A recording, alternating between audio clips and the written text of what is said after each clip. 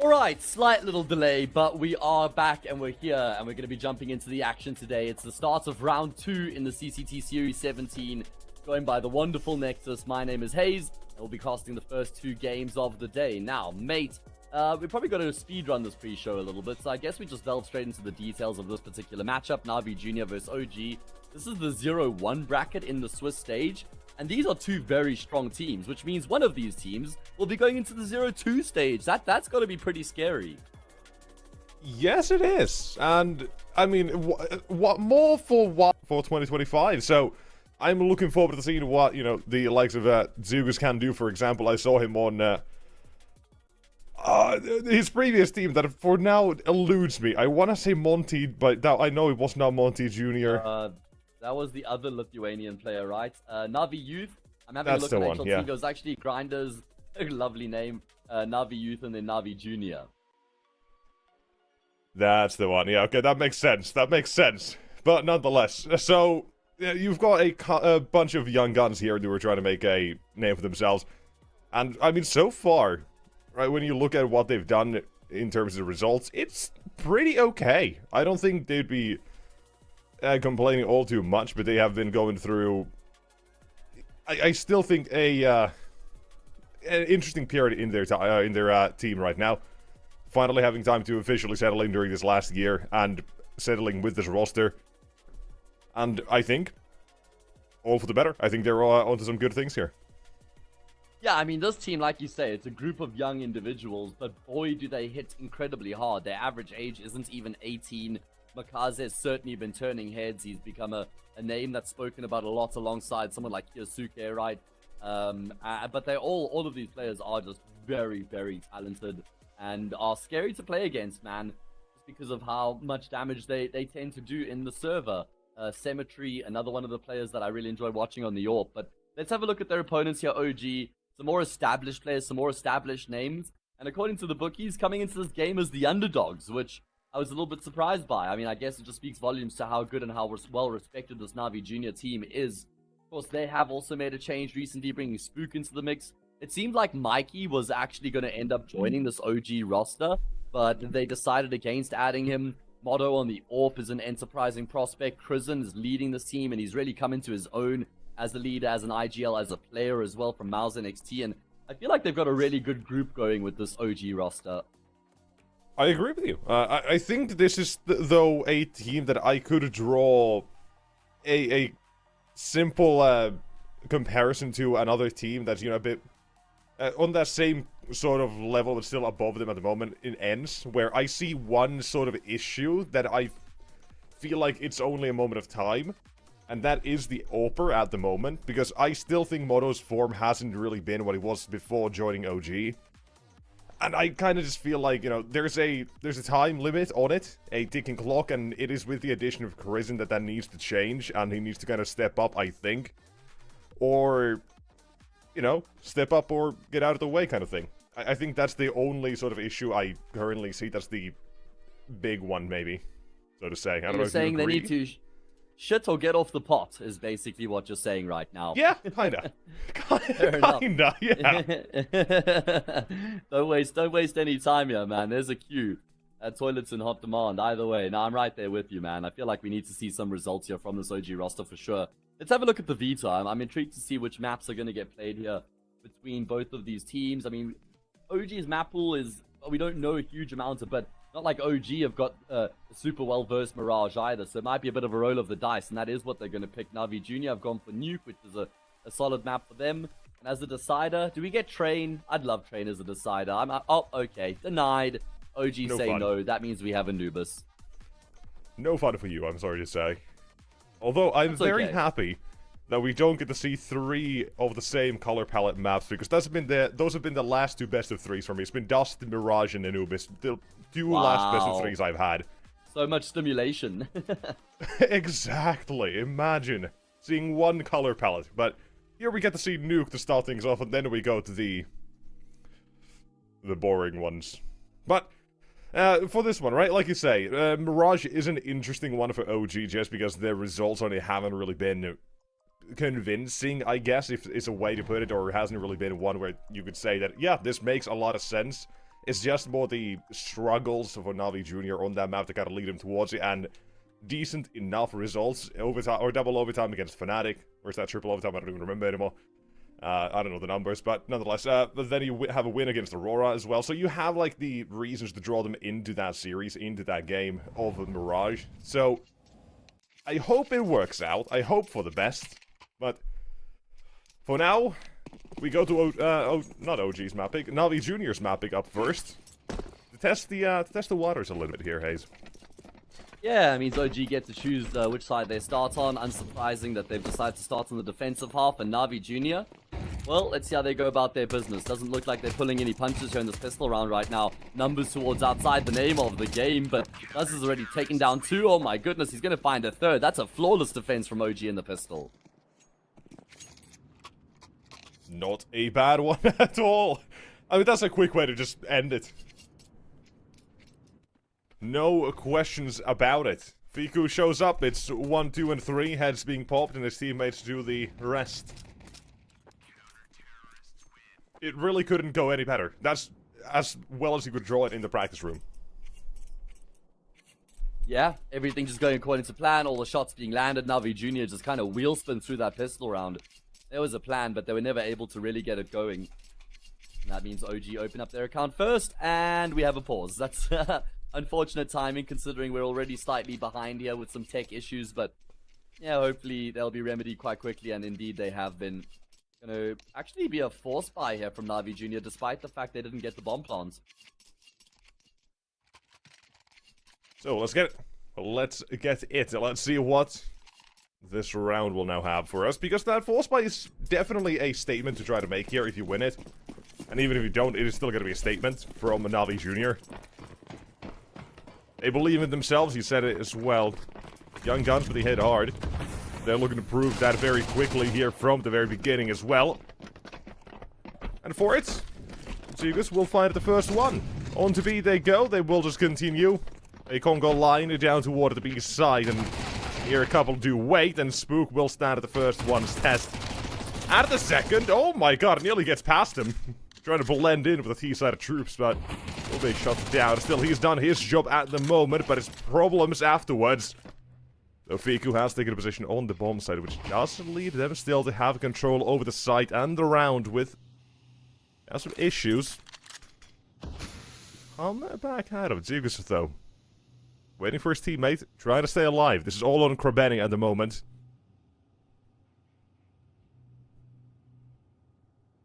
Yeah, it's unfortunate for Navi Jr. It kind of feels like they've run out of steam. Very good take initially, going through ramp, finding that kill in towards the B bomb site, but they've been stopped in their tracks back into it.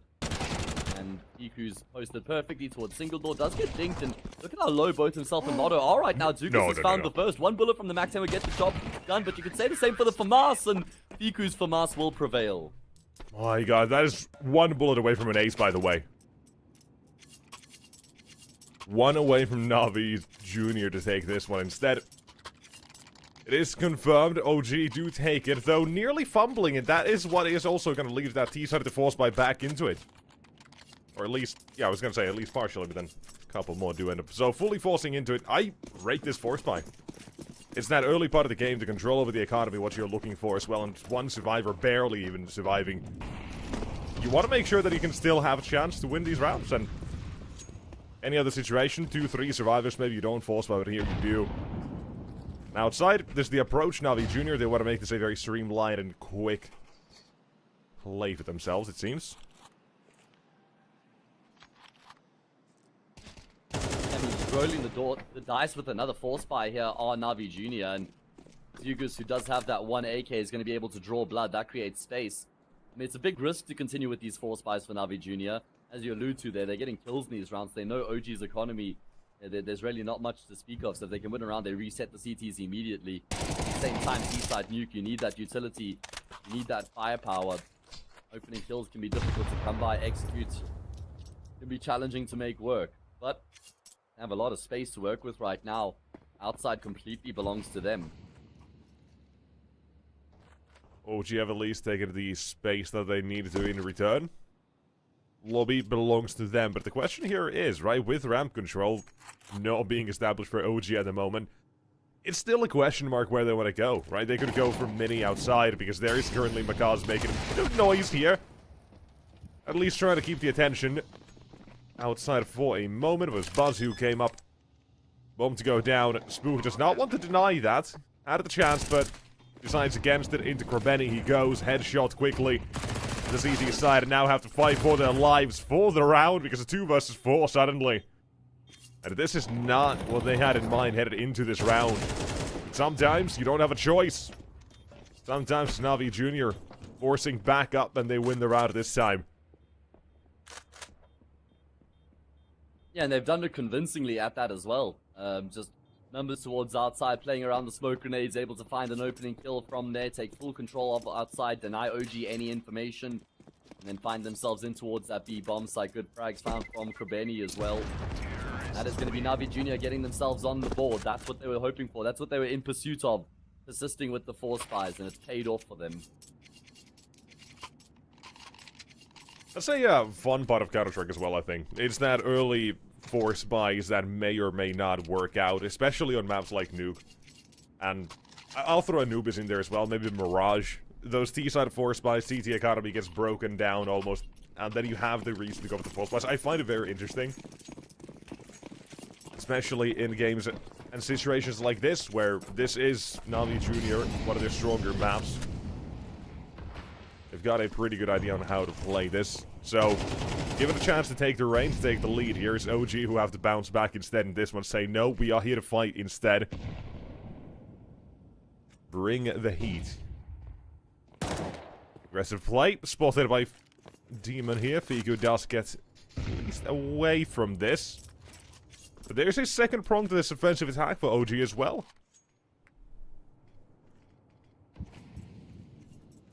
Yeah, let's see how OG are going to be able to figure this one out, because if they lose this 2-all and Navi Jr. in control at that point, and that's a really big gunfight. One out by the T250 against the AK. Motto is able to get an upgrade as a result, and he may even be able to affect the round further. As he heads down the vent and towards Secret. Navi Jr. headed in that exact direction with 3 of the 4 players. Krabeni to try and take some attention elsewhere, but Fiku hears the footsteps, so just clips the edge of the smoke open there, is able to find the frag. Motto only going to expose his head here, kind of give himself a bit of a fair fight as they try and track and trace some good repositioning from Motto, and he's been able to find a second kill despite the slow health. Surely nothing more. Although it's the Scouter who swings, they're trying to drop a nade right now. Motto doing the most. Eventually Makaze gets the trade, but that's the first kill in the round for his team. Buzz will finish off the job, and OG are back to winning ways. They want to just apparently nade him. They don't want to swing normally. What is that? I guess they don't realize how much damage they must have done in that first gunfight from Squeaky Door, right? Because otherwise Cemetery probably just swings with the pistol. I mean, that has to be the case, but I'm still looking at it like, surely you just trade that, you double swing it. Either way, but OG, they get away with it instead, and Moto, a beautiful round for him. I for sure thought he was going to be a dead man immediately, but no, delivers 3 for the total in the round, and there you go. The Force by Wars continued round number 5. Outside and sought after, a couple of AKs, Galils, and rifles. The whole shebang is here for Navi Jr., the entire attention. And OG have let this go at least. More defensive positions, Krisen up in heaven, Buzz below him, the Danish duo wait. Hell and heaven both covered for. Oh, on A. More action. And I feel like Krisen does incredibly well there, man. How does he get that second kill on the spray transfer? It looked like he was disengaging after this shot's taken from Garage, right? Just turned away. Yeah. And then he actually he transfers past the player in Garage, kills the guy way further, and then goes back and gets the 3rd kill as well. That's a brilliant round out of Krisen. Navi Jr. are falling behind the game here early on. It's still obviously early days for 1T side. Nuke no cause for real concern, but good to see the way that OG have pitched up here. It really is them bringing the fight here in the early part now. And that's exactly what I wanted to see out of these sorts of Force Buys in early games. One team absolutely will be at an advantage after the Force Buy Wars have ended. And currently it seems like OG, unless we somehow see an eco with a couple of pistols just brought up here, win the round, which shouldn't be Well, let Krabeni cook and let his teammates join the action. You might have a couple more shots like this, because OG keeps swinging. Model's down to 30. Spook tries to retain this round. Him and Fiku, a two-man team, however, seem like this will do. Shut down the hopes and dreams of economical damage. Yeah, I really like the way the OG players have played off of each other in that round. Sure, they've maybe taken some gunfights that were not entirely necessary, but there was always a plan. There was always some backup that came through there. If they took damage, they could fall back and allow for their teammates to finish off the job. So just combining nicely in that round were the OG players.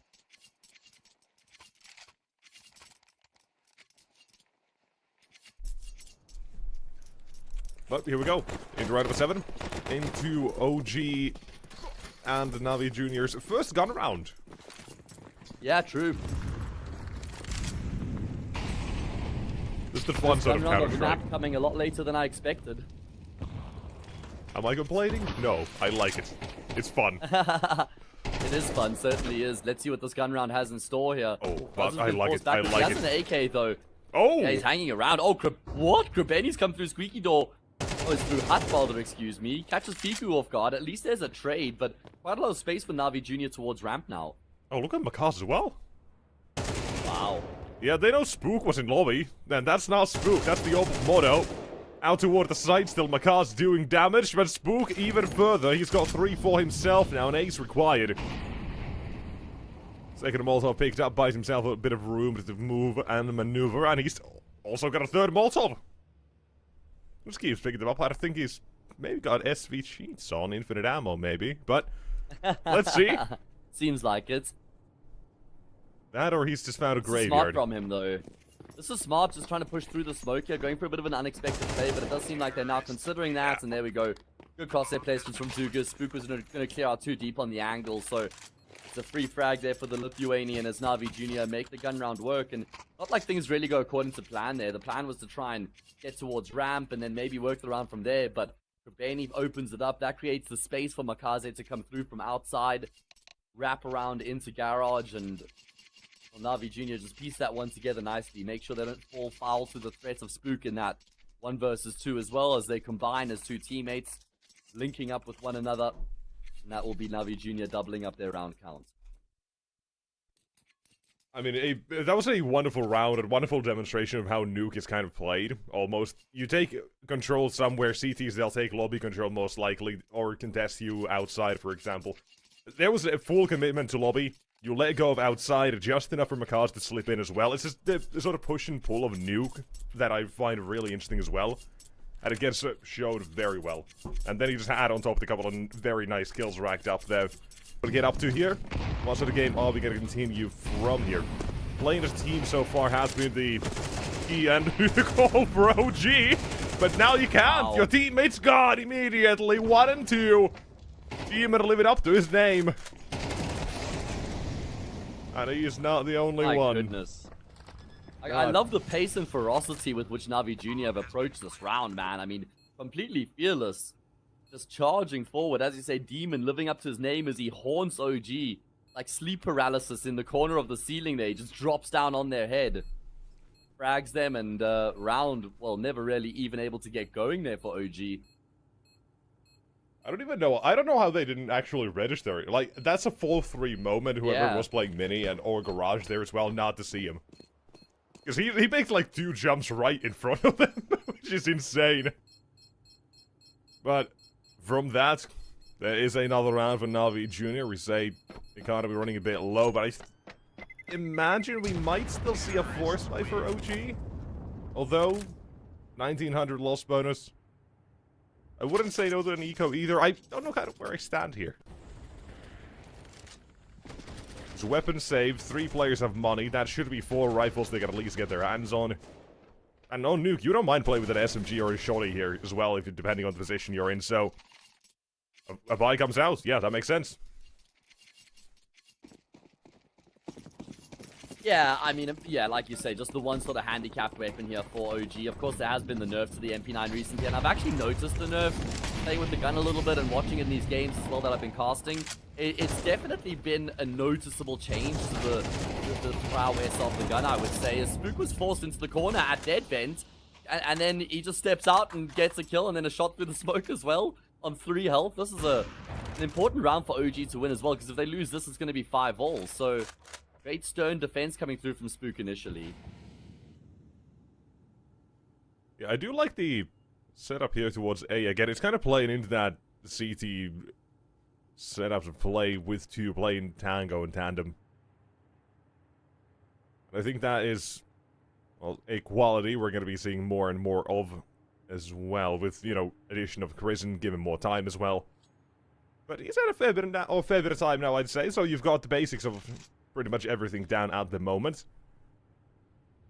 Been here for about 6 months almost, so plenty of time to get things going. Most recent addition was Spook, but for now, out of the server, out of the round, there's Moto and Buzz. And that, I would imagine, leads to a round unless Krisen's got something cooking, because he's the only one currently contesting toward the lower side. Doors blown open is an interesting choice, but that does force the hands of OG to be very cautious and careful about this, but Cemetery, first kill on the board, and that is enough as well for OG to say goodbye this round.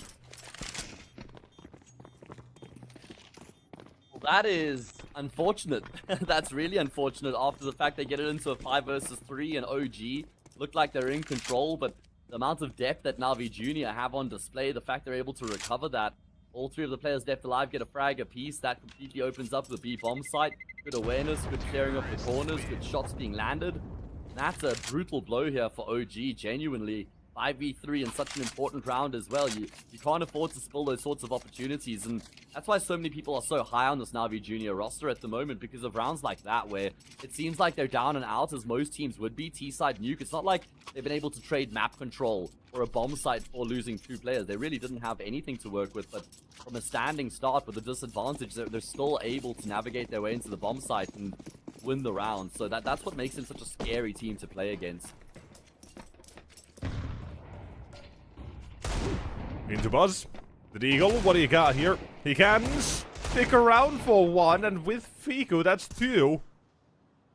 Dangerous rounds, you said, something along those lines, but OG started off very damn well for this one. Again, though, outside has been let slip for a moment. Spook nearly whiffs this one. But, continuing. Mine advantage is still retained, and 2 remain out on Na'Vi Jr., and I would wager none remain in a second.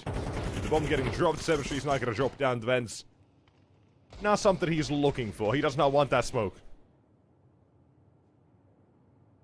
And OG. Don't know about you, but this will start the expectation I have for the round. Yeah, I think that's fair enough.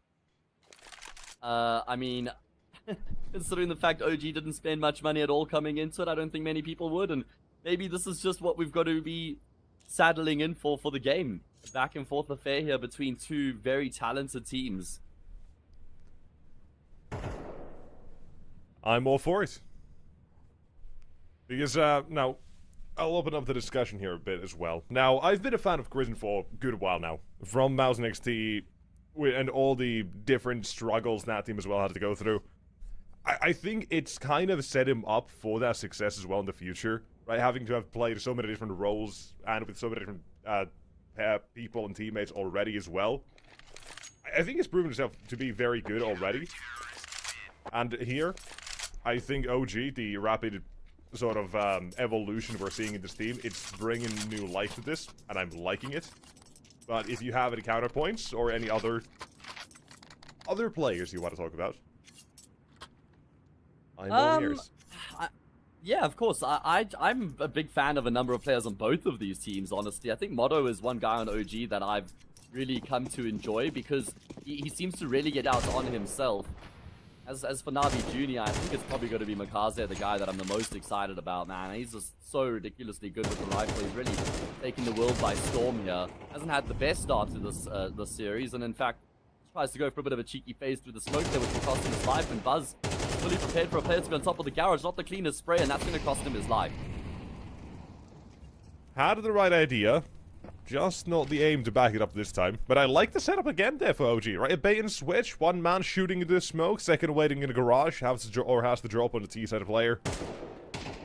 Cheeky, Prison, spotting 2 more this time, and let's the rest of his team know what sort of idea there might be for Navi Jr., but he goes searching for more. That's together with Fiku. Having found one back, but that again takes away the attention and takes away the space from Navi Jr. and Secret. They've got time to work with, however. They know where both players are currently as well. Moto took a shot, missed it. But Fiku, back into a fight up the heaven ladder. Demon starts looking somewhere. What was it? Moto doing a drop down. And he's lost track of him. Bomb needs to be recovered. The only way he can go here is A. And Moto has to wait for the bomb as well, and he's going to wait for this nearest steps. Knows exactly where it's coming from, but another missed shot. This is not the round you were looking for here from Moto. Oh. Just shut him out, and it is not looking all that great. AG swing with it, still waiting. Oh, won't miss 3 times. My God. Just as I talk him up, just as I hype the man up and talk about how he's the player that I'm a big fan of here on the OG roster and how excited I am to watch him in action. But that's okay. It can only go up from here. And at least he's able to finish off the job, right? That's now 7-4 for OG. These rounds have been brawly. And the fact that OG have been able to keep up with the brawls and still be competitive, for me, is what matters the most. Yeah, absolutely. What the finances are going to look like. In fact, they're okay. Tech9 a little bit light on util. But if OG can make this 8-4, I feel like that would actually be a really good return for them in this half.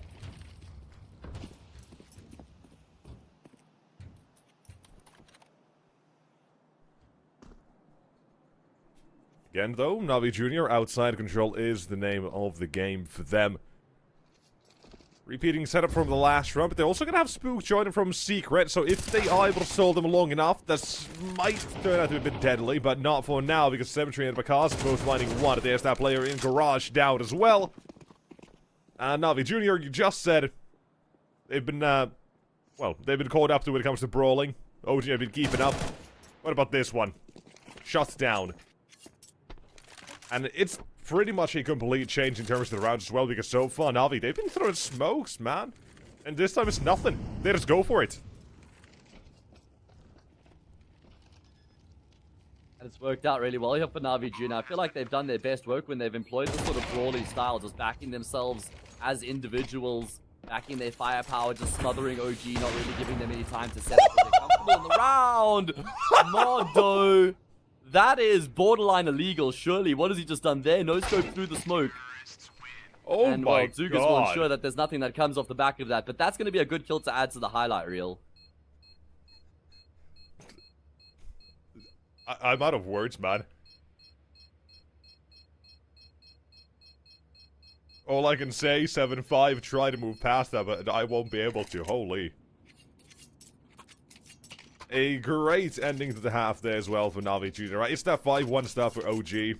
The brawl, the force buys in the beginning. Leaves them to start, you know, a couple of rounds down, maybe. And then, toward the end, right, Navi Jr., they still stabilize. They show us a good game. Show us that they're very quick to adapt as well, to show different approaches when it comes to this outside control. That's most of what we saw, because when they did go ramp, when they tried to change it up, I mean, it was the Eagles waiting for them. One very crucial round that could have let them instead take that lead. But, not allowed to work out, and in this case, Pistol starts off Moto 1-2. There's Crystal going on here for him. Currently, with the fact that Kristen lets him go down the vents. You're gonna force the 1 versus 1, but Moto, not gonna hide, not gonna cower, do a Beretta. He's got 2 weapons, that's better than 1, and that's 4 kills in total for him as well, with OG to pick up the round. Not bad, not half bad. Yeah, I think it's well done from Modo to get that last frag there. A pretty good read coming through from the Navi Jr. player, recognizing there's one guy towards Mini and see if he can isolate the bomb side planter, or the bomb planter rather. But a strong pistol round from OG in particular there. He's holding down the lines, shutting down the aggression in lobby. You know, Cousin able to be on the other side of the smoke there. That gets a free frag for him. And thankfully OG do start off so well, because they needed the numbers to trade their way through the rest of the round to get across the finish line. Now Navi Jr. are going to be forcing up in response. It's not a very inspiring force buy, and there's actually no bodies on the A site itself. In fact, I think if you're Navi Jr., you just pull the plug on the round altogether and you call for a save. That way you have a forced up set of weapons to work with in the next round, and you're saving your money, because there's basically zero chance of them actually realistically making this retake happen. Yeah, it's I think, an underrated choice to just save in situations like this. But I like it. I really do. I don't see enough of it. But here, that's what we are seeing from Navi Jr. Though, you have to at least keep in mind here, Zegus will have to move. Well, explosion probably will catch him otherwise, but... round coming to an end. There's one to go down, that's the Scout, and Demon waits with his Desert Eagle. Should be the second one, they are going to trade the South, surely. And that is all we're going to see in terms of the frags, the action for the round. And 3 still save their weapons, that's fine. But 9 to 5, OG. On that grind right now, and looking for their 10th as well. Navi Jr., man, surely they got to be a bit afraid here, right? Losing their map pick, headed towards that Mirage, where that is the weak link in their map pool. At least they would like the comfort of being up a map, surely, but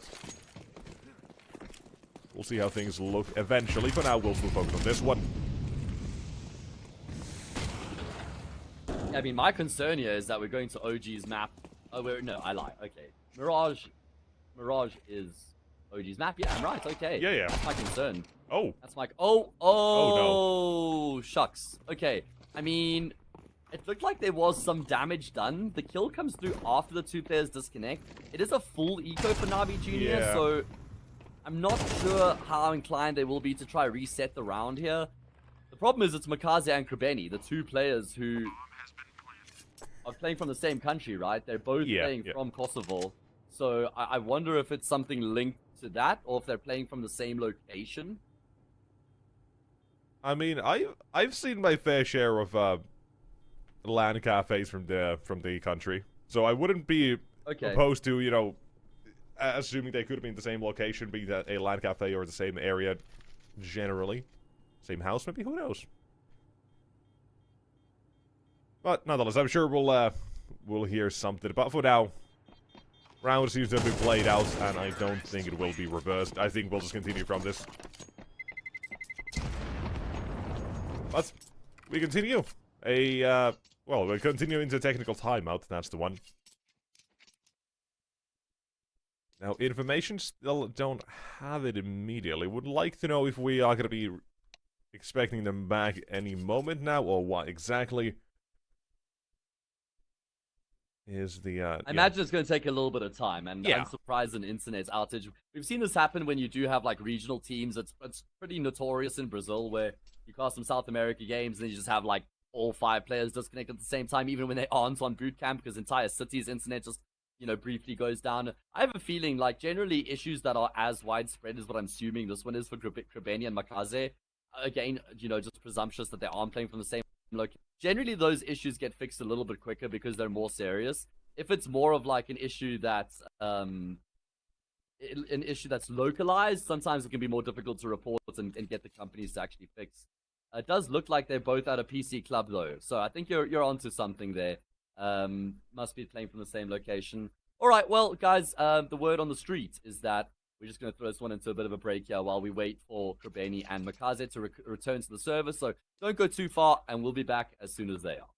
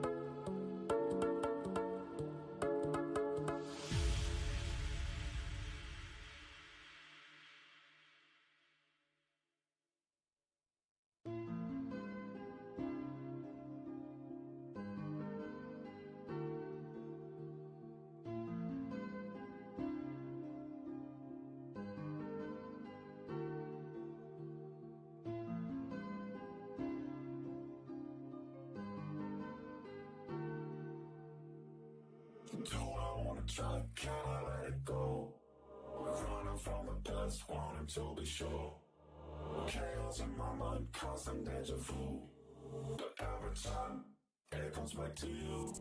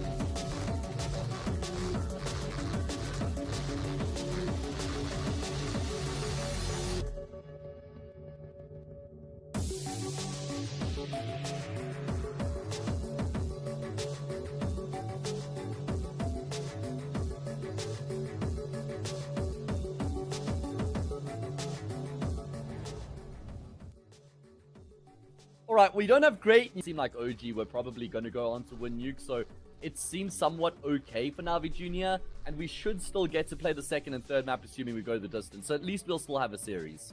Yes, we will. But this does, in the grand scheme, mean that Navi Jr. now forfeit their own map pick and headed into that Mirage next. You know, maybe not the greatest of starts to the day for them, you know, with the tech issues, and then, you know, headed to their opponent's map pick next. They would have liked something a bit better, but nonetheless, it is what it is, sort of thing. And that's all there really is to it. So, with that said, we are going to be headed toward a break. We'll be back fairly shortly, hopefully in about 10 to 15 minutes, because I believe the players at least have been set up. They should be ready to go shortly. So, we're just going to make sure everything's good, and we'll be back with map number 2, Mirage, very shortly. Don't go too far.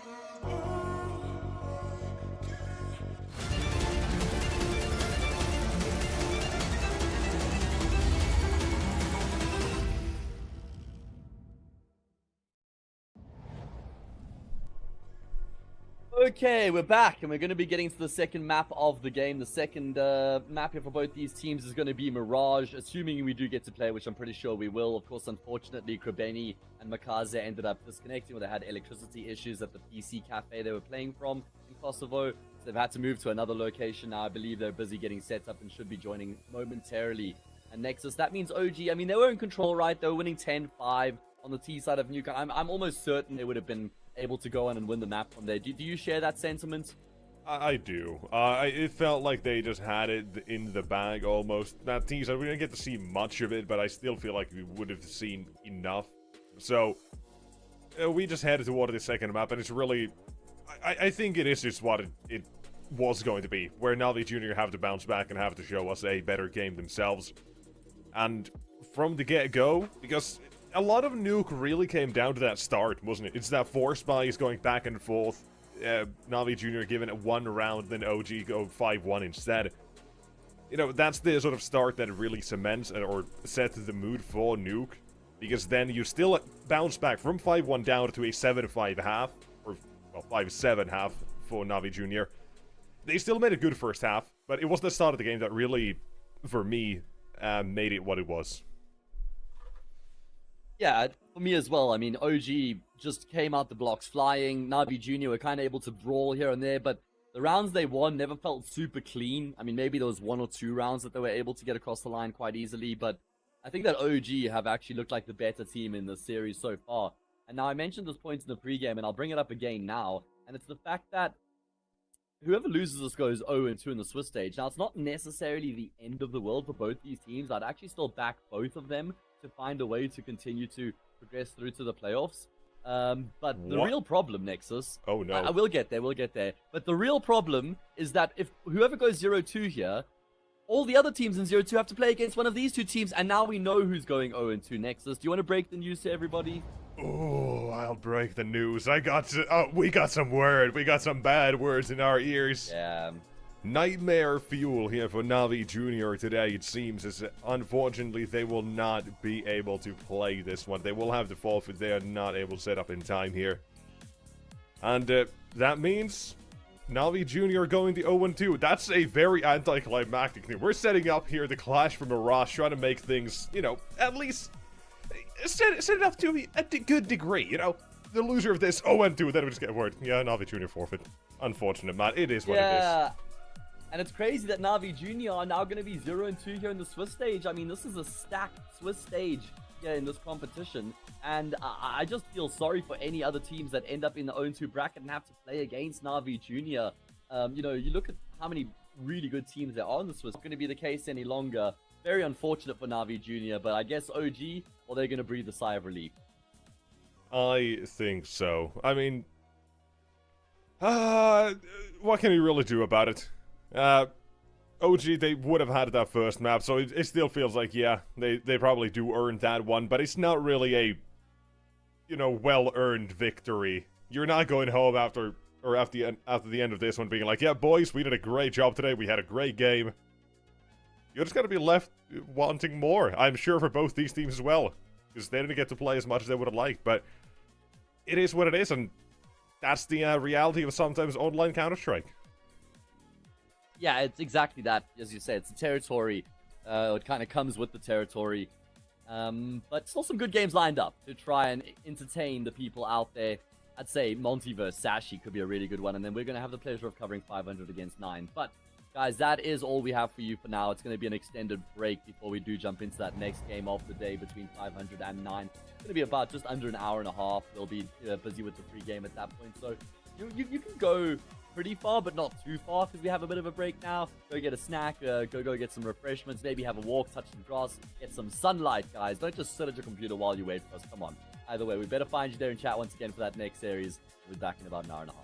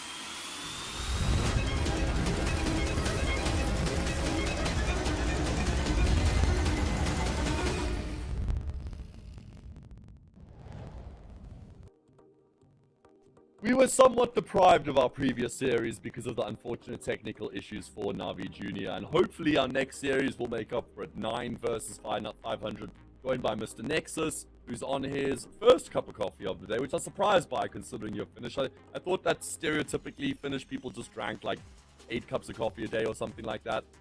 I think the average is like 5 or 6 cups of coffee for Finnish people. Wow, that's on a lot. It's a lot.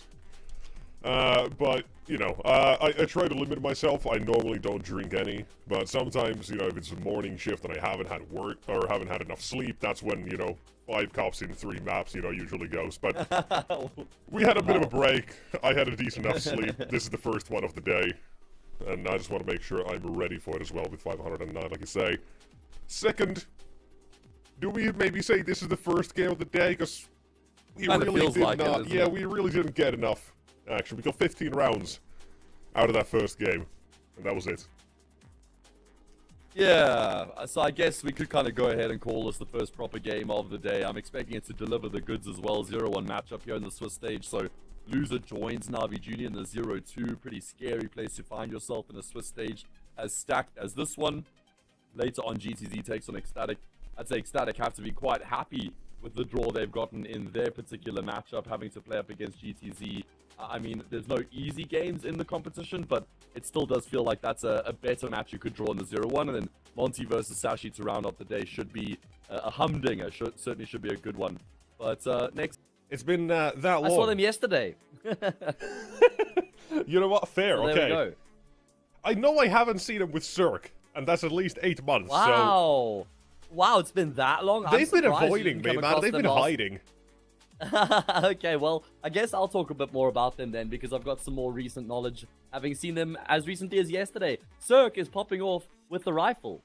His AWPing is okay, but his rifling was really strong yesterday. 500 actually lost to Apogee after they won the first map. They picked 13-6 on Mirage, and then lost the series on Nuke and Ancients as the decider, which I was quite surprised by, especially considering Cirque was banging as much as he was, and Ships has been in some good form. He's still multi-fragging like a monster. Oxygen's rifle is on point. Rainwaker, I'd say, has been a little bit disappointing, actually. He was quite underwhelming yesterday. Without actually knowing his exact numbers, he had some pretty poor to average maps yesterday against Apogee, and perhaps he could have been the difference maker. So hopefully he can bring that form today. He was actually 32 and 40 across 3 maps yesterday, which is not the numbers that you normally associate with Rainwaker. And then Spellin, well, you always know that he's going to be the IGL who tends to struggle to frag, but is the mastermind behind the team. And I think this 500 team in general is still in a good place. Currently ranked 36th in the world on HLTV, but it's just about now finding that consistency. Yeah, now, here's some more as well on this 500. Last I heard or had any real information from this team, it was when Ships was still IGLing on this team as well. He had that stint, I remember he had it that much. But Spellin's coming back in, seemingly trying to make things work now again. So it has been a good hot minute. And I'm all the better for not having to have seen Ships or IGL, because I want him in those fragging positions. I want him to be the sort of star on this team. And having seen what he can do in the past, I'm sure he can still live up to those numbers. And still, currently, he does deliver those numbers. Like 1.19 ratings for the last couple of months. He's been very damn good. And impact up there as well with like 1.35 almost, I think. So, I know what I'm expecting from this team. But am I gonna see it? That's the question. But what do we know about 9 is the question as well, we have to ask. Because this is a team that looked to be on the up and up. They made a couple of changes with... I think you could agree or disagree with. But nonetheless, they brought in Favin, Bob XT. I like the additions very much because both of them have brought in something really good to this team. And have been performing out of their minds almost. But last couple of days, a couple of weeks, it hasn't really been their game. It hasn't really been that same firepower, that same show they had for their honeymoon when they brought in these new players. So, what's up here? What's happening? Yeah, it's a good question. One hopefully we'll get some answers for in the series, because you've got a group of good players, right? You've got some strong players. My kind of only question is, who's your star rifler here for this 9 team? Apparently, Favin. Do you have the potential? I mean, sure, but he's never really been like an out-and-out star player. But I've always No. found him to be a very talented rifler, so I could see a world in which he could fill that role. I think it was very unfortunate to get cut from Bleed, and I think he was actually doing a pretty damn good job there towards the end of his tenure. So I guess I can get behind Favin. I can't get behind Kragan because he wasn't able to do it on Ecstatic, and that was Ecstatic's problem with the previous roster as well, with Salazar himself and Queenix, is that there was no star rifler. And now you've got good riflers in Kragan, Bob XD, and Favin. But yeah, Favin, I think, has to take things to the next level for this 9 team to be successful. I agree. Now, thankfully as well, to that degree, I haven't seen the slump, I'll call it for now, of 9 in these last couple of weeks. I haven't really seen them. I've seen the good sides of them where Favin has been popping off, where Mantu has been playing his best game, and where the unlikely hero almost from when he joined, Bob XD, has had insane games. He has been a pure impact fragger and has made differences in every single round that I've pretty much seen. So the number for the rating may not be it, but just the impact at like 1.19, he is him in this team, almost as well as Favin currently puts out those numbers. That is the dynamic duo. And then if you can have Mantu activated, because sometimes he is maybe hit or miss.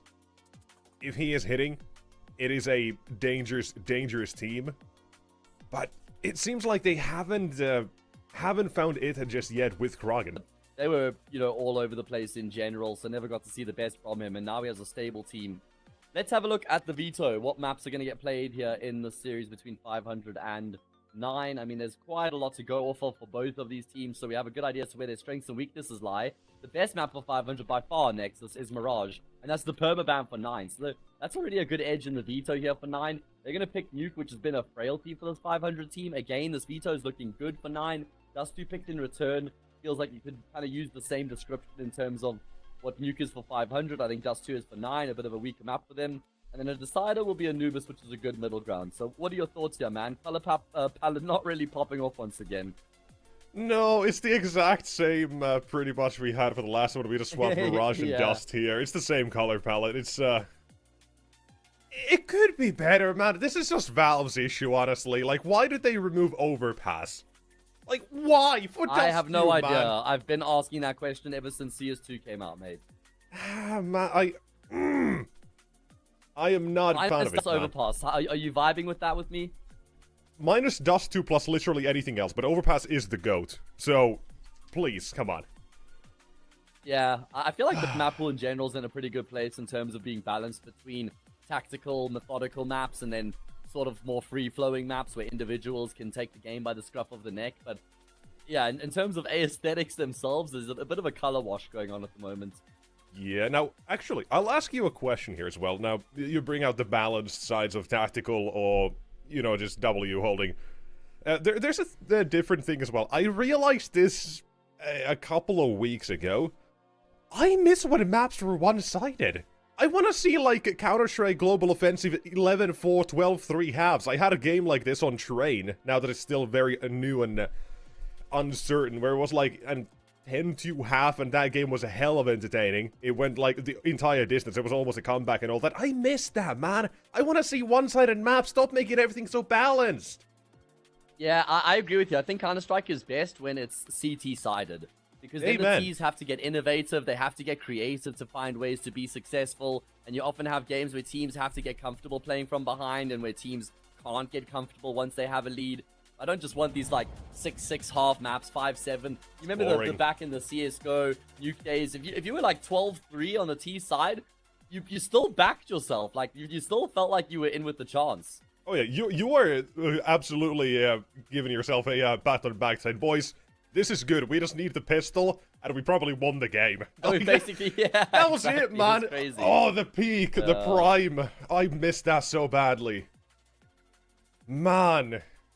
Why did they have to make everything so easy? Skill jumps as well gone, man. Come on. Inferno balcony jumps. Come on. Nuke silo. Come on. Let's get those back. Let's make KZ difficult again. Let's add some spice to the game. Challenging again, for sure.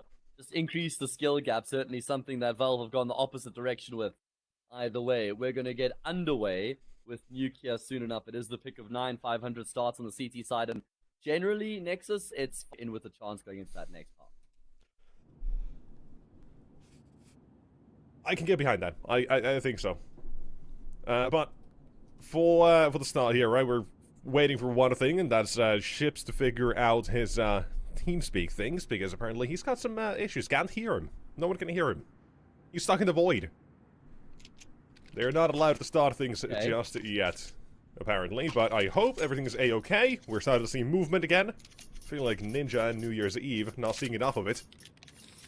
But I think all is good. We are counting things down, and now we are gonna see enough movement finally.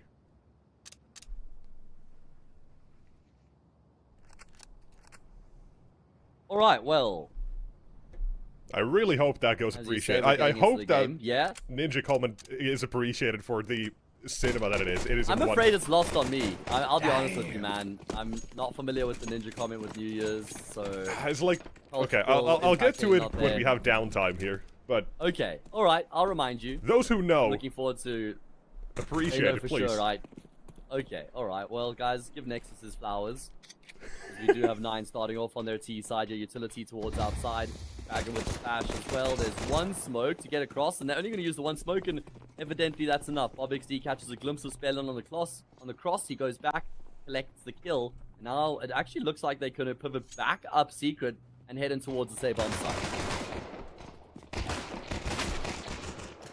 Ooh, on to A, and they explode. Ships and oxygen, they found a couple, yes, but trays have been brought back, and now it's just one remaining quickly.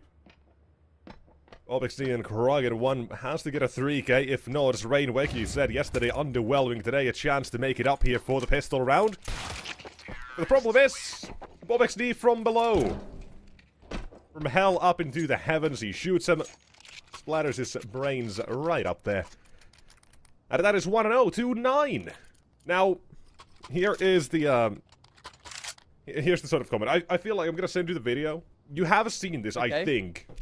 It's New Year's Eve party. I think it's 2018, 2019. Oh, where he tries to do that. He's flossing, yeah, in front of the crowd. Flossing, Ninja's going, going, I'm not seeing enough movement, guys. Yeah. There we go. I do this is remember buried this, deep in your memories, man. Certainly one of the more cringe things I've seen in my life. Exactly. And, now I get the reference, and it's bang on, because they were just sitting around idly in spawn, and there was not much going on, so fair enough. And not much we could do about it either, we just had to sit and stare. It's just one of those things you've completely blocked out of your memories. Like, I don't want this cringe. I've unlocked that part of your memory. Imagine you could take like a laser and pinpoint the part of your brain that stores a very particular memory, and you could just completely destroy it, and it'll be gone forever. I'm sure there's a few people who might opt for that with some things that go on either way. Oxygen, takes control of Squeaky Door. Nice timing on the peek out. They get the kill on fire. Rotations coming through now from heaven. The Force Spy looking pretty damn good for the CT side. How is this so sloppy now for 9? They had the site and they're still Krogan in T-spawn.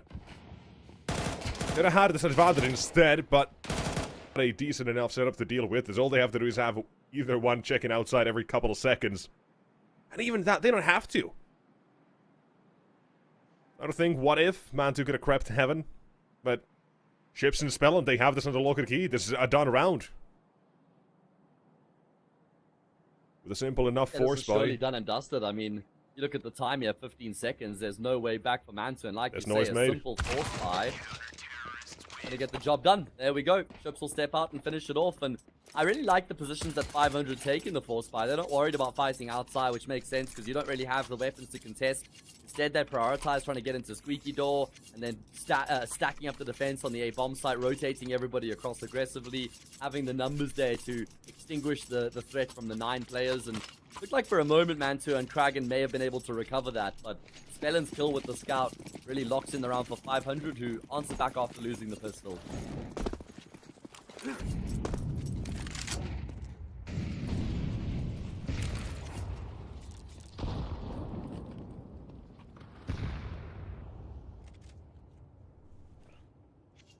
There's this great saying, you live by the sword, you die by the sword.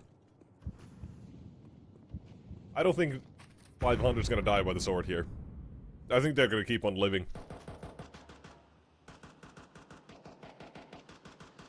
Not about the way this round is currently going, but there's gonna be contact toward the secret stairs. One man ready, his name is Ships, and he's holding a Molotov. He's just gonna back off. He doesn't know what to do or anything. But this is still turning out to be a round with a couple of potential contact points for 9. Ships, his utility is gonna deter them away from B, surely, as well. Vav and Mantu, they hold positions outside and inside still to be able to make this a different approach than what it initially now seems. But it's a lot of just searching around. Hoping for any sort of opening to be given. None of that should have been happening. They say, should not be entertained, but there is one. There is a second. Now we've got a round on our hands, apparently. Yeah. Looking good here for 9. 30 seconds on the clock. They only have Ships to try and get past. Problem is, Ships does have an AK, and he could sink their campaign here. Tucking in towards the shadows right now. He's got some supports at range, man, too. That's a great kill, and oh my god, Ships just died to the P250. He doesn't even get a single kill with the AK. Oh man, Force Wars in full effect right now as these teams are just trading rounds back and forth. Man, that's the same start we had with with the Navi Junior and OG. Just goes T side for now. God damn! I am all for it, really. Spellin, I don't think he is, but well, doesn't have a choice. Also, did you notice the slogan on the Beneath the Cedar Creek title there? The safest power plant in the world. Ah, there we go. I don't think it is that safe. I was gonna say, I'm not entirely sure about that, considering that there's been a war waged over at this power plant for, what, 25 odd years now? Yeah, something along those lines. Stopped fighting. You had a ceasefire at a couple of different points. That's true. There was a moment that they were at peace, but it's been brought back for a while, the conflict. Yeah, this is, I think false advertising, maybe. It's just like a never-ending loop, man. These guys are living in purgatory. Every time they think the war is over, they just respawn again and have to run it back. The day comes to an end, boys. We're finally out. Oh my god, no, not again, not another round. Either way, well, it is another round here, and it's looking like we may be seeing back-to-back round 1 for the first time here on the map. The Force 5 from 500 falls flat on its face as 9 cruise to a third. Yeah, this one was easy. And so far as well, they haven't made any mistakes. They're not going to be losing any weapons. Let them build up some sort of safety net for things to come. But they are also slowing down here. Don't want to walk into the last 2, give them a freebie, just see if they want to make a move instead. A bit of a miss. Oh, never mind. I was going to say that's a bit of a miss smoke, but maybe not. Maybe that was intended. Not just... I just haven't seen that smoke before. It usually is for hell, for lockers. Not this. Oxygen. P250 gets a dink, gets shot in the head. That's what you do without head armor. But this... Look at that damage actually. There's a chance. No, there's not. There was a chance. Put it that way. But 9 without any casualties. Win the whole round. Yeah. All is good, all is well, and in the end handled. And this should be a 4th one as well now. Could be. Yet to have a full gun round here on the map just because of the way that the rounds have gone down so far with the 4 spies. Must say, I'm liking the beard on Kraken. Liking the facial hair he has going on. I think it suits him. You know? Looking like he's got a bit of a suave look going on there. I was thinking the exact same thing. It's got that air of mystery around him all. You know, get off the runway. Felt like they were just... It was an endless runway, and they were moving, but they never really took off. And, yeah, with... I'm assuming you mean with Sound, Masuta, and Refresh. Refresh, Masuta, yeah, okay. precisely. Yeah, look, it felt like the pieces were there, it just didn't click. Yeah. Same with this one as well, right? The pieces are absolutely there, we're just yet to now see it click. Oh no. We're seeing someone click. Oxygen clicking heads. 1 and 2 down, and 9. You say what should have been a 4th round has now become a bit of a turbulent one. Surely not again! No! How is he getting away with this? 3 headshots for the dig. Yeah, this is outrageous here from Oxygen right now. I mean, it's still the only notable weapon that 500 have to work with, and Oxygen has found a fourth. No! Oxygen is suffocating 9 right now. And Kraken, well, he's on 2 points of health. Just He's not gonna ace 2 this. HP. He's not gonna ace this, surely not. Surely.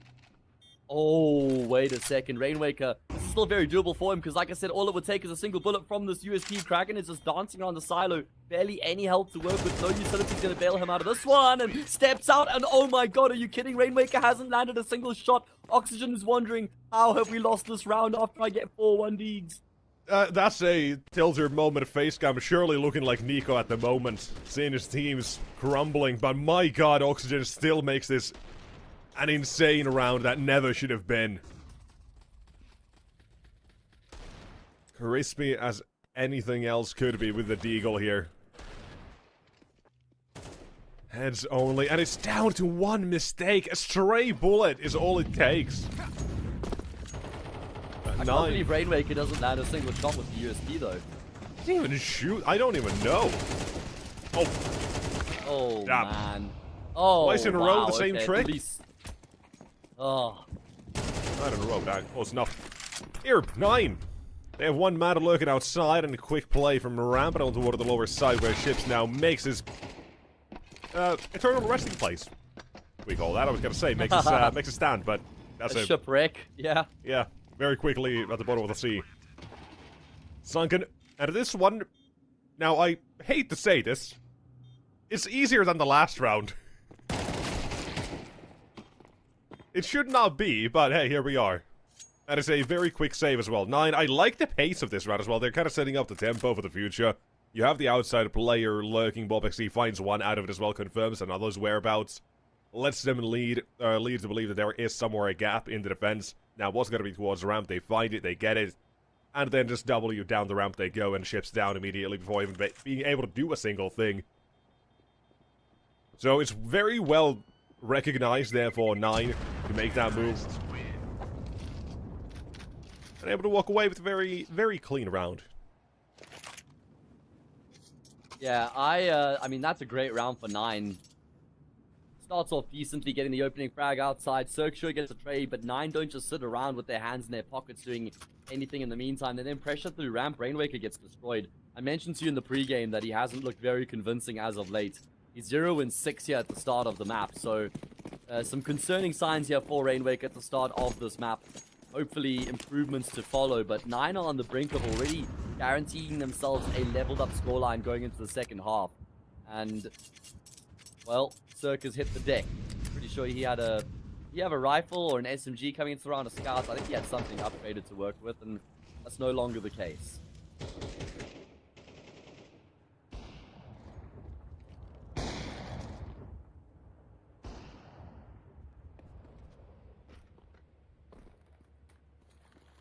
Plenty of control. This time BobXD not really challenged outside.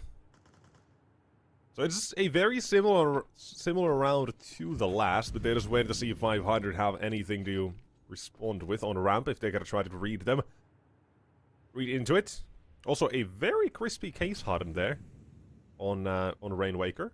Big fan. Owner of 1 very blue 5.7 myself. I approve. Oxygen, his Desert Eagle, I think, doesn't need any approval, because he'll get it himself. Or not.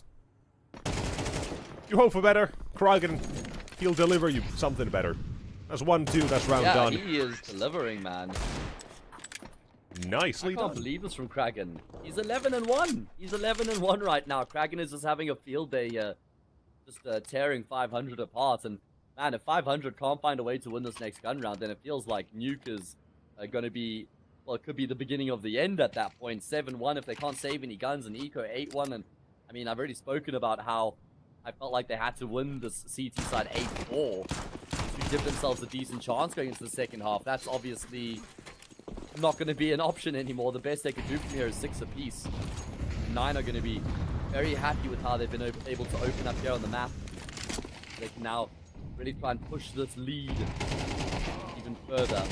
Good opening kill from Oxygen, and it looks like there's a decent contest here from the CT side, able to find some opening kills and get a man advantage.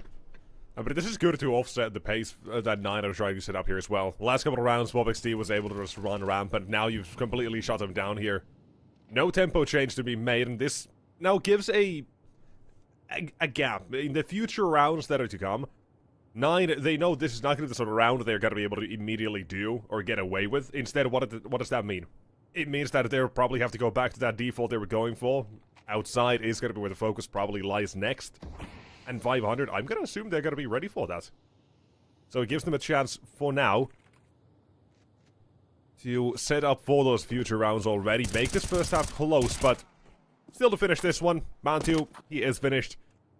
And Raz, about to be, I imagine. Unless. You've heard of Swedish magic. You know, similar flag. How's Danish magic work? Well, apparently not so well at the moment, but I'm talking about at the Counter-Strike scene at large. So, Danish magic is, its stocks are pretty low right now, just like my crypto bags.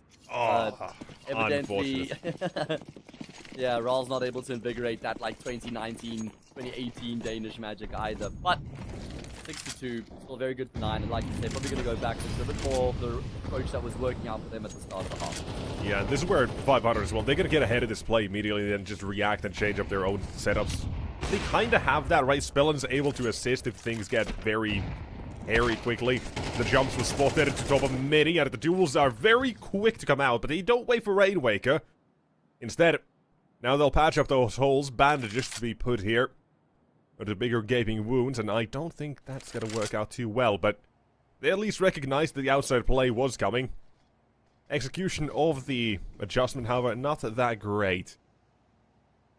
And now it's just waiting. Waiting and waiting. Oxygen, he wants this sort of information. But will he get it, or will he get to be tormented by the AKs instead? First one. Success. There's the second. The approach for the CETs. Quick now as Rainwaker baited into this one. And Mantu left alone. Things fall apart quickly for 9, and they are handled for 500. And this is exactly what I say. What I mean when I say that 500, they can adjust to this. And they will be ready. 9, they had no other prong to this attack. He was just fully go outside. A denied. And now the game is suddenly on. Oh, we spotted him. Yeah, Rainwaker caught a glimpse of Mantu there. Just going to try and keep him occupied. Job's done. Only 20 seconds on the clock at this point. The best Mantu could hope for is to carry his AWP over into the next round, but Spellen will ensure that does not happen. He's trapped between a rock, a hard, and a sticky place, and he will end up getting crushed. That's a good round from 500. I love the adjustment there from Rainwaker, right? I love that he goes down through sequence and combines with Oxygen towards outside. Very good timing on the swing out there as well to join up with his teammate. This is the way it started for 9, but it kind of felt like they stalled out. Like, those kills came at the start of the round, and then for like 20, 25 seconds, they just sit around and don't really do too much, and that's what gives 500 the time to actually adjust in the round and figure out a solution. So, good work from 500, starting to show a little bit of teeth here on the CT side.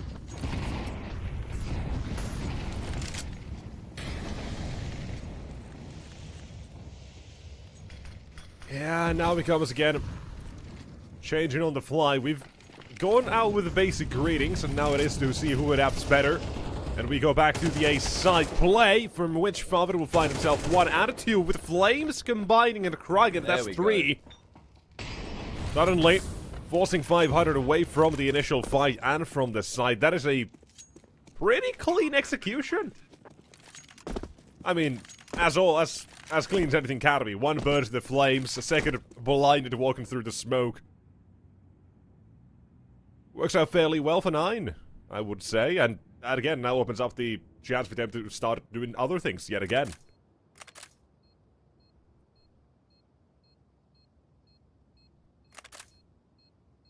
Just opening up. Yeah, I love the change of pace. Yep. I love the change of the approach there from 9 shifting through the gears in towards the A side. You know what? I've seen like 3 Nuke games in the past couple days, and I don't think I've seen a single fast A hit from any teams on the map on all 3 occasions. It seems to be a bit of a dying art. I don't know. It's just falling out of popularity.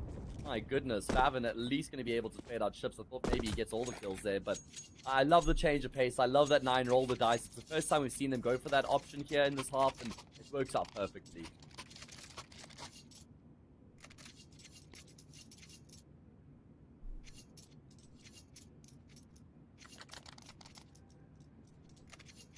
Now I want to see what 500 want to do instead. Now they're kind of being pushed as well here, because they have to come up with the answer now. If that wasn't already apparent enough, they have to, at this moment, come up with it. Figure out exactly how quickly and what the setup is going to be for 9. Although Oxygen, while his deal's on fire, that M4 certainly not it.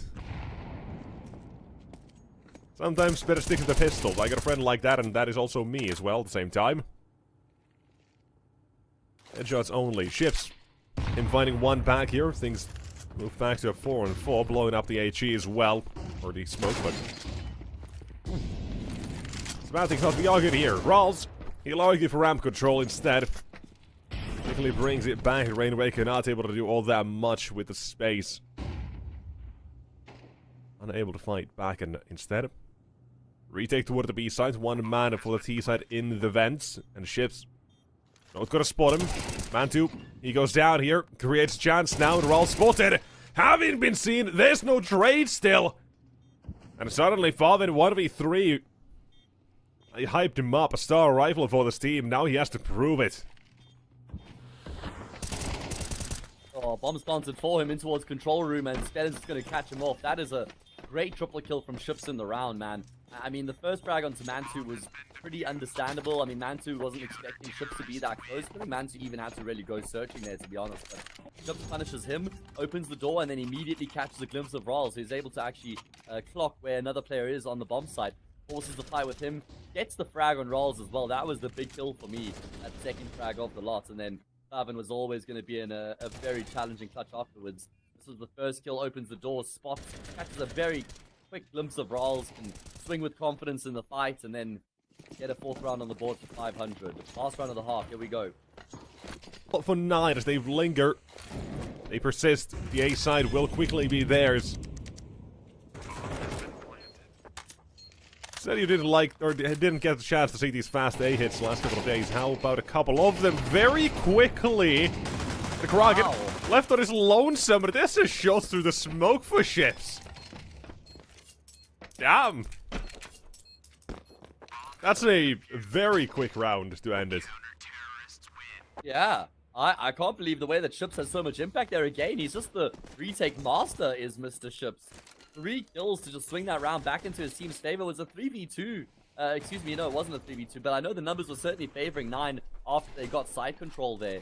Just again going for that fast-paced A hit, but then once Ships starts to get on the action, he rules the roost, and he has a very good first half, does Mr. Ships. And, well, these replays are all over the place. I'm even struggling to keep track of them, I'll be brutally honest. But, yeah.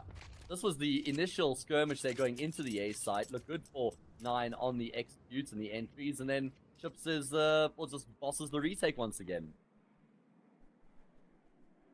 Yeah, that's still a very good half coming out for 500 in the end. All things considering and how it started and all that as well. But 9, they come up with a very strong game here. Overall, they're mapping now CT side. Now, you say as well, 500, they got their struggles, right? T side, that was an issue.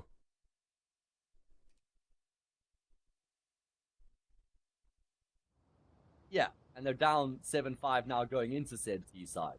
So, a little bit concerning. Yeah, I can see that, yeah. Ooh. You know what, I also don't like this... I feel like it's an important pistol. Yeah, I don't like this trend as well. 3 out of the last 4 games have ended at 10-13. I see a pattern here developing.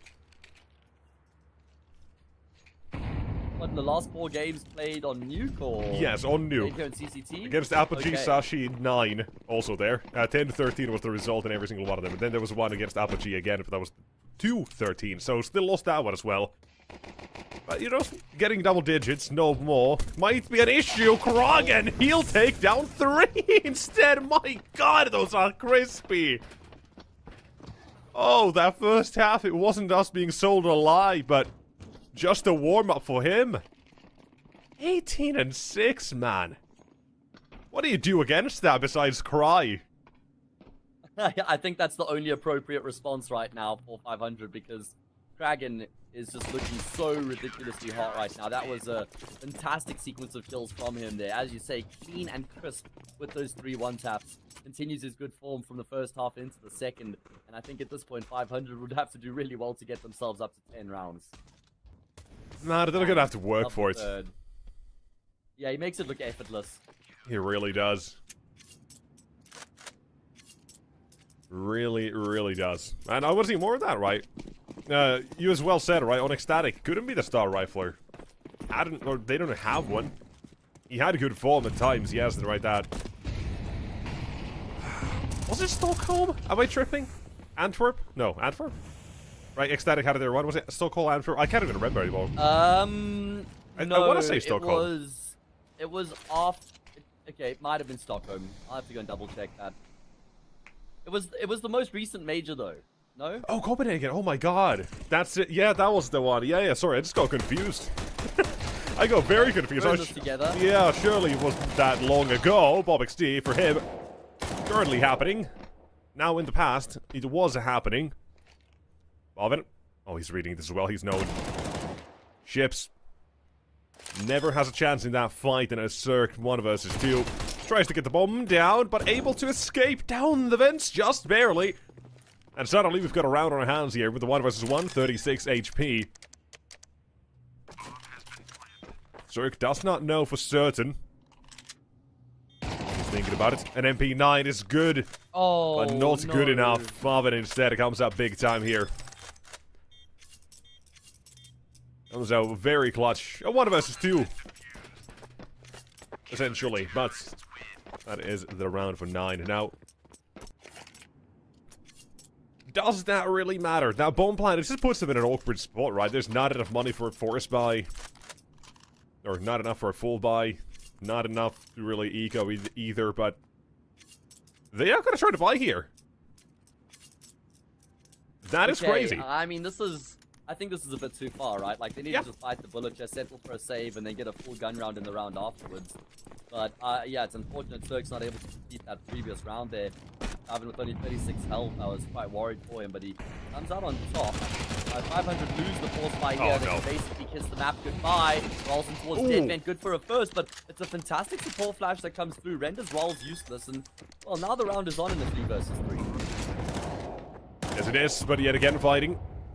From heaven, Favin. This is just his apparently quick quick spawn place. He's got his fast travel right up in here. But they're making a play for it as well on 500's side, trying to get their plays up into heaven.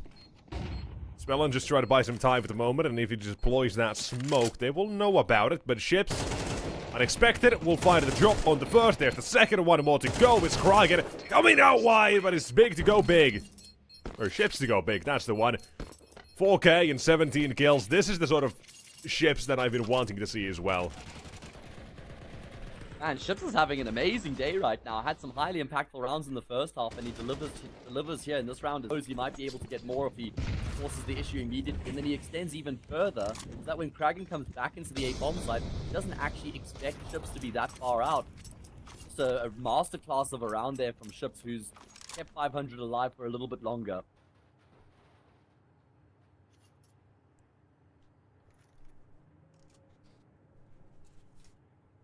Finding a chance, given.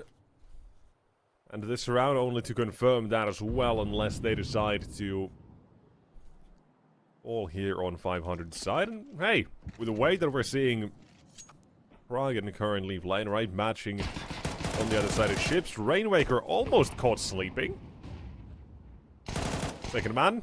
This is Surely not. Alright, Favin, he knows ball. He knows ball. Yeah, there you go. That was beautiful. That was so well constructed.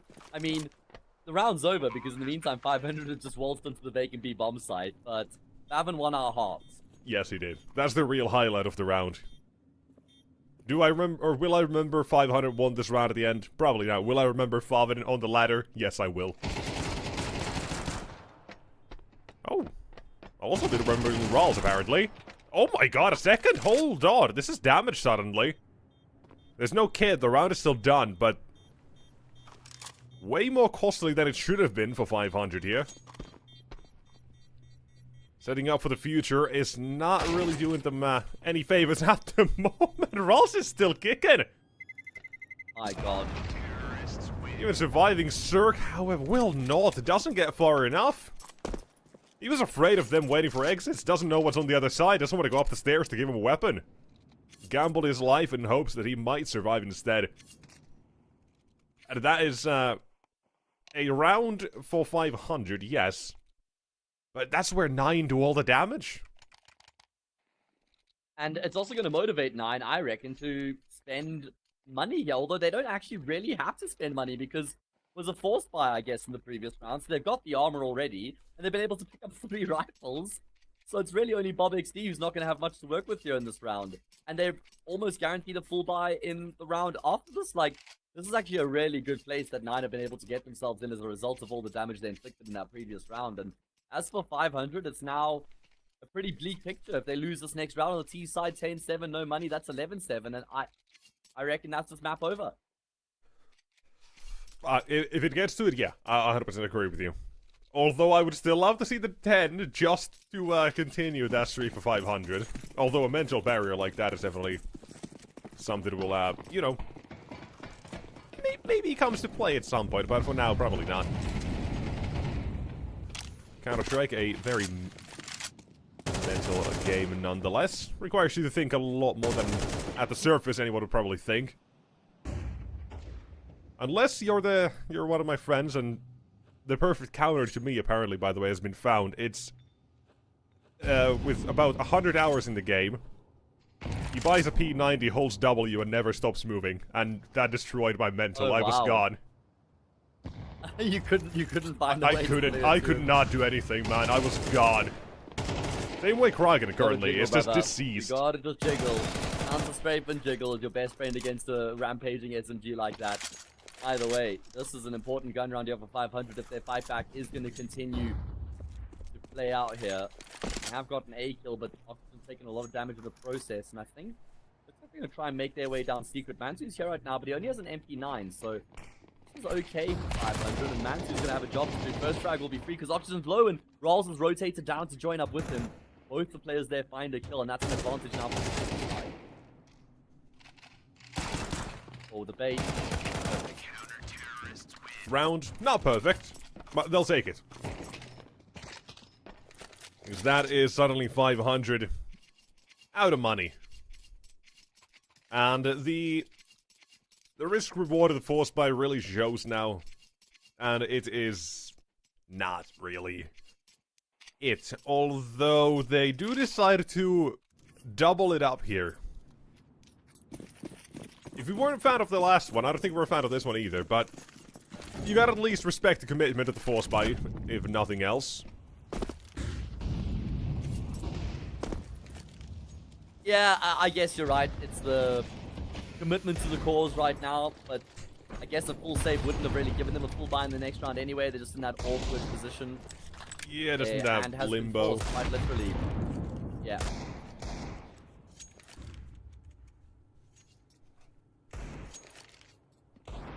Let's see if they can find a way to make it work. Oxygen's had an incredible round with the Desert Eagle already here on the map.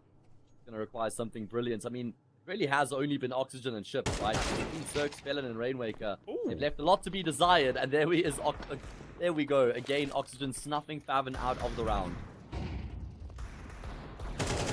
Chips spots the boost. Lets his teammates know that reinforcements may be coming heaven. You're seeing 500 as well with a quick reaction. Down to the lower site they now go. And this should be a bomb plant. They got control of double doors. That's where they are going to plant the bomb for as well. They're not going to open it themselves up through Rals and single. They should be aware of that quick threat, the possible that might be there. Oxygen, that was, sorry to say, not pretty. Rainwaker next to him at a Cirque at the doors, look to hold it down, and that's 1 and 2 for the price of just one so far. Make it 1 more to go, and Cirque, you say, in quiet, now a chance to step up, but it's not gonna be happening. Removed and shot down by Mansu, the force by nearly working out here, man.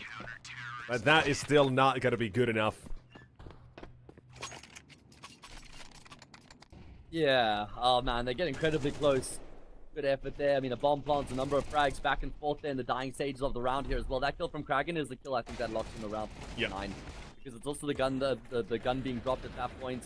Cirque has a very good effort here. You know, good at prioritization of targets, going back to deal with the single door player. Unfortunately, he can't hit the instant 1D on Mantis as he swings from behind the pillar. Another force fire here for 500 as a result, but 9 are on the brink here of locking in the map. Almost been seen. They know he's here, but he still got the first one. And I like the bait and switch he's got going on with Kraken as well. But it's 1 by 1 for 500 that they decided to go for this. They try to trade it out. Because if they get that kill, then outside it becomes a bit more unknown in 500's eyes. But Kraken was still going to be there no matter what. That's with an AWP. And now that's been given to Rainwaker. His second kill for the round, and suddenly 3 more remain. Again, 500 are making this one costly, if nothing else. But there's a big issue. Ralls has got spotted it as well, and so has Bob XD. That's the fact that the bomb is in the CT hands. You can have that bomb side all you want, but it's not going to force a move out of 9 here.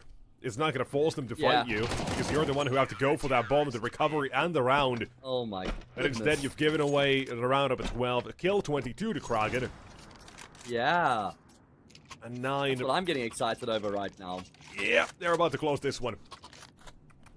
Really right. You look at the investment for 500 who have had, I think, a single round where you could kind of justify calling it a full investment. It was the round after they won their force buy. They then had, I think, like at least 4 rifles, if not 5.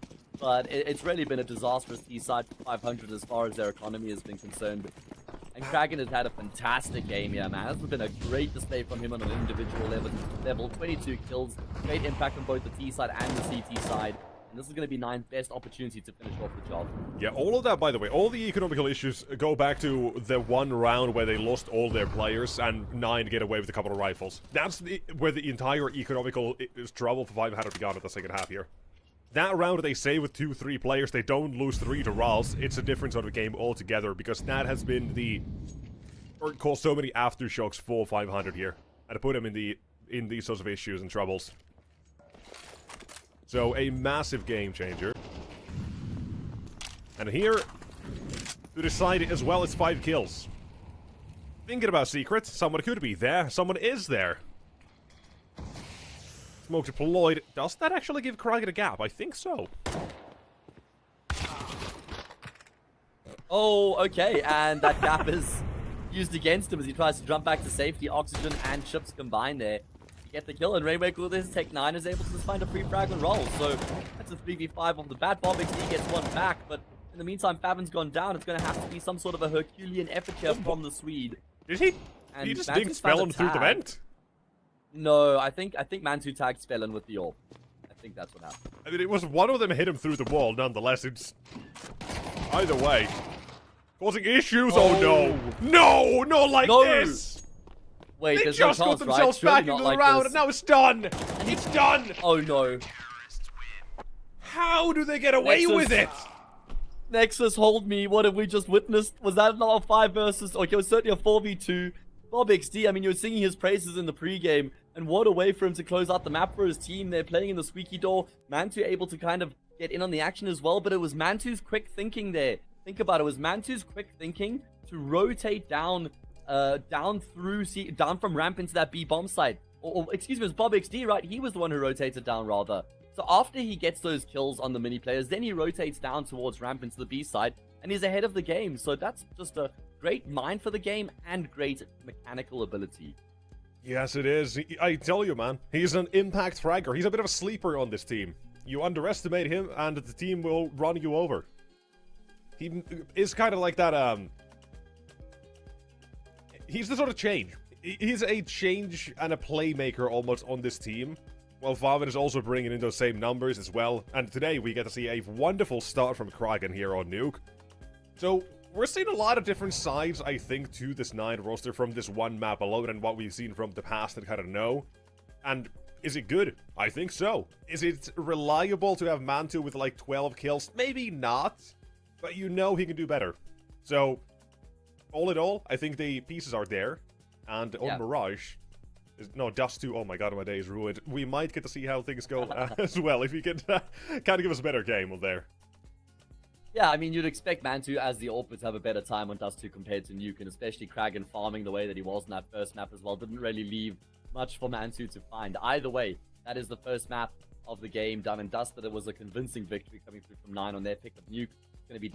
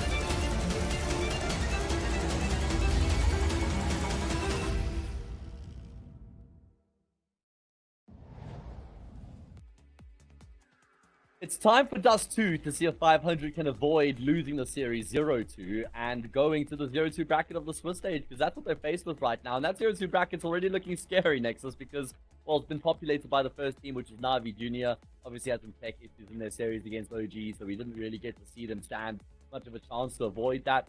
But you don't want to end up 0-2 and stand a chance of drawing Na'Vi Junior in that particular matchup. So it's really important 500 fight back here so they can see the light of day on Anubis. Yeah, we'll have to see what this Dust 2 does hold. Now, here's the thing, I just mentioned it. I was still thinking we're headed to Mirage, and now my day's ruined yet again with Dust 2. But one thing at least I can say, to avoid a total catastrophe of a game here, I'll say Dust 2, more than not, in my experience, has just been a quick one almost always. Yeah, there are times where it does go to a very close game, like an overtime almost as well. But in my experience, it has very often dealt or become a very quick game. I don't know what it is about it. I mean, it is blessings, absolutely, that any Dust 2 that I have to lay my eyes upon is a quick one that is finished very fast. But here, I don't know if that's the same exact situation, because I have hopes of a better showing from both teams. Or at least some individuals from, let's say, 9 for now. I want to see more of Mantu. I want to see the same sort of skill ceiling and level from Favin and Karagin as well. Because if he can keep that up, I feel like that does activate all of 9. Right, we talk about maybe them being in a bit of a slump at the moment. Last results, 13-1 for 9. They lost. That's not good. Yeah, it's not like that result gives you a huge amount of confidence going into this game here for 9. But like you say, it's not impossible to conceive a world where they do win here on Dust 2, especially based off of, like, what you mentioned, how good Kragan was in the previous map, and then combined with, you could have someone like Mantu pitching up in a big way, Favin as well. As for 500, we're going to have to see a lot more from Cirque and Rainwaker. Those are the two guys I'm looking at. You know, Ships and Oxygen, they provided the goods on Nuke, but Cirque and Rainwaker certainly weren't really present the way we needed them to be. And now going into Dust 2, you know, your Lurker is vital, and that's Rainwaker's role on the T side. Your Orpa, arguably the most important part, that's Cirque's role. So, yeah, those are the two players I'm going to put under the spotlight coming into this next map here for 500. And I think you've hit the nail on the head right there. It really comes down to these individuals on 500 as well. Just, Cirque has to step up. He had one round where it looked like he was bringing hope for his team. The 1 vs 2 attempt with the Desert Eagle. Missed the last one. And you actually had a couple of these sorts of rounds as well, where it was a close call for 500. You have a Kraken's 1 vs 3 with, like, 2 HP, pretty much. One USB shot would have done it against Rainwaker, I think. Not happening. You have the Eco half-buys shenanigans on that second half that led them to never have a full buy, pretty much. You have these sorts of what-if scenarios. What if one Eco? What if one round goes the other way? Where that game could have been a very different sort of nuke. But the reality we ended up with was a poor performance for that second half, and only highlighted by how the game and rounds kind of went. How good 9 were individually, and tactically toward the end as well. Just outplaying. And now to a map where tactics, never heard of them. Yeah, tactics and Dust 2 not really synonymous with one another. Not sure if production has a word on how long we're going to be here before we actually jump into the game itself. Perhaps throwing it to a break might not be a bad idea. But yeah, if it's going to be a minute, I guess we can hang around for a little bit longer. But yeah, where should we go with this one as we start to delve a little bit deeper into the podcast mode? I mean, I've got a great question. Whenever there's a moment of silence with my friends, I ask this. Give it to me. Let me know if you've heard this one before. How's the weather?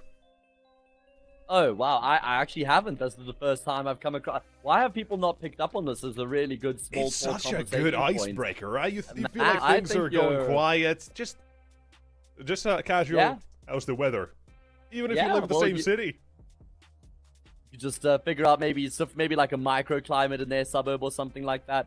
Exactly. It's currently sunny here. There was some scattered thunder showers earlier on, some much needed rain here in Johannesburg, but currently quite comfortable, quite sunny, not too hot. It's been hitting like 40 degrees lately, so it's nice to have a bit of a break. What about you in Finland as we jump into the second map? Well, believe it or not, Finland in February is cold. I went outside during the break a little bit. And the ground pretty frozen, but there was no actual ice. There's a little bit of snow, but it's, you know, it's a Finnish winter, I guess, although a very atypical one, because there's not a lot of snow. Is it There's ever barely warm in been any. Is it ever warm there, mate? Is in summer, does it even reach Oh yeah, like no, 20 we degrees? have a complete 180. We have very cold winters and very warm summers, thankfully. Okay. Alright, well, the game's going to be heating up next because we are live. And look at this from 9. They're just charging up middle right. Is a requirement, I'm pretty sure, to make that a successful one.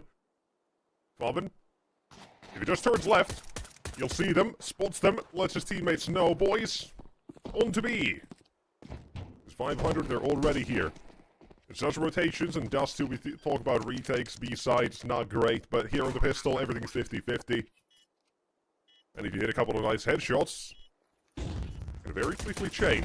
Flashbang in, a second one as well. Let him on to not fight at the instant. One of his ships then popping his head up will let him know there is a crossfire of sorts here, waiting for them to walk in, to commit to the fight. For these fights do eventually unfold, and it is not a pretty sight for 9.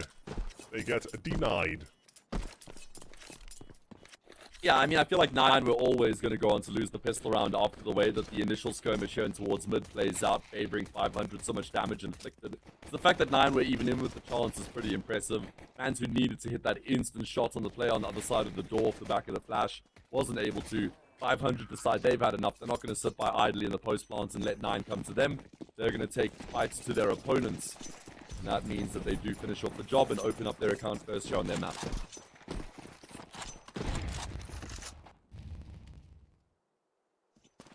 Back to mid. See what's up. Nothing is seen, and I like the change or play here as well. Now, I say there's no tactics to Dust 2. I still stick with that. There's like 4 things you can do, and that's about it. One of them included a B rush. With variation, wait for flashbang. But one thing that Dust 2 actually does have that I haven't seen in a long while, well, team kills, is that you can just buy a scout or 2 in a round like this, and just have them at mid-doors. You have 4 players waiting with you. Wherever you see contact, it's just a mass migration from there on out. And you just run at them. Because if you're at the doors, you can just go A or B and just have a fair chance to get a kill or 2, even so. I really want to see that being brought back. Not that it was really popular, but that's like the one thing, if I'm ever to forced to play Dust 2, that's what I'll do. Okay. Yeah, and I like that you use the word forced, because who would ever voluntarily put themselves in that position, am I right? Right, that's gang? the one map that is always permabatted whenever I play with my friends. It is never there. Yeah, I show fair up enough, in the man. Discord, it's like, boys, Dust 2's out. Everybody knows that. Well, you're a man of culture, clearly, then, as we see 9 looking to try and take a fight just towards long, but it's going to be a good start up for Rainwaker. Rawls is taking a lot of damage as well. In fact, I don't think it's ideal if smoke gets cleared out, as he's trying to fall back. I mean, a 1-for-1 trade, okay, you'd probably say that favors 500. Ships now controlling tunnels, able to find the first kill, can't get the second, but these trades still going to be pretty good for the T side, especially coming this early on in the round.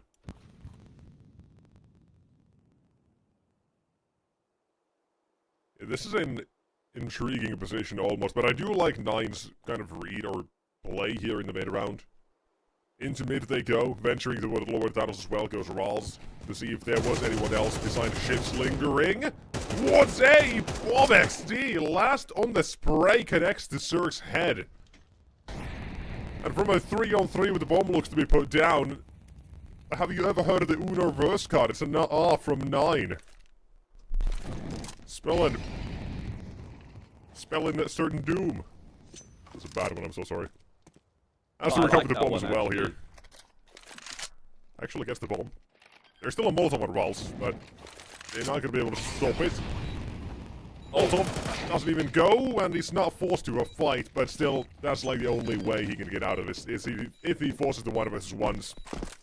Advantage is nope. Round is done. That is a first for 9.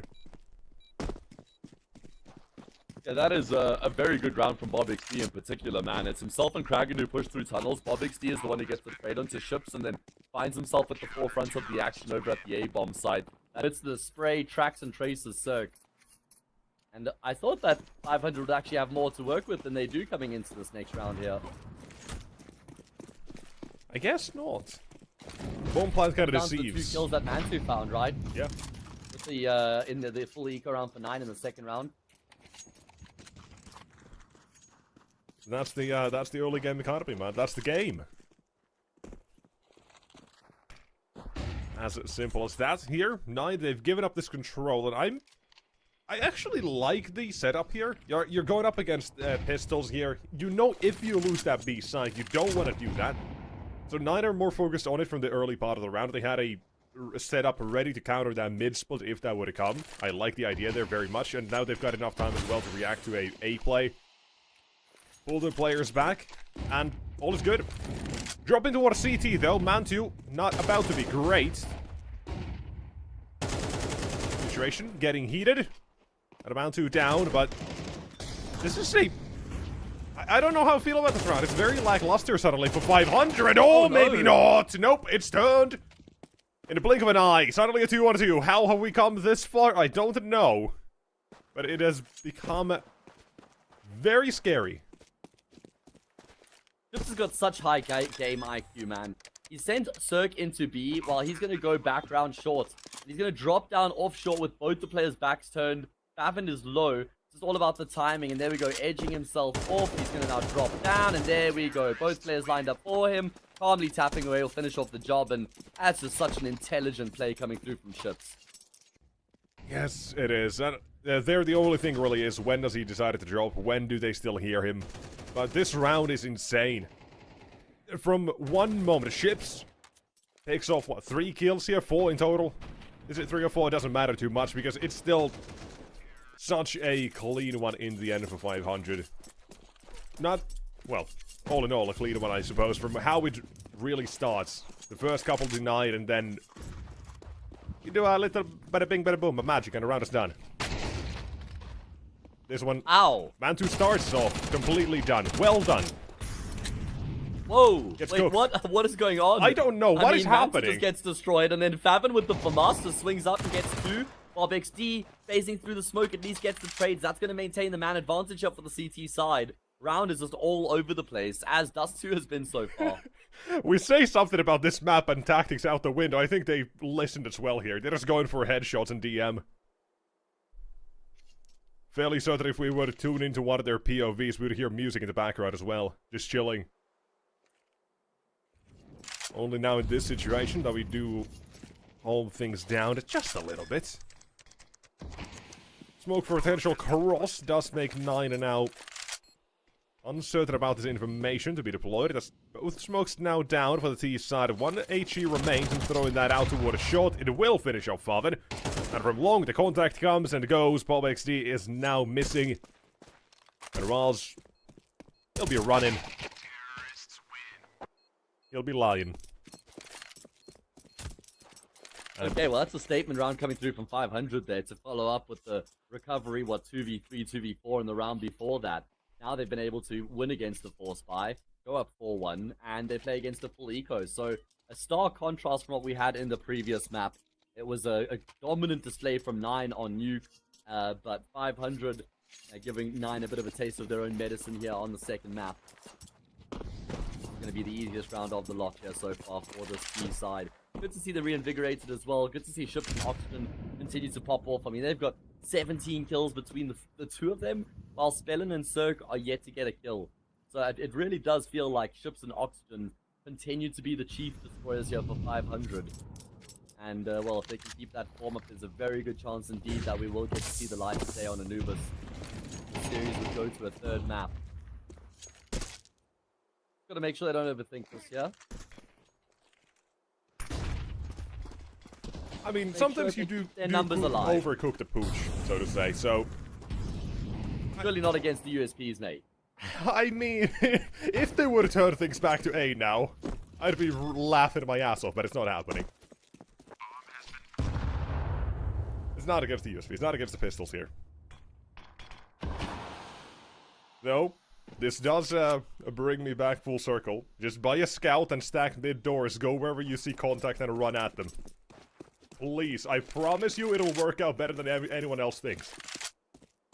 I don't know, man. I promise. Are you talking about from the CT's perspective? CT perspective, yes. Everyone just at the mid-doors, okay. Scout dueling. If you see contact A or B, you just go, go, go. And run at them. Maybe a flashbang. If the scout dies, you've got 4 players who anyone can just pick it up afterward as well. Was that Alexi B or Carrigan? Which great that's mind a- was that's it a that came up Nexus with this special, strat right? soon? But I'll report back as to how it went down. Yeah, I wish you safe travels to avoid the map, but if you're forced to play it, I wish you luck. As I wish 9 currently. Let me just refresh the memory banks here. Last result, Fireflux, something 13-1, right? They lost badly, Yeah, really badly. That was yesterday. You know, so not even really need to refresh anyone's memory. That was just yesterday. That's still in the oven if they're thinking about it. I mean, surely we'll see an improvement on that performance. There is an AWP now for Mantu. First time the sniper's in play here for 9, and there's still time here. There's still a chance for them to recover this first half. Going back and looking at that result in the game that they did lose 13-1 against Fireflux. They started on the T side on that occasion, Nexus, which doesn't really give much hope, right? Because it means that they were like, let's try something different. Let's start on the CT side, and they've only won 1 out of 6 so far. Yeah, not great. I could definitely see a case for why someone says this is going to Anubis. Oh, in fact, I would probably agree. Oxygen, hello. Gets dinked. Now, here's my question. Now, we've seen a couple of rounds already. Right? It's not just the first gun round. It's not just figuring things out anymore. At this point, you should have a decent idea how you want to play this from 9's POV. The lack of short control for me in these every single round that we've had so far is a bit alarming.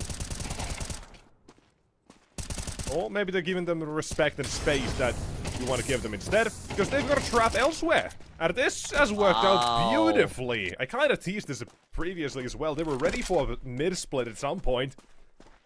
And now they kind of just walk right into it on 500 side.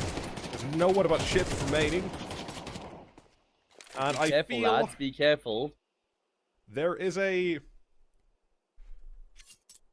Ooh, how do I put 9 an iceberg? A niceberg. That's not really it. Oh, sheesh. Yeah, no. What that ships is going to be crashing into. Yeah, well, either way, ships unfortunately does end up as a wreck here. And that's going to be 9 winning a really important round. I mean, it does seem like there has been 9 looking to contest middle. Generally, at the start of the round, they've been quite aggressive. But like you said, they haven't really prioritized short. So it's been kind of all or nothing here from the CT side so far. Good combination, good collapse in towards mid between Rolls and Kragan. Just playing off of each other very nicely here. Making sure the trade came through when it was necessary. 9 double out their round count, so we have at least seen an improvement from them here compared to the game against Fireflux yesterday on this map. But there has to be a lot more where that came from.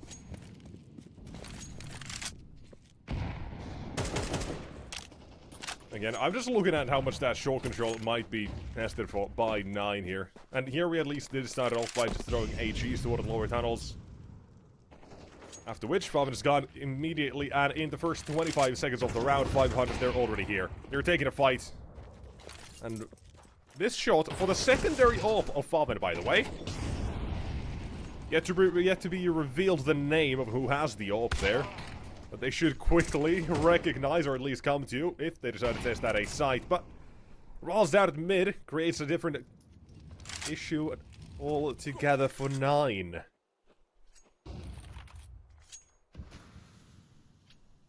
Now, decided to focus on it. It's still the 2 AWPs on A. This is not a common setup, by the way. Not something very usual you would see here. Even on a map as freaky as this one, Favin finally reveals it's him, not Mantu, who's waiting. So where's that second AWP then? They don't know, but they're about to walk into it if they continue. And back off. That's I heard you from the player in CT, and here is that second AWP. Oh man, Rainwaker peer back out here once again in towards long. He does, but Mantu's fallen off the angle just at that very moment. Look at the time though, Nexus. Not much left remaining on the clock here for 500. Time for Cirque to plant the bomb, and the 1v1 is on. You know, Bob builds, but he also tears down. Currently trying to make that A site fall to his hands, and a tag at HE forces him wide! Doesn't finish him, 6 HP, but jumping.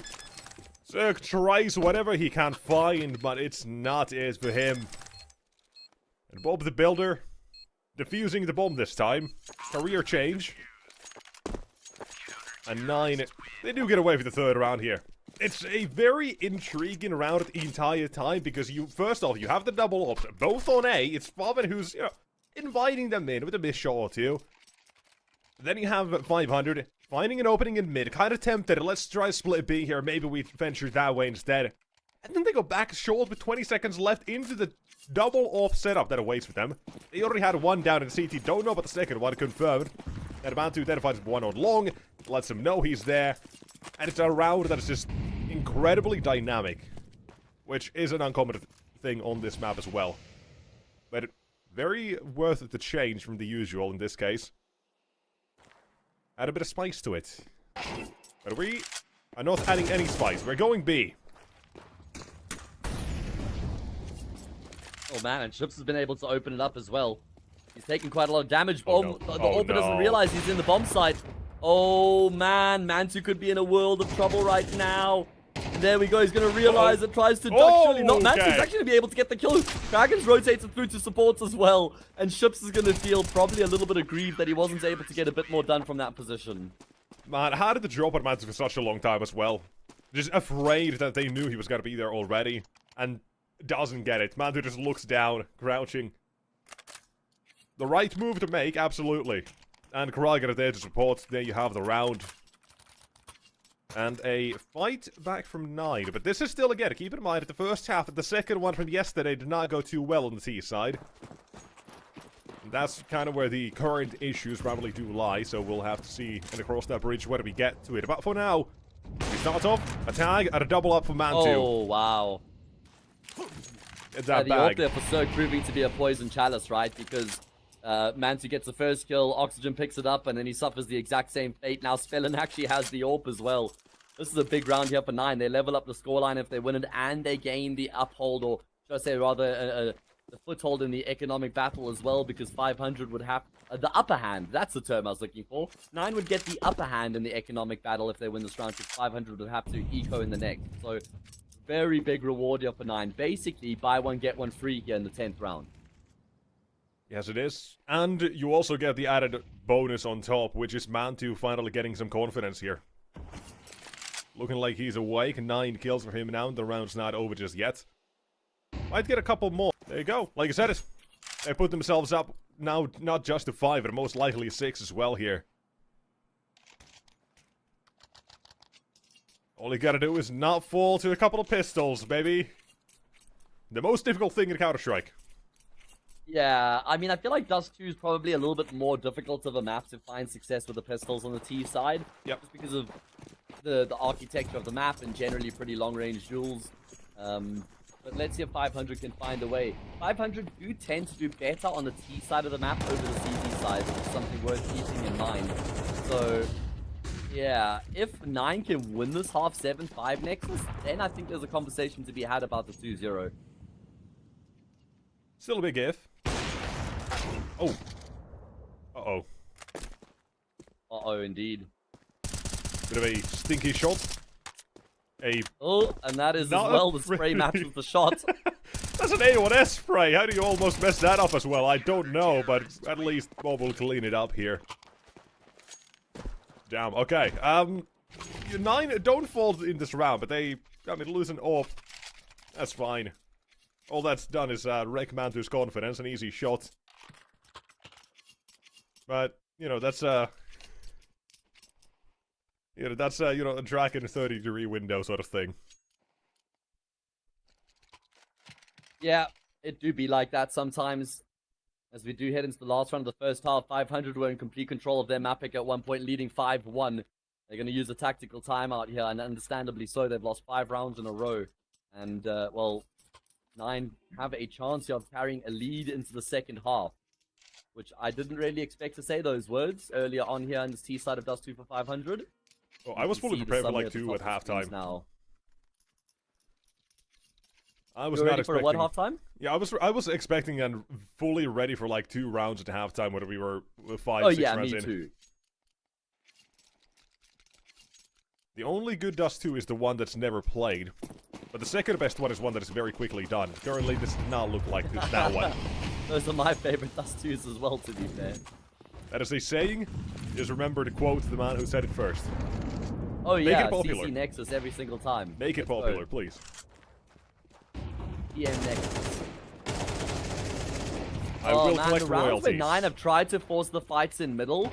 Oh, this is It's good. actually Well, been the rounds they've been the least convincing.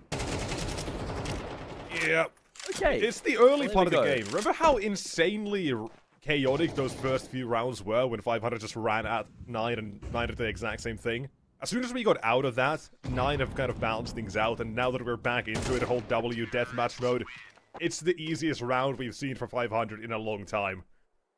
Yeah, it's why I'm wondering why they've gone back to that. Because the rounds where they were kind of giving 500 a bit more respect and allowing 500 to play the round out, and then the Orbs getting the kills and picking the T side apart, those are the rounds that the CT side looked best. Either way, 6 apiece here. I mean, who do you think the happier of the two teams is right now? Got to be 9, surely, right? Oh yeah, absolutely. I had no question in my mind. As you said, whoever's happy, or who is happier, I just instantly said 9. I had a flashback, just 13-1. Boom. They are happy. They are happy it's not happening again. But they're not out of this one yet, because it could still go very much,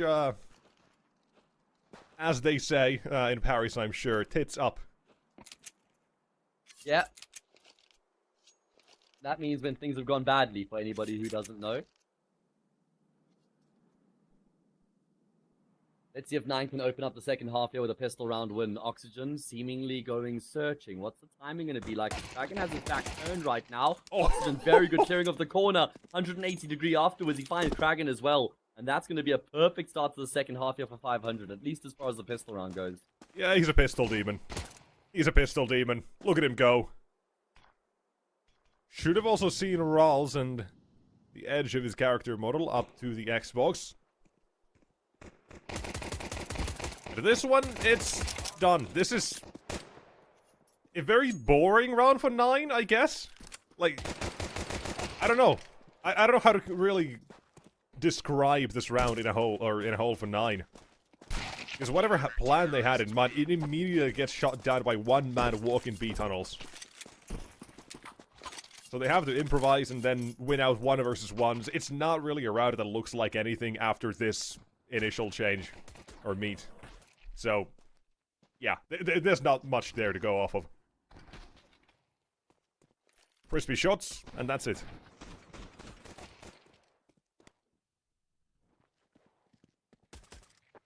Exactly what 500 will be hoping for here to set the pace, set the tone going into the second half. They've won both pistol rounds now on Dust 2. This is going to be a very easy conversion as well. Nothing invested into this round here for the T side. 500 will make it 8-6. 5 rounds away from finishing off the job after this anti-Veto win. Taking that to Anubis. What do you think, Nexus? Are we going to see the lights of day on Anubis? Because I think we are. We are, yeah. We are going to be going to a third map to decide who's dying this time. And it, you know, in a way, poetic to Anubis. The god of death. To decide 0-2 matchup, or who goes 0-2. But here we go. First gun round of the second half. And for the CT side, it's pretty much just a bonus round. Although Cirque does get an ult. And while we ask more from both Ulpers, Cirque and Mantu, neither one's really had a massive change in form. Mantu had a couple of decent rounds, but he's slowed down considerably since. And Cirque... Why has Manti even jumped up there? Smoke. Had to throw a smoke, and I think that goes mid-doors. Or a flashbang. I'm not sure which one, but something he threw. The smoke, it was a flash. Yeah, the smoke had been thrown already. And he jumped just before the smoke in mid-doors bloomed. And I'm just wondering, why have you gone and done that? That just doesn't feel necessary. Peeking before the smoke's bloomed, and he gets punished. Nice big shot there from Cirque. Still a chance for 9 in the round, but down by a man. It's not like this is going to be easy. Most certainly not. And, okay, now here's already something I find intriguing. I don't know how much you've kind of noticed this. 9 immediately here, go for the show control, and CT side barely do anything with it. Ooh. Yeah, it's a very good question, and one that I don't immediately have an answer for you about is, well, 9 have just completely blown up open this A bomb site. Great couple of kills coming through from Kragan. And it means that 500 are now in a position where they're going to have to retake if they do want to try and contest the round. Rolls will never be expected here, surely. Oh my goodness, Oxygen actually clears it out the entire way through. Rolls with a little jump peek there, actually realizes the shifts are still in towards CT. And Bob XD, well, that feels a little bit egregious. And 9 are still at this point, they're trying to make sure that guns don't get saved, but Spellin is still making his way up long. And he's picked up a kit. Wait, He's what? Scooped up a kit. Spellin's down 2 frags. He's just going to get on the defuse here. I think he's won this, you know, or maybe, just maybe there's enough time for Favin. He's going to have to jump up the boxes. He's going to go for the jump spray. Spellin has full health, but Favin hits the headshot just in time. Holy shit, what a round! Oh my god! Criminal! Both ways, oh my god! What is this? Last chance, first spray. I can't believe he doesn't again. try and jump up the boxes. That was so brave for Favin to not try and jump up the boxes and instead go for the jump spray, man. Oh my god. By the skin of their teeth, that is 7 for 9, and I can't believe it. I cannot believe that round. Yeah, you and me both. And, I mean, 9 absolutely needed it. They were in control throughout. There was a 3v2, and 500 had basically counted themselves out. Spellin with the MP9 makes them almost regret that decision. He comes so close. Probably felt like he had done enough.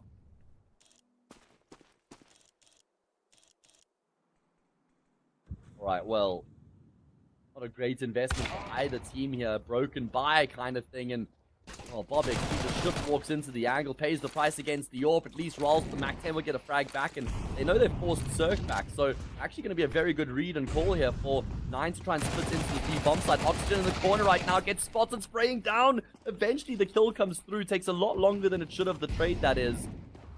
But 9 get control of the site. You're still expecting rolls here. Wow. Wow. Yeah, that's the Look how control low point Mantu you is. usually go for. And very convinced he was gonna stick around after they go to B side. Due diligence done, advantage gained, and not thrown away. That's 1. That's 2, however, for Farven. Bit quiet, wants to stand up here for map 2. To keep his team in it, to give them a chance to make their statement on Dust 2, to get some sort of revenge from yesterday, man. And that is a way to do it. 1v3 and real damn quick. Yeah, what a sick touch coming through there from Farvin. Honestly, that is ridiculously impressive. Holding his nerve, recognizing he can't just sit in the bomb site and allow for them to come to him. He swings through with the kill on Rainwaker, and then best Cirque, that's the trade kill there, and then takes this fight in the 1v1 on his terms as well. Spellin was probably expecting Farvin to try and play time there, but that's not the case. And 9 have broken the CT side economy, so 500 are going to have to save here, as 9 are making this a contest. Yes, they are. Yes, they are. And that round as well. It looks so poor for the in the end there. But that's the sort of Farland that's been stepping up these last couple of months. Right? Historically, you look at the teams he's been in. Now, pardon my French here. Bitch roll, and bitch roll. That's all he's done. Yet here, unleashed. Yeah, I mean, CT side Nuke, he was playing ramp, which isn't the most enterprising position, right? But he was playing A site on the CT side of Dust 2, which is a strong fragging position, and I'm right there with you. I hope that they give him a lot more license, a lot more of the spotlight, more of the center stage to show us what he can do, because Favin's individual ability is undeniable, and I feel like his best years could still be ahead of him, right? Yeah, I had this exact moment once where I had this moment of realization. Bobbitt's like 24, and he's been around for so long. And he's younger than I am. That's why I'm saying we could see some evolution from him as a player, and he could get himself into that into the spotlight a bit more, take on more responsibility, become that star player here for 9. I'd love to see it happen. Would be one hell of a way, one hell of a career curve, right? From playing these supportive roles in German teams. A couple of international ones still supported, but then into 9 and boom, bada bing, bada boom, of a star player now. And he's successfully, I think, so far reinvented himself in that regard as well. And it's wonderful to see. But focus into the round. There's got to be long contact and a control coming for 9, but for now, spell on 1 to deny. That's 1, that's 2 for the price of both 2 and 3 for T's. Zerk will at least get more contact, but the bomb is dropped. Does not let Mantu walk out of the site, or walk out of long doors. Be there. At this, it could be like a go signal as well to hunt him. But he is backed off. Still 2 toward the bomb, that's the issue. And even if they get that bomb, they still have to go toward the site, most likely A, and Zerk will just rotate in that same time as they get contact. So a lot of issues I mean, 500 are playing this very nicely. And like you say, some issues for 9 to try and figure out here. Oxygen's rotating through to join up, and he spotted out Roll, so at least they've got the information. They don't know exactly where Mantu is. They're not entirely sure that both players are going to be coming through from here. He's able to take that first fight on his terms. He comes out on top. Mantu does get a trade. Could try and find a 1v1 here as well with the amount of time left on the clock. Smart. Oh, this is actually pretty smart here. Yeah, it's smart indeed. Going to go back for Oxygen. Spots him out, but unfortunately comes off second best. Yeah, you need your aim to back you up there as well, but we're not going to see another 1v3. No more clutch. And we've already had a 2 for 9 here. We had Farvan's jump spot. We had his 1v3. Oh my god, it's been Farvan all along here. We've had Farvan clutching up for 9, but not this time for Mantu. So look for the next one, but this is a very interesting Dust 2, which is something I'm not used to, because it is being pulled back and forth. They're entertaining situations through and through, and we're seeing the fight back. We're seeing 9 kind of go against their own fate on this map, and for now, it seems to be working to a decent degree. Last round, not so much, because this has left them with nothing in the next one if things go poorly. The approach, mid to B. Case for both teams, whoever loses this round will have to be reset to Eco in the next. So it would be a brutal position to find yourself in, especially if you're 500 because you're down in the series. At least 9 have the insurance policy of another map here. Let's see. The action unfold here. Mantu with the full sniper rifle on the server. Oxygen looks like he's pushing up tunnels right now. It's a big duel that's exchanging between himself. That's Bob XD. He is indeed. There we go. You mentioned a B split a little bit earlier on in the round, and it looks like that's how 9 are going to try and find themselves in towards the bomb site. Oh, this bait and switch as well. It's deadly. It's good. It ships too. Side hold, just as good. And that is such a well-crafted B defense there for that split specifically. Mantu is got 1 in him, no more. That is 500 with a great setup, great defense. And they were ready for that as well. They knew exactly what 9 were going to do. As soon as their smoke scheme was just confirmation to get their players in position. Chips 22 kills. Keeping up his form from map number 1. Enjoying it. And same with Oxygen. The only one we really look out to and say we still want more from is Zerk. You imagine the sort of game this could have been if he was online now. Fortunately, he hasn't really been able to deliver the goods. And okay, his team have been doing very well around him. It means that 500 will be able to get themselves up to an 11th round here. Oh, there we go. On the brink of dropping the ball. Good for Zerk here to just bolster the confidence and elevate the numbers as well. Racked up a good multi-kill. Some eco Surely frags. 500 from here should be able to finish off the job. Yeah, I don't really believe in a Glock 1 vs 5, but for good reason. He just gets shut down. And here we go, 500. Now they've kind of dealt with the immediate troubles, which were that previous gun around, and now the eco come afterward as well. Now it's their turn to get to that 12 and get toward that third map. We both said we're expecting it. And now 500, gotta make sure you close this out here. And how easily is that gonna be done?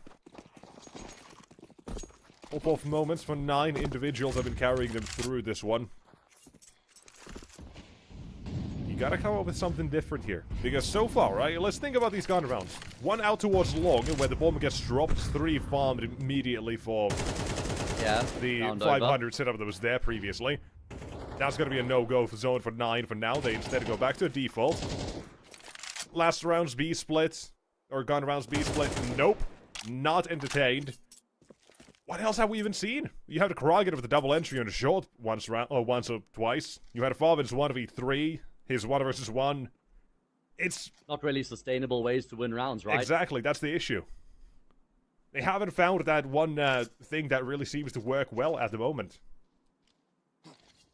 And again, they're in a position here where they've got decent control of middle, but it's been a problem of transitioning from this control into a bomb site itself. That's where 9 have struggled. And the time is ticking away.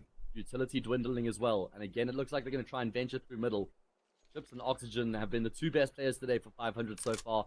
And those are the 2 players tasked with locking down this B bomb site. So, good luck to 9 as they venture in that direction once again. Yeah, they're headed into a certain doom, pretty much. The one thing they have going for them is that Zerk is not going to be able to blow up that CT smoke by himself, but he does have a teammate who can do so. Well, ships for now. Different approach to the defense. Molly at the doors. Wait for them to walk closer, and with the teammate in tow, they're going to look to rack up a good defense here, but it's now down to ships. With XD. Can't really afford to make this one an L for himself, and now for his team instead they look at an L handed to them by ships. The defense yet again stands for 3, and he just doesn't seem to stop. Always once more. Hungry for victory and hungry for Anubis. And it looks like he's going to get that dishing up of Anubis as well. 3 map points here for 500 to finish off the job. A very good gun round. Ships just does so well to stay alive for as long as he does on that B bomb site. The player coming through from tunnels had to try and force the trade quicker than he does. Because Ships is able to get the kills on the players coming up the ramp and then tuck himself into the corner. The window for the trade had been closed shut. Ships is 26 and 14 right now. He is having an absolute field day of it. 9, well, they've given us a valiant effort, I'd say, so far here. But unfortunately, valiant efforts don't win you match. No, not always. Right, you can see where that effort's got them with those clutches, but that's about it. Entertaining moments, but a dust too to be forgotten.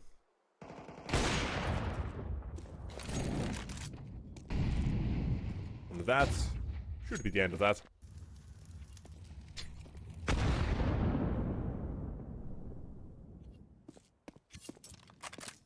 Could be the end of that indeed. On the one angle he can actually comfortably watch from Goose as well. And he's just waiting, ready. And now Zerk, he'll spot both. He'll know. Flashbang, a swing, confidence. And at the end for 9 on a Dust 2. They've met their match on this map more than once, but this time at least they'll make it a closer affair. And a recent memory. But again, it is a bit of a poor T side. It is a poor half, but it is what it is. That was still expected results for 500 to win this one out of the head toward that 3rd map. Yeah, it was, but at least 9 were able to make it competitive, right? More competitive than what 500 made Nuke, but Anubis is going to be that next map up here as the decider in the series to see which of these 2 teams goes into the 1-1 bracket here in the Swiss stage, which of them is condemned to that 0-2 position in the Swiss stage. Not ideal to find yourself there by any stretch of the imagination. We're going to throw this one to a short break, guys. When we come back, it's time for that 3rd map of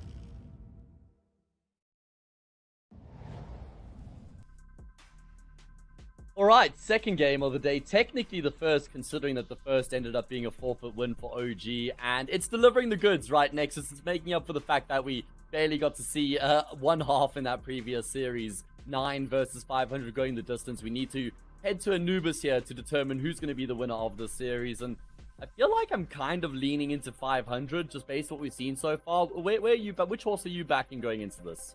I'm still figuring that out. That is a tough question to answer at the moment because I really don't know. I just feel like Dust 2's that sort of map for 9 where they're not going to be ever too confident on it, at least, you know, from what I can tell.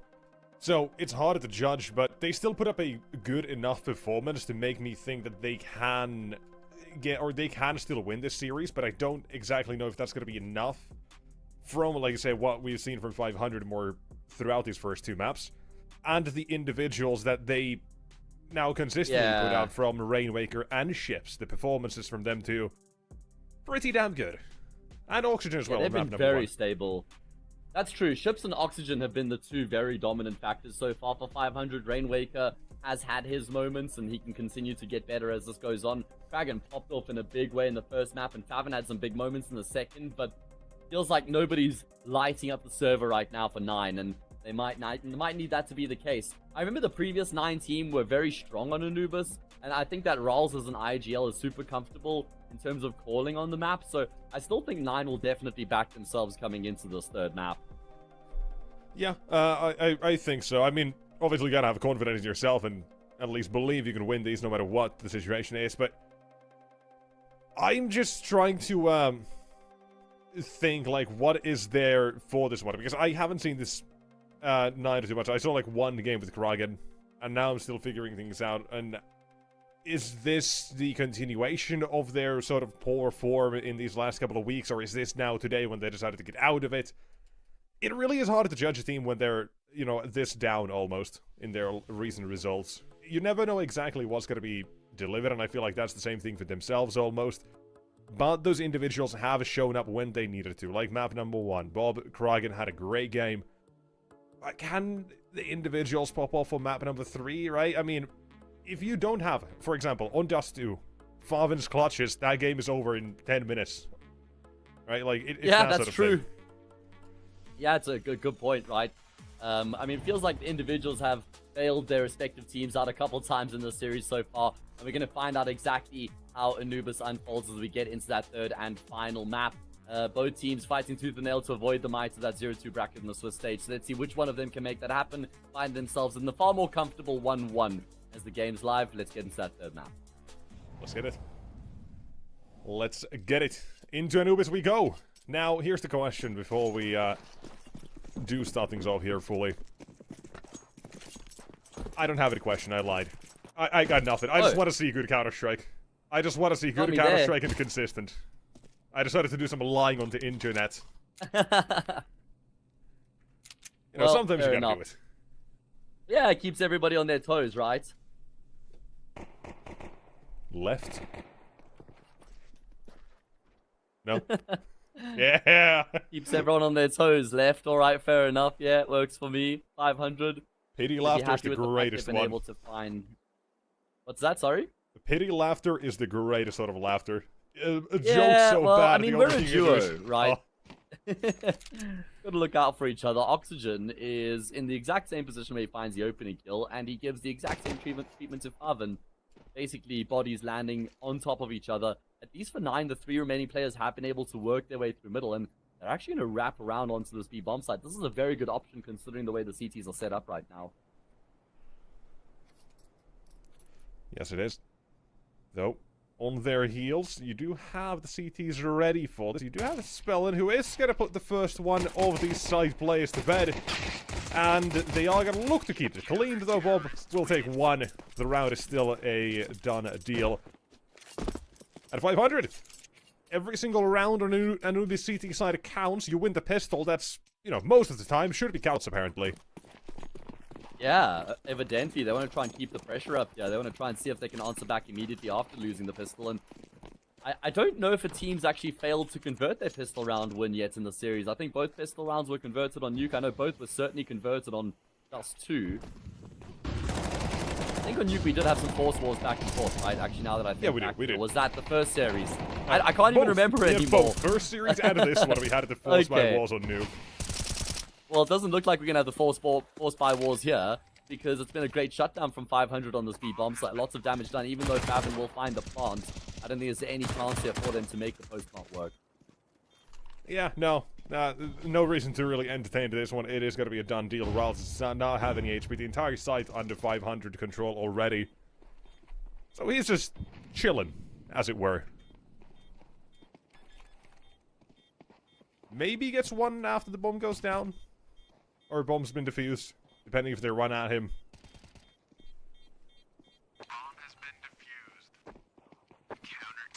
But no, Just I mean... accept his fate. Yeah, I mean, he's saving Kevlar. It's not the worst thing. But he is going up against M4, so I feel like he probably would want to buy head armor anyways. Maybe? Yeah, I'm just wondering if we're actually going to see 9 spend all their money coming into the round here. A hero Rolls can't rifle. get head armor, right? Because the thing is, Rolls took damage, so his Kevlar's, chipped, which means it's not just the 350 to get head armor. Yeah, so he's going for the hero AK instead. I mean, that's honestly a valid choice. And something I do wish we could see more of as well. But for now, we'll see how it does work out. Because maybe this is good hero AK, hero rifle propaganda here. Yeah, I'm a big fan of the hero AK on these sorts of rounds. I just think they would have been better off giving it to Kragan. Instead of Kragan buying a Tech 9, he just gets head armor. And then you just enable the player with the AK that much more by giving him a better chance in the duels. Let's see how this AK is able to get in the action.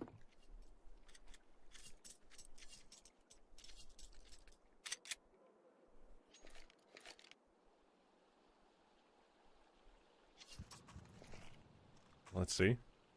Does Bait and switch. like 9 are going to try go A? Yeah, they're gonna try to get past this, but I don't really see how it's gonna work out. Actually, no, I do. Smoke gets deployed, no gun in Ships' hand, Rainmaker gets immediately shot here, and Ships struggles to get a gun out. I see it, I see the vision. Am I a prophet? Some say yes. Rainmaker immediately no smoke, but Ships, he's got a gun in his hand, still does get taken down after just one, so there is a way in. Oh. I am indeed a prophet. I get it. He's about to be a dead man if he walks through that smoke, because this Cirque in heaven missed his chance and just walks away. Lets them get a bomb down here. 9 have somehow waltzed their way into the round just by trading it out, and one more remains now with oxygen gone. They're about to take this one. A hero AK, pistols around it, and that's one on the board. I mean, just the numbers-based approach up for 9 looks like it's going to be enough for them to actually get the job done. Cirque doesn't have a kit. I'm not sure if there's another one on the side somewhere. I don't think there is. I mean, bodies are towards A main. Cirque's accepted his fate. Cirque is just going to call it a day. I thought he might even try and feel out the 1v2 at least, but what a way for 9 to open up here. Around that they actually don't invest a huge amount. They carried the AK over from the previous. Oh, no, they didn't, right? Rolls bought the AK. That makes more sense. But still, that is a... like I say, really good way for 9 to get themselves on the board here. They'll breathe a sigh of relief. Certainly a let-off. I can't believe that went down exactly like I said. Although Ships does have a gun in his hands, that's exactly the way I say it goes. And 9, somehow they take it away. Well done indeed for 9, because now that suddenly limits 500, right? I say every CT side round counts. That was the round a threat, even if it is just pistols mostly, like that previous one was. Gotta keep them guessing, keep them on their toes on the CT side. Now, I'll at least say this. 500, they've got plenty of reps on this map. They got 13 games played, but guess what? They got the same problem as Nuke. They got a bad one side, and that's CT here, with like 37% win rate. In 13 games, that's a good amount of data as well to go off of, so it's not just like it's 4 games played. Yeah, that's an issue. Yeah. I mean, both teams very comfortable on the T side, a near 60% win rate for both 500 and 9. So I guess it's going to come down to the battle of which of these two teams is able to put up a better CT side. I mean, at least 500 are able to win the pistol, because that's a huge bonus on the CT side of Anubis. It's like winning the T side pistol of Nuke kind of thing. And then they convert it as well against the Force Spy, and then unfortunately they lose to the Hero AK Eco. So 500 kind of leave a round on the table there as a result. They're going to force back in return, and this is an opportunity here for 9 to get this show on the road.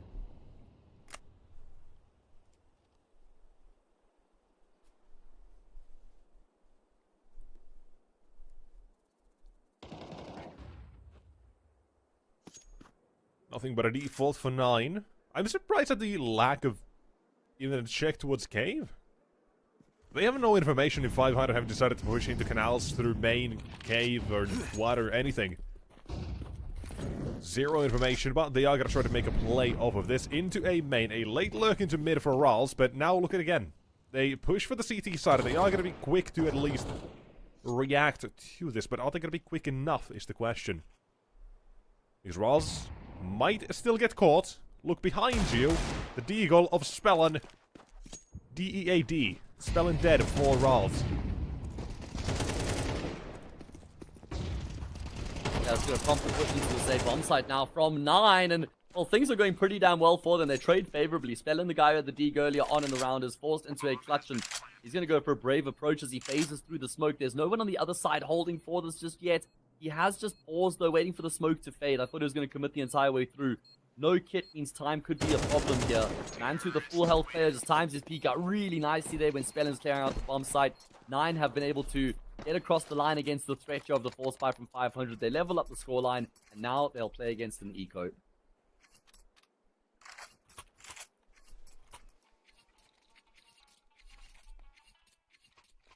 So, suddenly, all the attention of map number 3 shifting towards 9 here. And 500, eco. Not a lot to do here. Mid stacks, I've seen plenty of these. But here's my question. Have you seen these? And here's the second part of that question. Have you ever seen that stack work out? The problem is, when does a USP stack ever really work out? You just don't have the firepower. I think, let's try and think about what the best cheerleader stack is in the map pool currently. Sometimes, you know, if the round runs late, the T side just commits to the egg tech and then push 2 or 3 players, maybe the bomb gets dropped. I think the cheerleader stack towards Dark on B side's Inferno might be the most effective one. Yeah. Honestly, yeah, that's just a map thing, really. If you even have a player with a smoke drop towards A, throws one of their own to top mid, you know, that does funnel them. Like I say, time runs low, those are things that can happen. Terrorists win. But I'm struggling. Like, is there anything like that on Anubis, really? Like, no. The map is so open, there's so many avenues to explore, and so many different contact points as well, where anyone could walk through and get information from. It really is difficult. Like, mid-doors, I mean, maybe. But even so, it's not really the focal point every single time for a team. Like, sometimes you have teams who heavily focus on mid control. Sometimes it's just a lurk in mid and that's it. But, I don't know, man. I don't really see it. I don't see a stack on this map that works out. Maybe a site? Right, you've got a couple players, pillars, site, you know, you can hide behind positions. Yeah. Here, no hiding. Not enough space on the B bomb sites. No hiding at all. 9 are just tearing that curtain open as they expose 500. There's still a chance here for the CT side because they've got 2 players on the same bomb site. Rainwaker has to go huge, and while he does a good job to find a multi-kill, problem is those are the first 2 kills in the round there for his team. 9 turning up the pace, turning up the heat here in this first gun round, and it's worked out very well for them, assuming Oxygen isn't able to make this 1v3 work, which is not impossible.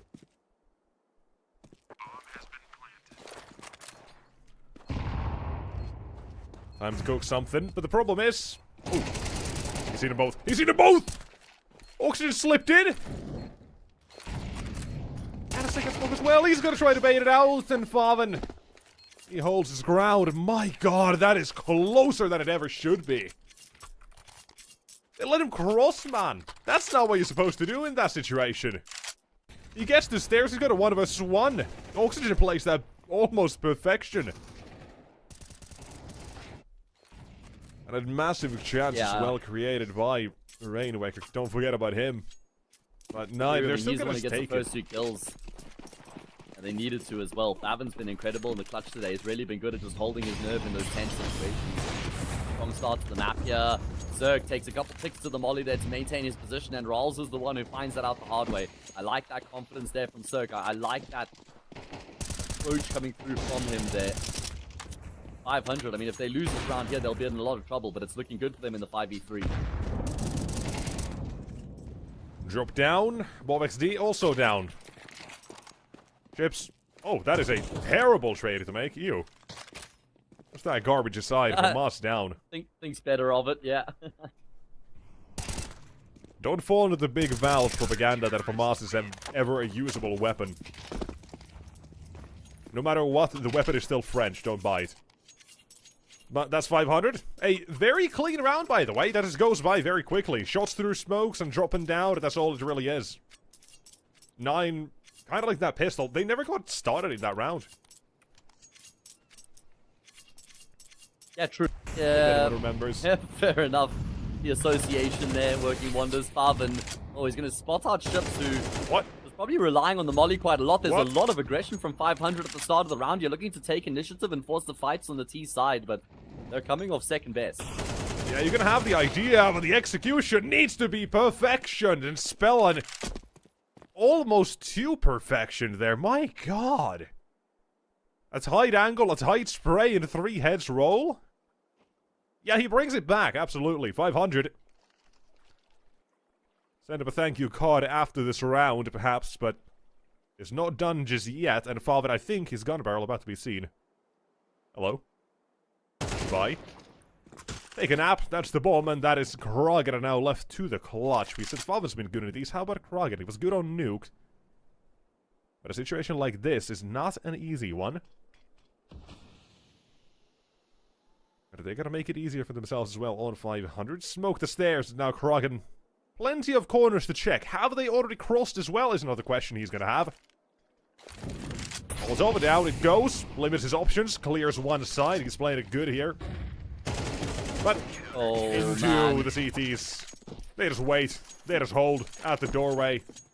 Entry denied. Yeah, he wouldn't have expected to be swinging into both of the players there. Unfortunate for Kragan, and that's going to be a big dropping of the ball for 9. Look at the way the round starts. Faven is the one who draws blood initially, and there's another gunfight won out here by Kragan as well. And you're thinking 5v3, surely irrecoverable here for 500. But Spellin on that tight angle, like you say, has an incredible spray down there to find 3 frags before he's traded out. That's what brings the round back into contention for 500. Rainwaker goes searching afterwards, finds the player in the water, and, well, 500, they pour cold water on 9 here, as the T side have just had their economy reset, and that means 500 should actually be able to get themselves a lead here. Yes, it should. But, just like I said previously, every single round here is a threat. On this very specific map as well. T side. You never know exactly what the, what these rounds will bring. And Falvin, equipping him with the AK-47 makes a whole lot of sense here. And gotta try to feed him as well. A couple of players let him trade. Seems to be the play they're making. Spotting ships, he's not challenging, drops the Molotov instead, plays passive. He has let them pass, but he doesn't know for sure. Instead, you've got a contact in CT spawn. Goes positively for 9. There's another weapon suddenly being picked up as well now. The bomb site intended for through temple. Ross goes down, and now it's the second man on platform. Again, a decent spray for the AKs here on the CT defense. Goes both ways around the previous and this one as well. Different players, similar result, and now it's down to a clutch on 9. 2 or 3, pushing into temple, into Cirque, into Doom. And 500. 5 on the board.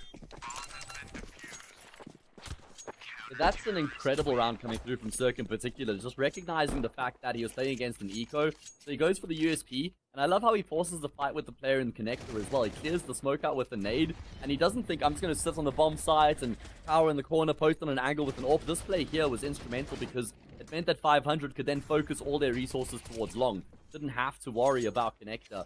And Cirque even finishes off the job with a couple of clean taps. We've spoken about how we want to see more from Mr. Cirque here on Anubis, and he is delivering the goods right now, up to double digits inside 9 rounds. And so we go into the Ghana round. It might decide the rest of the game as well here, because CT side rounds not easy to come by, but now 5, maybe 6 and 7 from the back of this alone. Makes it a very credible threat for 9 to have to deal with, and the ships will say no thank you. First one found, it goes for seconds, mounted trades, that's mid control, falling to 9. But they can at least clear this out, and now that gives them a whole lot of options, and it also forced 500's hand in a reaction. Push through main for information. At the same time, water control is what they're looking for. The bomb in mid, Dead Man's Land in mid, and made its way through temple, but just barely getting caught. Cirque will find it. Forfeit in CT. Nowhere to be there, and Zerk won't fall. He's got 2. Bomb under his control, now his thumb. Last round, great. This round also. And he's not done. Just build it, tear it. What will he do? The first one torn down, Rainmaker gone. And from CT, I like how Smotty is approaching this. But Zerk is not done collecting yet either. Oh my goodness, and Oxygen's going to be able to finish off the job here for 500. It was 9 to get the opening kill in the round, but get picked apart thereafter. Zerk continues to dominate the server here right now on the CT side.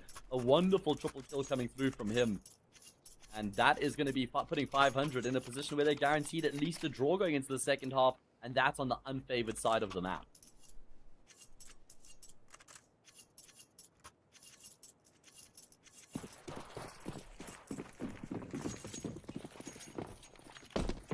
Does it feel good to finally see Zerk as well? I'd say so. Yeah, loving it. Yeah, loving seeing Zerk play this sort of a level. And he's consistently as well finding like 2-3 kills in these rounds now. Making a difference, making a change. And that now as well, like you say, it's given 500 the chance to get 7, maybe 8 CT rounds here. Which, if it gets to it, is insane. But for now, this round not over, and they've got access toward the A side and denying the follow-up as well for ships. He's stuck in a corner, sprayed, ran down. Bob XD keeps holding W. A religion he believes in, and one that might pay off right now because Oxygen instantly shot. Oh. Where's the head armor, buddy? P250 says bye-bye, deletes him, and Zerk's throwing away the AWP, throwing away the round here, waving the white flag. Please don't kill me. No 7, maybe no 8, 500. This was their chance to seal this first half completely, and from what we say, the CT side in 13 games, not great, not abysmal either, but just kind of bad, and this is one hell of a change. And it could have been a whole lot better as well. Wait, he's... Yeah, it feels like this is a big let-off. Thankfully, I was going to say Kraken's still on the scene. If Zerk got that kill, then there might have been some sort of a chance. But, yeah, 9 have now won 2 sort of half-investment rounds here on Anubis, which has actually kind of saved the day for them in this first half on the favored side of the map. Imagine they hadn't been able to win those 2 half investments. 6-5, last round of the half is upon us. I'm not sure what the money's going to look like for 500. It might not be great across the board. Actually, it's okay. A little bit light on Util, on Rainwaker and Oxygen, but more than enough here for them to find a way to make it work.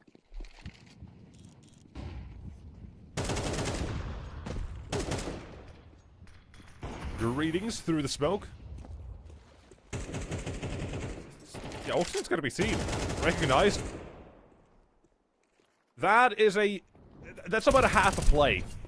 There was no follow-up to that. It was just try to hide at the corner, hopefully they don't see you. Flashbang would have made a difference. Set it up, but instead, first and the second for Favin. Preemptively aiming for Spellen, knowing the off angle. And down goes the Bulgarian. Favin. Him as well decided to step up now that he needs to. Someone needs to deal with someone like Zerk.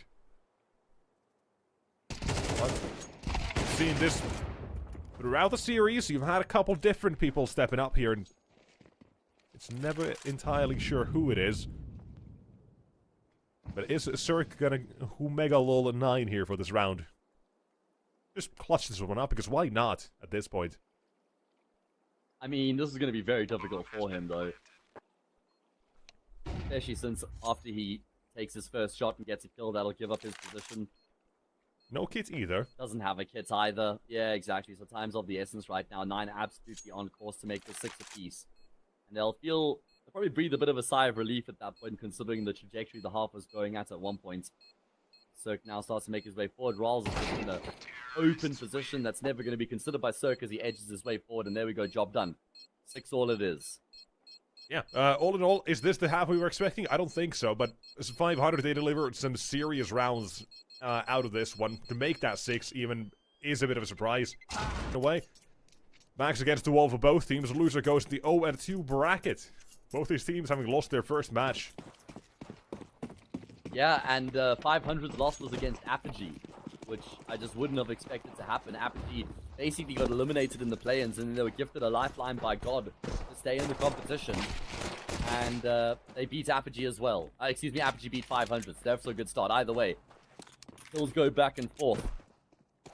And it looks like this. 500 are just trying to keep their opponents guessing right now. Yeah, I like this round for 9 as well. With this mid push, you can see how much 9 as well is currently wondering, is it A, is it B? They're going out of main. Almost went to water, and now with contact deep in CT, Zerg's been given the freest kill of his life.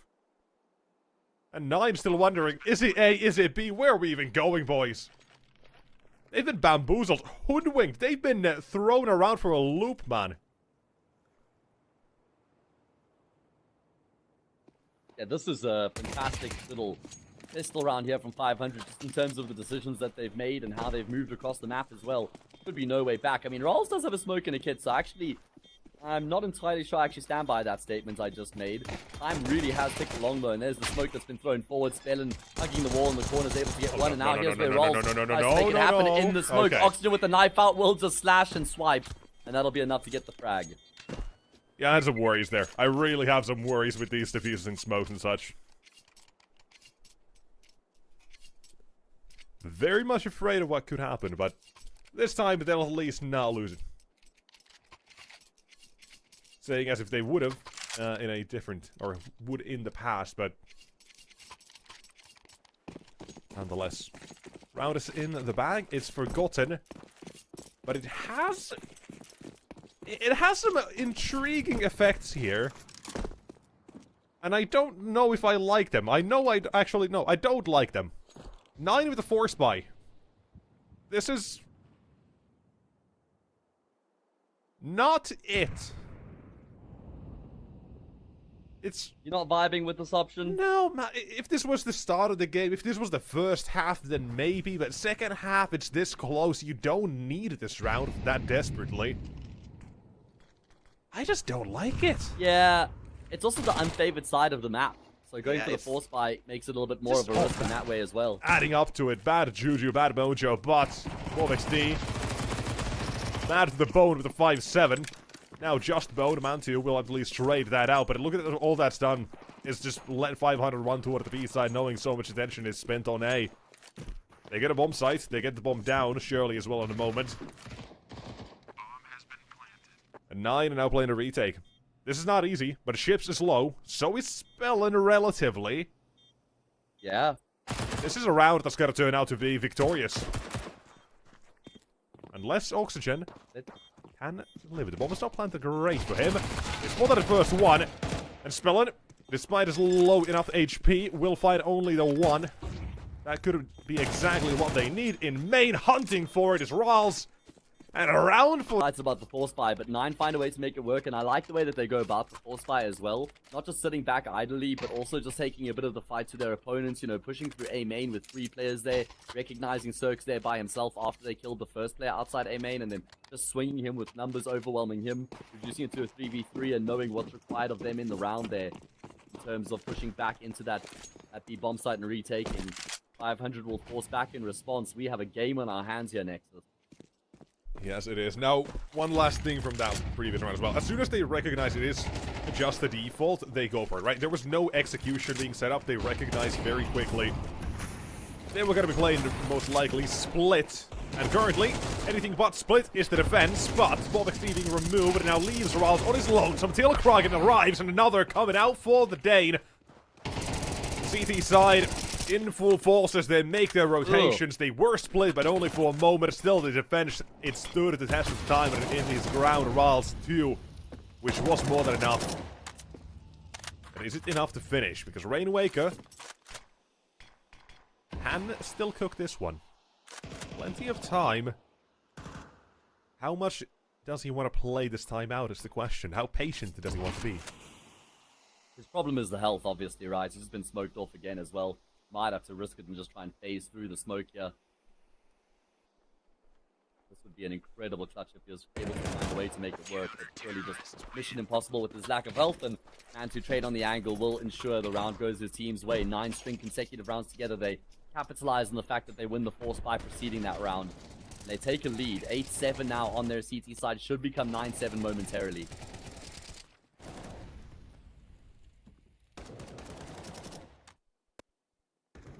This is leading to a bit of a dangerous half now. Force buy unsuccessful. But the game really is still up in the air. Right, it's never over till it's over, especially T side here on Anubis. Right, I've had a game here going from 10-2, right? You remember Koi? Oh, you remember Koi? Yeah. Zero Tenacity down to 2-10 versus Koi. T side of Anubis, 13-2. Or 13-10. Wow, 13-10. Sorry. From 2-10 down. Didn't even win another round. It was No. flawless from there. That is insane. Against What a comeback Koi. from Zero Like, they Tenacity. weren't even a bad team. I mean, to be was fair, doing there their was a own streak. point last year. There was a point last year where Zero Tenacity were the best team in the world on Anubis. Yeah, if you remember. yeah. They had like 70, 80 games on in 3 months. Yeah. They were playing Yeah, like so it twice was as much as ridiculous. probably the most playing or the most active tier 1 team in terms of maps played, and just on one map alone. Yeah, they were playing the number of maps these tier 1 teams were playing across the board just on Anubis alone. So it was ridiculous. Either way, 9-7 here, 9 in control. If they win this gun round, then they're almost on the home stretch at that point. Very close to the actual stake indeed here. So 500, they gotta give us something to believe in. Even if it's not the round, we'd make it close, get a bomb down, get something. Make it annoying for 9 in the future if you don't manage to win this one. But one thing I'll at least know here for 9, same as last map, look at how consistent everyone is currently performing. There's no one standout in this very map, same as kind of like Dust 2. Whether that's a good thing or a bad thing, on Dust 2, probably a bad thing. Here, it seems to be a fairly good one. You can count on pretty much anyone. Go back the last gun round, or forced by what I already forgot what it was. Ral's 2k on the side when Bob XD went down on A. You can count on A1 here to defend and deliver something. And that's pretty much the CT side, actually. On Anubis especially, right? You need your CT defenders to put some pressure on these players. You have to let them deliver. And Falvin, I don't know how, but he's managed to find that opening after a Molotov that bounces. Trampolines, HEs, man 2. Action unfolding and succeeding. Yeah, AK proving to be a very advantageous weapon to have here for Mantu right now. Just kind of leveling out the playing field. Kraken has one at his disposal as well. And this is a flawless defense. This is a statement round win coming through from 9 as they emphatically lock down the defense on this B bomb side. Don't even break a sweat in the process. And that's going to be a tough pull here for 500 to swallow. As they don't even get a bomb plant. They're going to have to eco in this next round. Yeah, I said that we needed to see at least something to believe in. This could not have been any better for 9 in that sense. There's no reason to force buy in this case. There's no reason to do anything to overinvest from 500. And all they've gone for, half buy, 1 hero Galil. This feels wrong to say. And what I wager is to be around 11. And I'm already getting returns from it, it seems. Falvin opens up with 2, and he suddenly showed up to 19. Heard me last round saying we have no one who's stepping up too much. 18th round. As you say, Favin evidently has been unleashed, and boy, does it look convincing.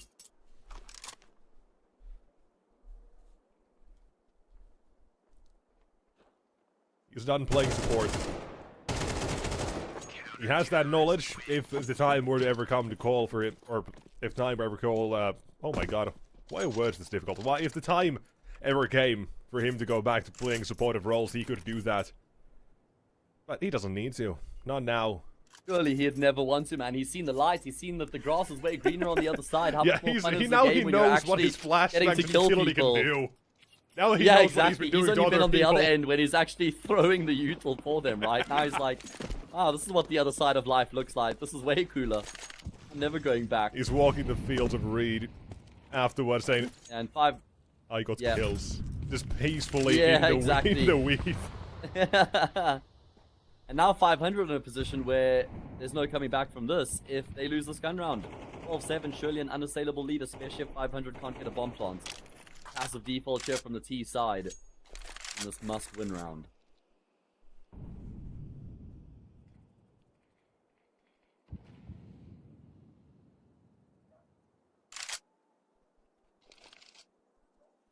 I like that 9 are kind of changing up this round as well. They're not seeing anything fast. They have focused towards mid here because it's not a faster A play. They don't know it all too much. There's no information to be sought after A or B. Swap it up to mid. They are going to receive a bit of damage just by HGs alone, but that's all the attention that 500 is going to throw their way.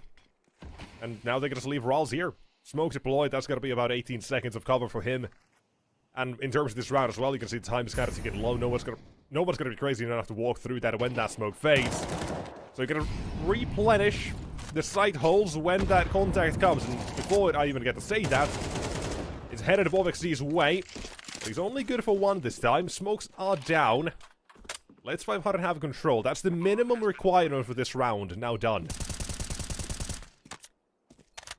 Yeah, a bit of a misread coming through from 9, stacking up the B bomb side as 500 entering towards A light molly as well. In fact, at least Mantu and Favin are going to be able to get ahead of said molly and find a frag. That's going to create some space now for them to actually start to get into this bomb site here. Time's been ticking away. There are kits in play here for this CT side. Utility continues to be thrown forward as well. Stellan has a big job to do to control A main, and he delivers with flying colors. These kills very hard to come by for the CT side right now. Surely this one's too far gone. Damage is dealt. That's all they can get from here. Surely, right? There's no time for the defuse. Even though the kills come through, 500 will win the round. Down to about 3-4 seconds. Had they had that much, they could have gone on the defuse. It was farming up in heaven, but just doesn't have the time. Nor the space from his teammates to start defusing. Still, they'll make it expensive at 500. Not only the minimum requirement, they'll pass with some sort of colors at least. Not flying, but they'll pass this round. Live another day before 9 gets to that 12, if ever. The problem is here, 9 have had such easy rounds here that their economy is almost bottomless for the rest of the game here. If they manage correctly, they could probably muster up a buy almost every single round. Or probably would have to eco only once. Depending how things continue to go, but for now. Continue. Guns out on both sides. Yeah, I mean, if they lose this round, it still feels like it's back to square one. It's the same sort of consequences as the previous round that we were using to set the table. And again, it looks like they're going to try and go in towards the same bomb side. At least Bob XD has a little bit of support this time. Catch that nade. 3 players take a good chunk of damage. In fact, damage taken from the utility and towards mid at the same time, but Bob XD very slow to swing there after he's lost his teammate. Mantu has to double down. Very tough though with him being on such low health, and this could just be round over. I think 9 are going to pull the plug. Yeah, I mentioned the economy. If they manage it correctly, they could probably get it buys every single round, and this is one of those situations. You got to start to manage it. Do you want to risk it all? No. No, you don't. Although, oh no. Oh man, oxygen. 3Bs, that's 1 and 2. Wow, economy management, that much more difficult suddenly. I mean, it sucks when you could... They recognize it. It's one thing when you have to... Sorry, man, for interrupting you, but it's one of those things that sucks when you commit to the save on the CT side and you don't even attempt the retake. Yeah. And then you die to the exit frags as well, so you don't even get to roll the dice for the retake, and you don't stand a chance of winning the round. Like, that just sucks. It's like, you thought you had something here, right? They were like, you know what, we can at least save. But there's still like 20 seconds left on the bomb, and Oxygen was already hunting. Like, he recognized that so quickly that they were just gonna save. And that has done almost irreparable damage toward a 9 if 500 were to come back into this game fully. Because if they get this 10, if they get 11-11, that's full eco territory for 9. But this round still to be played out. It's a fast play toward the B-bomb side. Smokes down and look for the entry. Farben is the first one to be removed here. Smokes and CT, you've got players to be set in position, and the friendly HEs sprays through smokes. Not friendly. That is hateful from Kragen. 1, 2, a third for Ralph. No. They don't even see anybody. No one's seeing anyone. There's been one where someone's actually been seen this round. And it's down to 5 players. Now down to the 2-1-2. Finally, we get some normal action here, but there's still more to be played here. And 9, they've lost their flank from the tunnels. From water, players got it. Mantu and Raz have to come back into this, but the problem is there's not that much they can work with. 1 flashbang. Zit rolls up with the first one, and up close, Raidwaker still recovers from the flashbang. How do they know where Mantu is? They know where the flashbang came from. He wasn't there to trade. Is he gonna try? No. My goodness, I can't believe it how 500 have managed to hold on there. That is a very impressive hold on considering they lost 3 players through the smokes there. Kragan kills 2 through the smoke and there's another smoke kill that comes through to B main afterwards. Nothing 500 can do about that. They didn't make any mistakes, but boy does Rainwaker activate in the post plants. I actually feel like the player who swings Rainwaker in the 2v2 retake there, I actually think he just swings into the spray. I think that Rainwaker may still have been a little bit blind, you know. A 4v2 here. This is the kill I'm talking about. Let's see if we see it from Rainwaker's POV. Yes, he's completely blind and he just starts spamming and Rolls swings into the spray. Damn. He barely had that. Barely even knew. Just started spraying and praying, and his prayers, they were answered. 9. Still, I don't know how, but able to muster up a buy here. Yet, here we are. Like we say, if 500, if they get to that 11, it's full eco. It's them surely to 12 at that point as well. So this round, management of that economy might just turn out to be a save. Again, if 500 get a very quick and decisive entry or two to whichever side they go. So this round is really one that I say gets decided in just the first 2 kills alone. If there's a fight from 9, if they keep things balanced, we might see one that goes the entire way. Might be seeing full send here, but yeah, it's a slow one for 500 here. Taking their time, defaulting this one out to change the pace back to normality almost.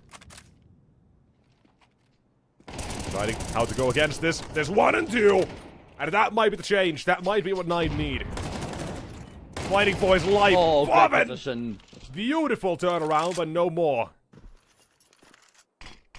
Get on the spell. Ellen and Rainwaker now to try and get the job done. 2 versus 3 here.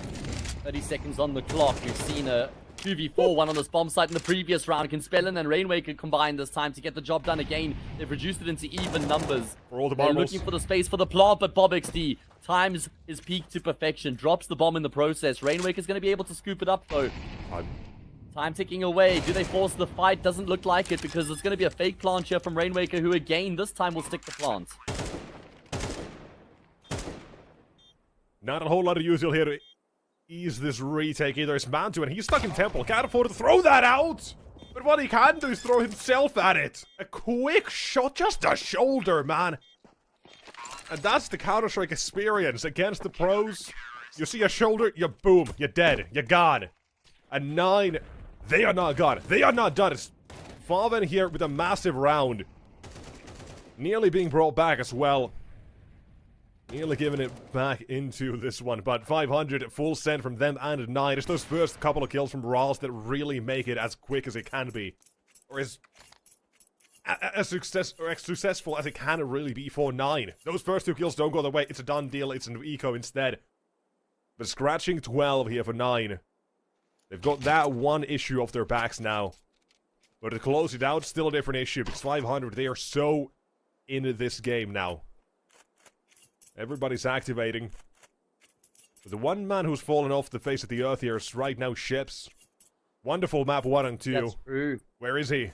He was incredible on map 2, right? But you're right, he's just disappeared, unfortunately. Maybe he went into the Bermuda Triangle, and he just hasn't returned ever since. But 2 more rounds, that's what 500 required to force us into overtime. They've had a good display on their T side in these past few rounds, but all of that means naught if they can't make it work from here.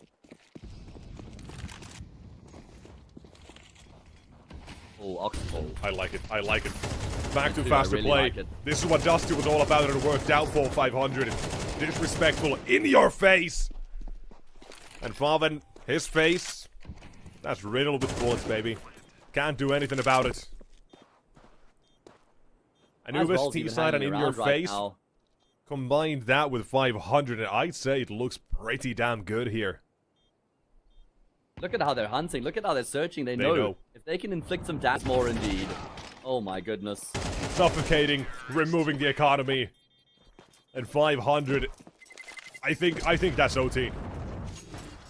I think so too. I don't see how you come back from that if you're 9.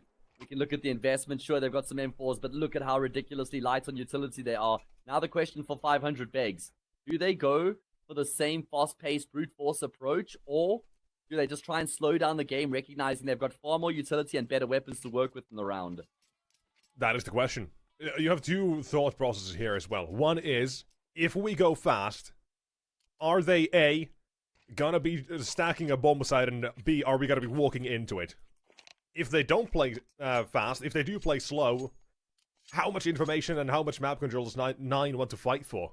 And exactly where? Because so far, let's be honest, 500, they've been very good at actually managing that and dodging those information plays and not giving 9 any openings, any frags when they've been stacking these bomb sites or locations. Talk about, what, 4 or 5 rounds ago, it was a B stack into a mid stack and an A stack, and all were wrong for 9 in that one very specific round, by the way. All in the span of one round, went from A to mid to B, in that very order, stacking the bomb sites.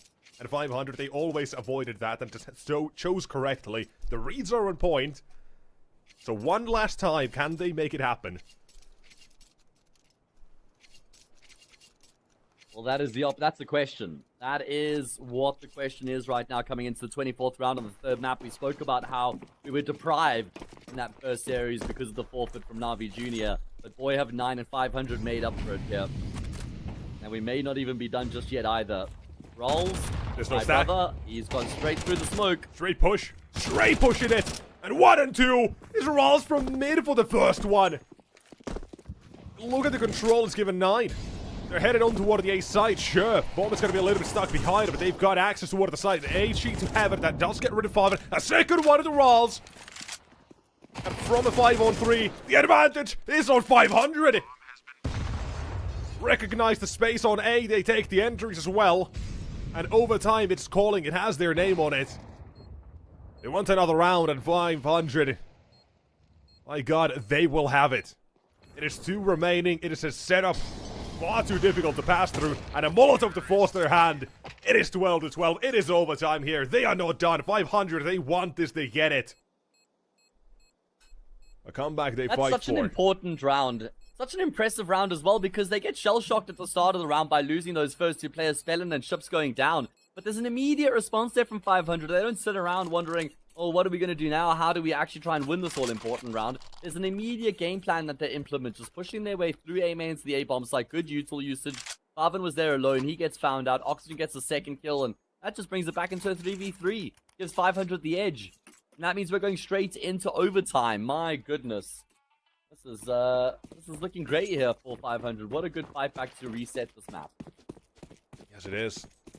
And that as well, keep in mind, that is exactly what I said it could be as well in terms of 9 managing their economy. Well, they didn't even have to full eco once, but they still get completely shell-shocked here. So 500, they had to go through it the hard way. They did it, and here they are, look to secure their well-earned victory in overtime. But it's 500, they still have to get past the final boss on a 9. But it's not done yet. It's a good defense. It piles up. There's more and more players sent out toward the side to patch up the holes initially. Hulk in the defense. Zerk, no scope onto the first one. 1 more to go. He's still up against Bobxd, who's already up close. Managing to sneak in. Zerk is not ready. 1v2's clutches. Not today for Zerk. Not now. Great round beyond that, but this one, it goes to 9 as soon as we head to overtime. It's 13. It's a classic. You've seen it before. You're going to see it again. It surely is well in the future, but it's not done. The game will continue. And overtime will continue in a moment, but for that,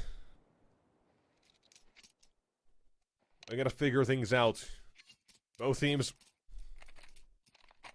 trying now to see what we can do. Some issues on Nine's side, apparently. I am familiar with Hayes' Law.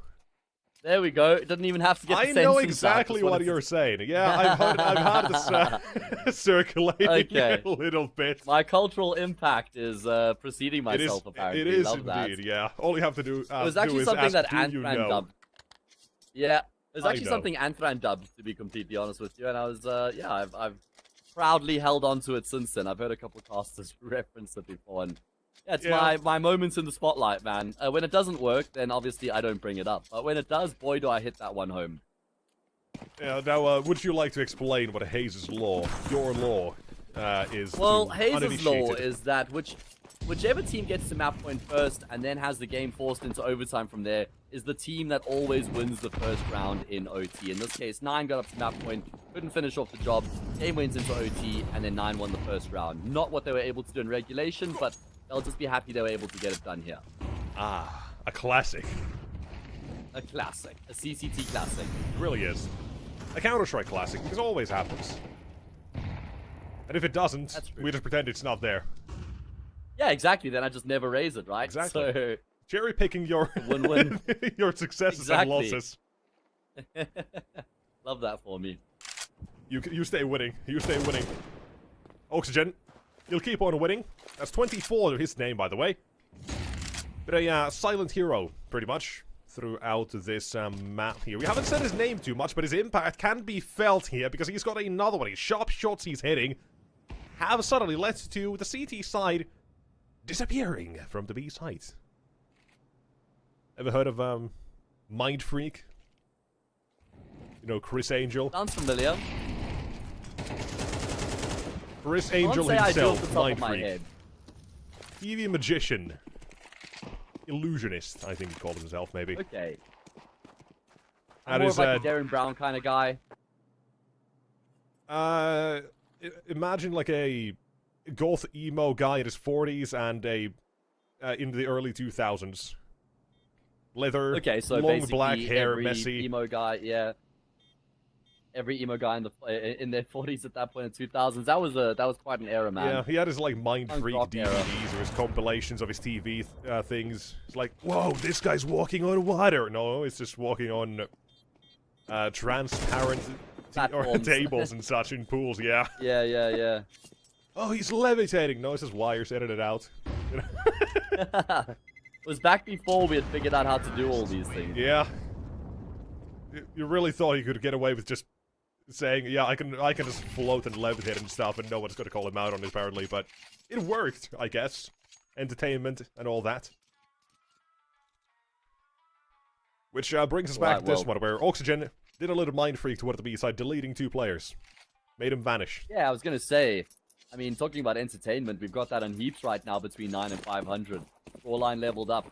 Remember, it was a 6-all half in regulation, so it kind of feels like whichever of these two teams is able to find a win here in the first half, up 2-1, would give themselves an edge to... Hello. Bye. Not allowed at this time. Farthen second off. Second time, by the way. This was on Dust 2 as well. Interesting choice. It's not like I picture Farven as an AWPer ever, so... pretty much out of left field for me. That seems to be decent enough. Spellin, also decent enough. He'll pass the check, the vibe check in this case, and Krager will not. Onto A or not, they are going to slow things down, group up, and then go. Ships, excuse me, Rainwaker throws in some utility. There's that smoke into connector. Flashbang as well should go out. Maybe a Molly Heaven or side, depending which one he feels more like it. To the side, a shot baited from Mantu, and that is them saying, you know what, now we'll just go back to B. Second up, Farvet still awaits there. They're going to hear some noise. They should, but they've turned around. Farvet needs to react and needs to hit that first shot, but he's not been able to do so. Mollied off completely. A retake like this, you don't fancy the chances, but let's see what 9 can do. Already have an M4 in spawn ready. Double up, no problem. Just one. But what is a problem? 9 actually want to retake yet here? Is the setup. That's 1. Yeah. You count them up here, that's 2, and what comes after that, it's, I think, letter C. Or maybe something along those lines. No, don't be silly, it's 6. That's what it is. It's okay, Nexus, don't worry. The Finnish education system clearly coming back to bite you there. That's the one. 500 super clued up about how to fight back here on Anubis. They were down... I'm trying to remember. 500 were down pretty far at one point. Scrolling back to 12-7? They were... No, 11-7? 11-7. It was 11-7 at one point, and then it was 12-10 after that. Yeah. And now 500 have got their noses in front once again. That's going to be a good boost for their confidence. Absolutely. What a round as well for 500. I love the way they slow things toward that A side, and they don't even fully commit to the fight. They baited out a shot from Mantu and threw out the utility, because at that point, let's talk about the micro Counter-Strike here. You have the utility that's come in. Mantu's missed his shot. he's not going to start re-peeking immediately. What he's going to try to do instead is run as far back as he can into the safety of the confines of the site. And the utilities all there. He bought that rotation, bought Favin off of the site as well on B. It did very damn well to fake them out. So, slowing it down, grouping up, and now grouping up on the other side of the map. Oh, ships on the CT side. He's finally activated. His arrival long awaited on Anubis. And he wants more. Hungry for a fourth, not getting it. Damage, yes, and confirmation on both. It's there. And 500, they're here to make a statement of their own. They want 15. Ooh, I like that. Very I like cheeky. that molly a lot there. Because normally, you have to swing to the left side of the bomb site to molly out that position, and that leaves you susceptible to an AWP who could be holding it or a smoke spam. There you're able to throw it from behind the bomb site safely. That is By the cool. way, Rolls and Mantu to try and save the day here and stop 500 from getting up to map and series point. But, oh, Rainwaker. Such a strong position. Rolls is going to edge into the angle and Mantu will follow suit. Rainwaker gets both the kills. And that's going to be 500 up to 15. It really is a classic. Is this part 2, by the way, of Hayes' Law? You get to 30 and then you lose the game. Is that something that's No, like it doesn't go that far. parentheses? Not that extended. Okay. It doesn't go that deep. Just the first round of OT is as far as it goes. Those are the erased, forbidden parts of the scripture. Yes, It happens yes. None of sometimes, that but don't dark count on magic, it. Exactly. Not consistently enough to call it a law. Hayes' suggestion. Yeah, exactly. It's more of a phenomenon. Often Theory, can if you will. can happen together with the law. Yeah, Hayes' theory, I think we'll go with on that one. Not proven to be law just yet either way. What is law is if 500 win one of these next 2 rounds, the map and series are over and 9 goes 0 and 2 in the Swiss stage. Yeah, from the way they saw it as well Yeah. here. They had a nuke in their pockets. They had a very strong Just 2, or more strong than I thought ever. We'll at least welcome ships into the crosshairs. There's 1 down and 4 more to go to keep this game going. Push with the CTs. Father ready for the second as well, and will be fed Spellin. However, not winning the duel. Using a very good timing there for Spellin as well, by the way. Just jiggling off beat, off tempo, try to make it unknown as to when he'll swing. Trades it back, but there's still 2 remaining only on the side of 500, and you're looking at these individuals now to deliver masterclass on defense. But choosing the wrong site at the moment, unless 9 decided to backtrack onto A. This is what it should be, 14. Time left. Yeah, Spellin and Rainwaker just kind of rolling the dice here, trying to combine over towards the A bomb site, but soon they'll realize their bet on red has landed on black. And this is going to be 9 drawing within 1, looking for that double OT. That's what they're in pursuit of right now.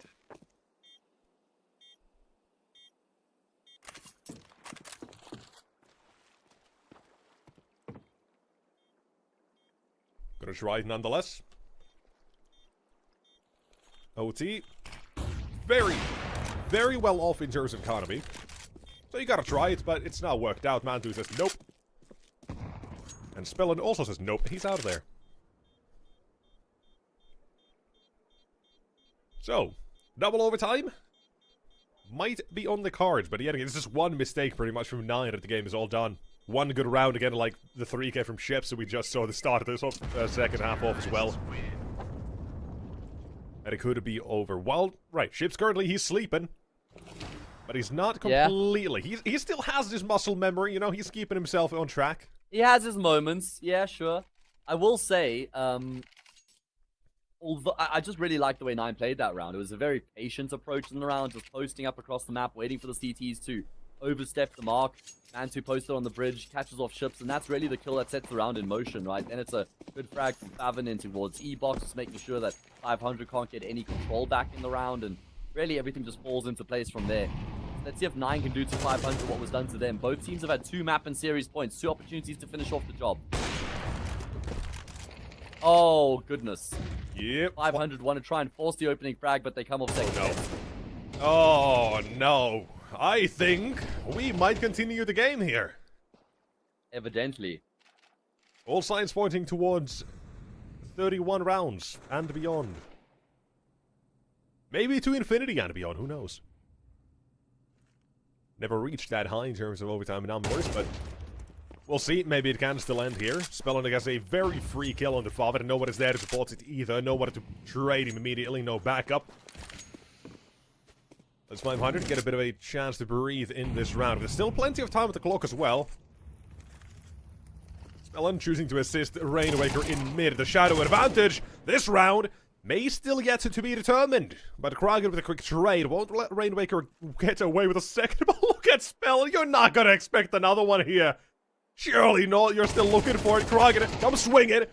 And Spellin again delivers one. And it's on the Cirque. They know he's somewhere. The question is where. In your crosshair. That's one. Gets away with it. And Mantu, boy down. Swing for glory. Will keep the game going.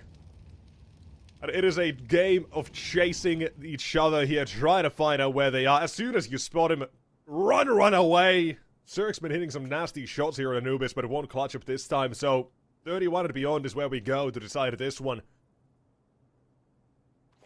Entertainment. Yeah, you can't fault Cirque. You can't fault Cirque there for how he tries to chase down Mantu. He had his opportunity with the 5-7, couldn't connect on the shot. Mantu realizes he's being tracked down, so has to turn and take the fight that's being forced upon him. And he hits the shot there, gets the kill in the 1v1. 9 use their last timeout. Of course, both teams get an extra timeout once we reach OT. 3 pauses throughout regulation, and 1 in OT. And this is now double OT. Both teams have had their opportunities to finish off the job. Both teams have had 2 chances here on Anubis to seal the series. Neither of them have been able to get the job done. And both of them have had their map and series points on the CT side. So let's see if that's going to be a change-up now coming into this next set of OT.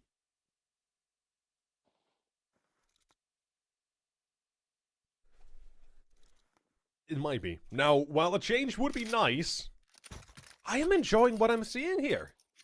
A lot. Because we're seeing a lot of different sides to both these teams. Both are fighting for this tooth and nail. And a better match than I honestly thought we were going to get. I felt like there was going to be a chance we just see a quick 2-0 here. But nonetheless... Anything but that, really. Yeah, anything but that. Both winning out their map picks into Anubis and a double OT, right? There's something about it. Scratches that one part of my brain real nicely. Yeah, it is a satisfying one, that's for sure. Both these teams fighting desperately to avoid that 0-2 bracket. Who will be the difference maker here in overtime? Who can activate? Who can come alive when his team needs him to the most? Oh, no. Oh, Oxygen. How? 9 enemy lines right now. Will mow down 2. Taking full advantage of the frag. Spellin finds as well. Bob XD takes 98 damage with that exchange on Raywaker, so that's not bad there for 500. That damage will be confirmed. Mantu's still in T-spawn right now. And Oxygen offers himself up, so maybe a way back into the round here for 9. Problem is, Bomber needs to be recovered. The CT side, they've got 2 players set up in mid as well, so in case Spellin gets contact here, they look perhaps to activate, but for now, it's patient. They waited to see what 9 want to do first, but Bob XD is also not really in mid. That's where I thought he was going to be when I looked at that minimap, but seemingly wrong. Mantu will have access to the bomb. Slow in terms of his movement. 20 seconds, though. Time's an issue, and Spellin comes searching. Drops the bomb, round is done. Bob XD too far. Yeah. And my question is, how does Oxygen get 2 freebies there? And how do they not know he's pushed up behind him? I guess they just had their attention elsewhere on the map, and Oxygen is able to just find a gap in the defense, a chink in the armor. And 500 have tried a couple times in these past few rounds to find a gap in the defense, right? Think about how they try to go through B main earlier on in the first set of OT. Think about how ships try to take fights on the bridge in a couple of rounds, even try to drop through the smoke as well. This time, they finally do find a way into the back line behind enemy lines. And 500 have regained the lead. I guess Hayes' law is true even in overtime. Round 2, baby! Yeah. 100% success rate so far. In this very, very specific situation, yes. Yeah, in this series at least. Bob, I called him at the start of the series for 9. Because I feel in my eyes he drops 10 or he drops 30. Right, he's in that sort of spectrum. And currently, he's getting close to at least dropping 30, but it is overtimes. So you never know. Here, Rawls, though, he's activated as well very nicely. 2 kills for him, 22 in total. Kragan, who's having to call map 3 here, it seems, but plenty of time to get a show still out of this last couple of rounds. Oh, Stellan, if he can get the kill here on Rolls, that would be huge, and he does catch Rolls on the cross. That's the bomb dropped, and now with Kragan left alone, 17 points of health to his name, it's going to be very tough here to stop 500 from getting a second round here in OT2. I think Zerk heard that as well. Even if you shift into the water, you make noise. They've got a... Oh, not Zerk, but Oxygen heard that, so they've got a two-man setup. Look at the setup. Very nicely done there. So, if you did not know, even if you shift, you still make noise when you walk into the water on Anubis. There's a very small... Have they not patched splash. that? I don't think so. I've at least not Pretty sure I heard of noticed them earlier changing when that. Zerk walked down the ramp and he was shift walking, it didn't make that water noise. I think they may have patched it. If someone actually knows, because I don't remember at least seeing anything that says they've changed that, but maybe I'll go do some testing. It might have been at one of some the point. things they changed that didn't actually get put in the patch notes as well. Sometimes they do have those like little silent updates. I don't remember seeing anything either. What I do know for a fact is that 9 cannot afford for 500 to go flawless in this first half of OT. That'd be a disaster. I like this. 9 to focus towards mid here. Very rare to now, or I've seen this from them. There's been like 4 or 5 sort of rounds like this they've sprinkled in here. But at this time, they're not fully committing to it. Instead, Oxygen, yet again, slips right past the T-side of fence. That's And he's able to keep himself alive as well. Twice in this OT, he's found this sort of gap. And he's looking at walls. I think he's thinking about looking a different way. Trying to continue as well as ships. Yet again, he'll drop down, and this is just insult to injury from what 500 have been given us throughout this entire game. Slipping right past 9 to find these backstabs. Once, twice, now thrice. And twice in this one round alone, Kragan out of Farven left. Last round was 2v4. Now he's got a 1v4, and Farven, he's the one to clutch these out. But I dare say this one might be out of his league. Although a 1v3, not a 1v4. I did lie. Slightly more doable. He has to do it, mate. He has to find a way to win this round for his team. At least he's got very isolated duels, considering that 500 is so dispersed across the map. But that's really unfortunate. Rainwaker in Favin's position. Favin loves to play there on the A-bomb side. And Rainwaker will be able to seal the deal in the first half of OT2. 500 go flawless, winning all 3 rounds in their CT side, which means they have 3 map and series points coming into their T side. Yeah, this is one hell of a game that is turning out to be. And now 500, though. Now my question is, for this T side, how fast do you want to play this? Right, we had the question similarly posed before we headed to overtime, whether it was 11-12. Do you want to keep up that sort of fast momentum and in-your-face attitude against this 9 defense? Now in overtime, now that you have so many opportunities to close out the game, I think they can just double you and go. Now is the time to disrespect, I think. But choosing something different. Waiting to see what 9's reaction is going to be instead. Leaning toward the A site for the moment, but I think something can change and the round can start to look very different. You've got Oxygen yet again towards B main, thinking about making plays. I'll just default this out, wait the first wave of a utility and see what happens. Oxygen creeps in, he's been seen, and in the crosshairs of 2 will be dead. Left the deceased, Bob XD and A site. Second AWP. Oh, a second shot won't come his way. Instead, running out into Rainwaker, the Wild Spray connecting. And the game, the series, might be coming to a close if this were to go 500's way, but there's a very red carpet waiting for them, and it's filled with blood, though it's also going both ways. 2 out of 2 here left for 500 to come back into this round to seal the deal here. Over to Mantu. And Ships and Soak both have orbs. Quite a clutch. 2v2 here, and it's a double orb setup, and it's going to be Mantu's posted on the angle. Cirque goes into the sniper, and it's now left on Ships. Ships has been spotted out legged here by Mantu. Oh, no. He thinks he's actually lower than he is. They don't need to force the fights like this, surely. Ships is still alive, survives the mighty HE grenade. He's able to hit that first shot, surely not the clutch, no. Favin denies, and with that, his team are still alive. You need a clutch, you rely on Favin, you have Mantu there as well, and you've got yourselves around, but it is somewhat Sheik's clenching right now, I can tell you that much. That could have been it. A 2 versus 4, down to the last man. 9, not too happy with how that one goes, but still. They're living, they're in the land of the living for this one. Just barely.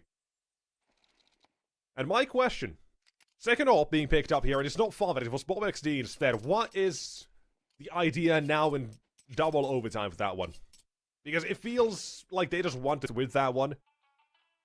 Especially with how heavy and how, let's say, concise 500 have been with their hits. It has been very much just go as a group and go, go, go. There you had Oxygen lurking, the rest just went. An AWP against that, I don't think it really works all too well. Not on the initial hold, at least, so... One of those situations. But they don't really get punished all too much for it, either way. Also, thanks. 2 more chances now for 500. Yeah. An opinion, nothing else. Oxygen, he's got one as well. He's going to hold W into mid. 32, he's dropping now. And Kragan, hello.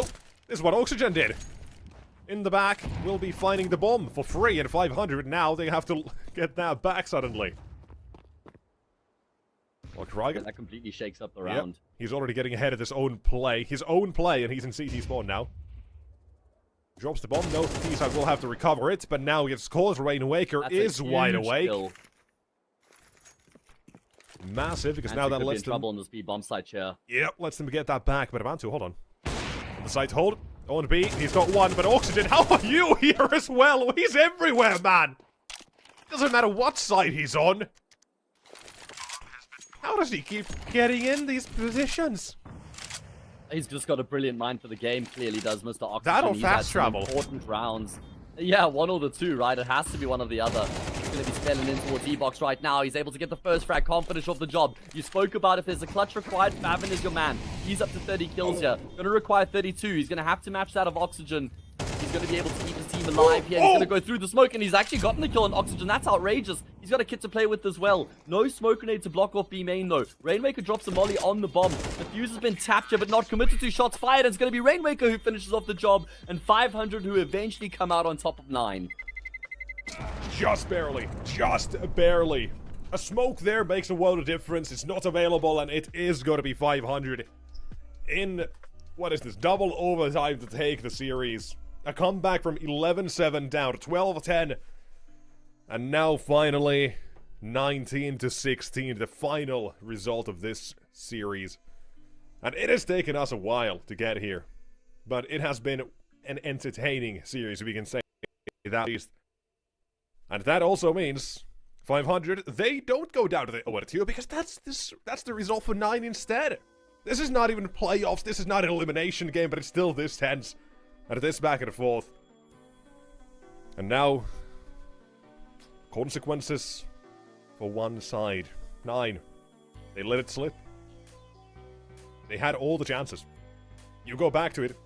They never had to eco while 500 were making that comeback. Not even once.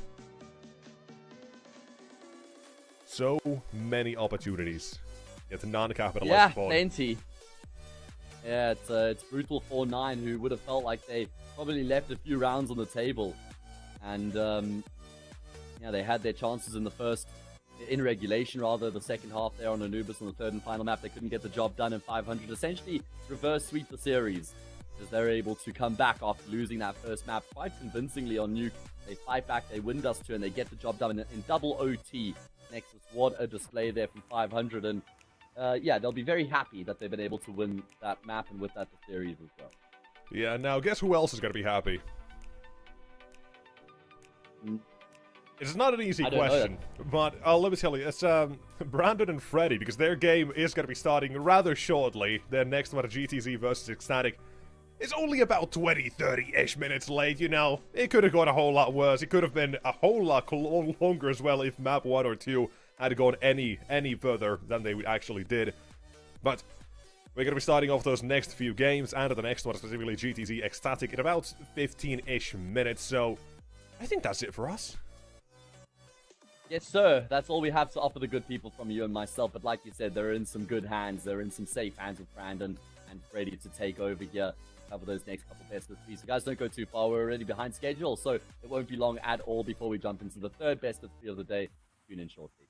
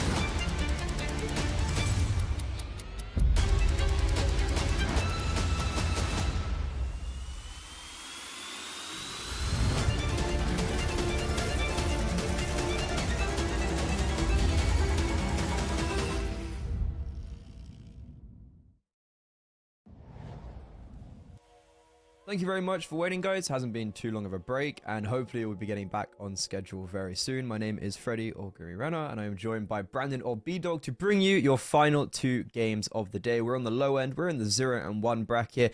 But before we get on to the rest of our games, Brandon, how are you doing today, sir?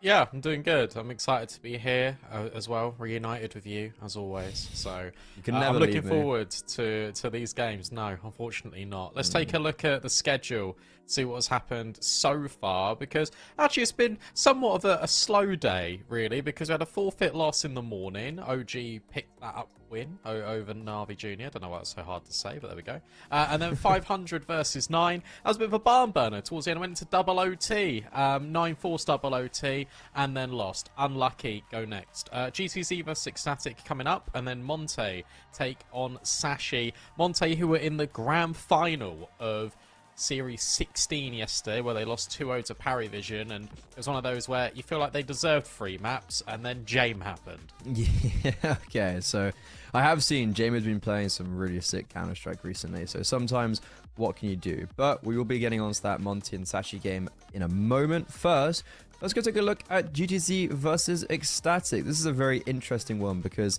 just saying to Branham, I don't think I've casted a Portuguese team in quite a while, like a full-blown Portuguese team.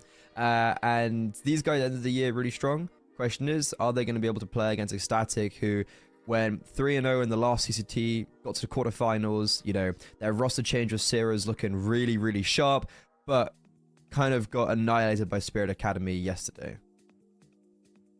Yeah, they did, but it's Spirit Academy. I look at this team, and I'm like, I know these players. I've not seen them in a while, because respectfully, they've not really achieved much in the grand scheme of things. These guys were with Rhino, and then they swapped over to GTZ, and it's like, okay, you're achieving quite a lot at IESF, and that's probably some of the prize pool affecting the VRS rating for you, which is why you're here.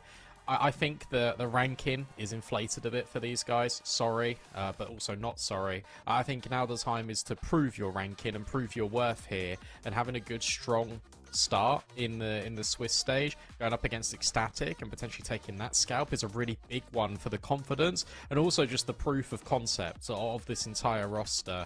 As I said, I'm not really overly sure what to expect, but I'm looking forward to it because it has been a hot minute since we've commentated a full Portuguese team. Yeah, already seen of one. But I mean, yeah, unfortunately, like realistically, this team is considerably inflated because of that IESF win. The question is, they've been given the opportunity. Are they going to be able to run with it? So far in this tournament, they haven't. They had a pretty rough first loss to Sinners, but Sinners are a very decent team, so that's a very respectable thing to be happening.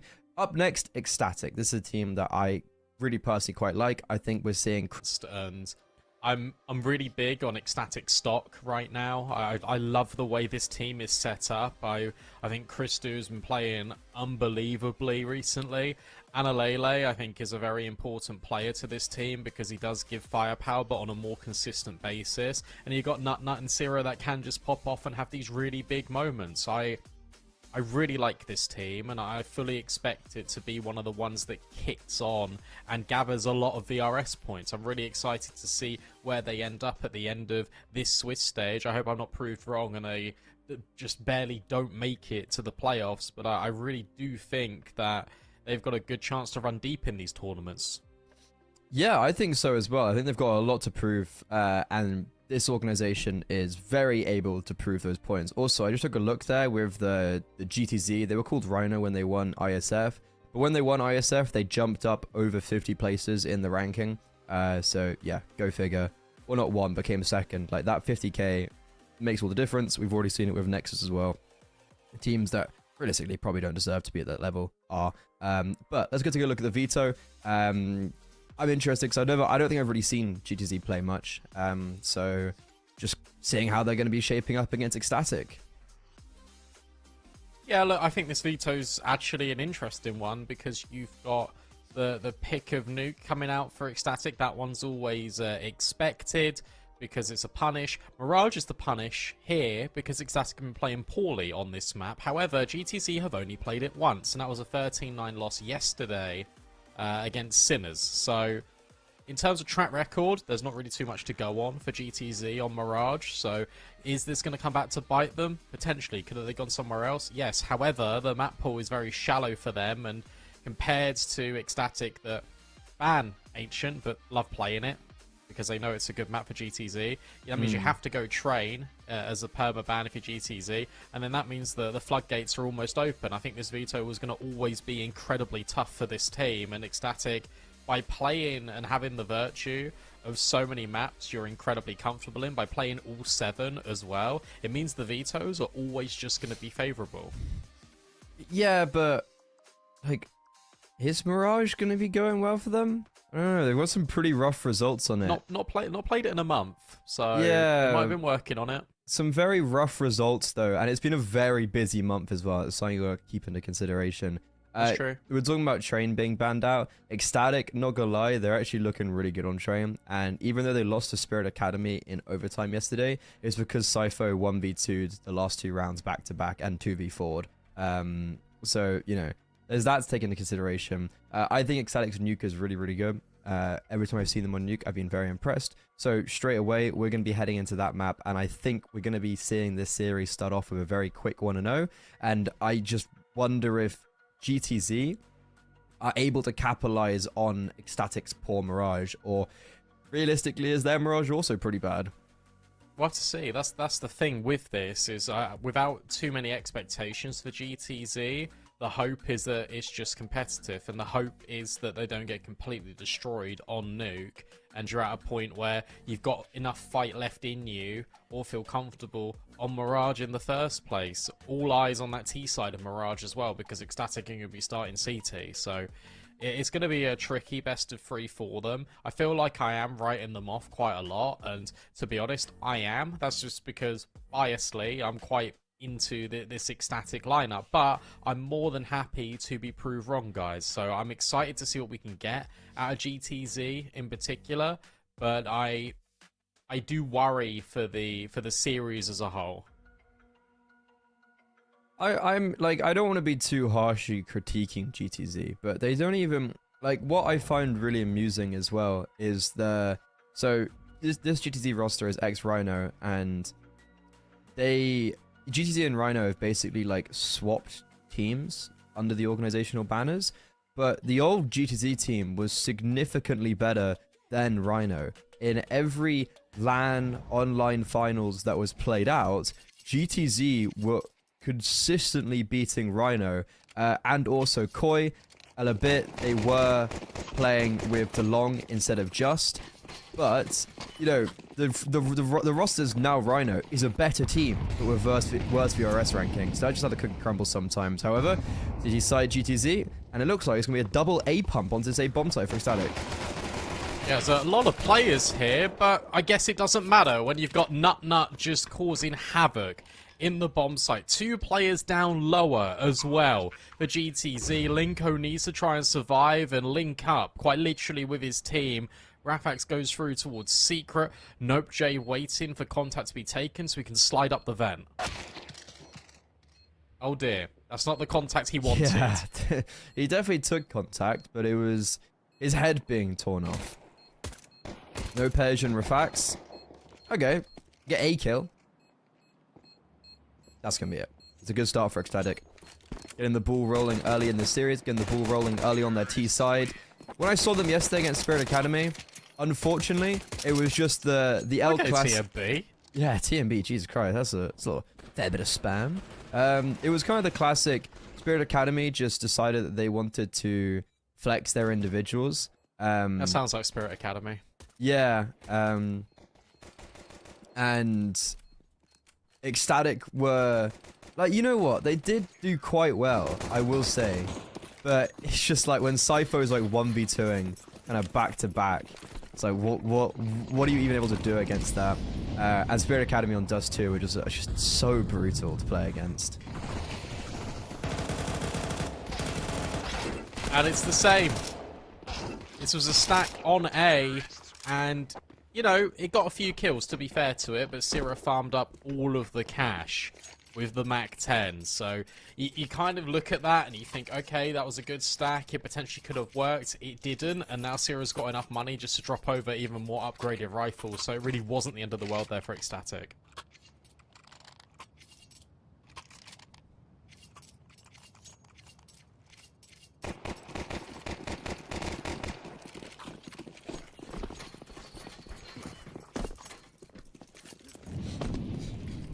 Util. And we're putting a lot of pressure. Ecstatic are currently winning this like mid round where Anlele is outdoor. You've got outside control. It's gonna be cleared. Whoa, I Linko don't- gave it a look, but Don't. he's gotta go back Oh. and fully clear that corner. And Oh no. he's not. Anlele is now free to roam out of door. And yep, Linko none the wiser. Anlele smartly is just gonna cool. He's gonna take a success, and he's not gonna try run with it. He's just gonna take it and fall back. Snappy, unable to get any work done outside, instantly traded. And GTZ, sure, all the players are in and around this A bomb site, but Ecstatic feels like as soon as they go, they should win, but they're not going, and they're then allowing for GTZ to mobilize. A really good response is actually Rafak's clearing close so they don't get surprised by the Heaven play. At the same time, this double hut push comes in. It's so much easier to trade through double hut sometimes than just going for the split in towards lobby. Nut. Will catch Rafax. That was the AWPer immediately removed from the round. So it is a 2 versus 2. Christu is in the right place and it feels like he's going to profit from the vent dive. There's the first. MS now slow about his approach but still seals the same fate. Christu, a double, and Ecstatic go back to winning ways after a really nice reaction, to be honest, in the mid round from the CTs. Issue you've got is look at the duality of these replays, because you've got the double hut push, clear, enables, promotes trade-in, and then you've got this double 1v1, Yeah. not only in vent, but also in ramp. I thought GTC actually reacted really well down seaside, as Yeah. you said. Like, I think that round looked really done and dusted. Analele getting his kill outdoor, the trade outside, and GTC actually put themselves in a winnable condition from a position that I didn't think was winnable. And then it all falls apart in that 3 versus 3 towards the end there. Oh, sorry, 2 versus 3 rather, for Ecstatic's sake. And GTC is the first gun round loss, and it's not a great start to the series, all things considered.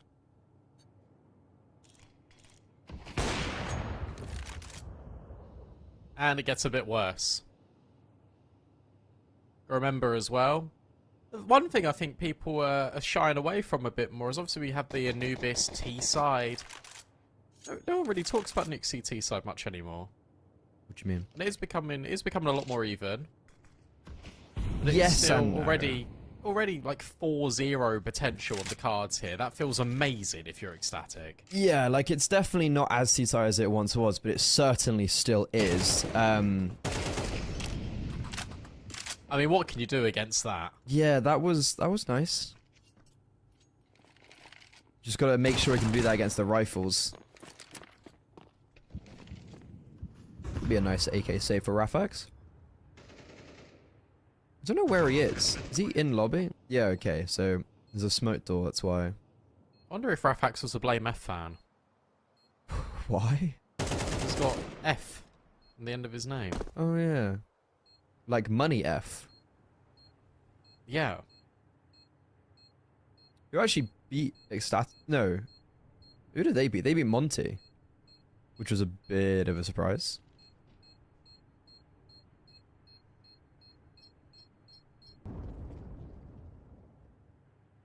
Good job.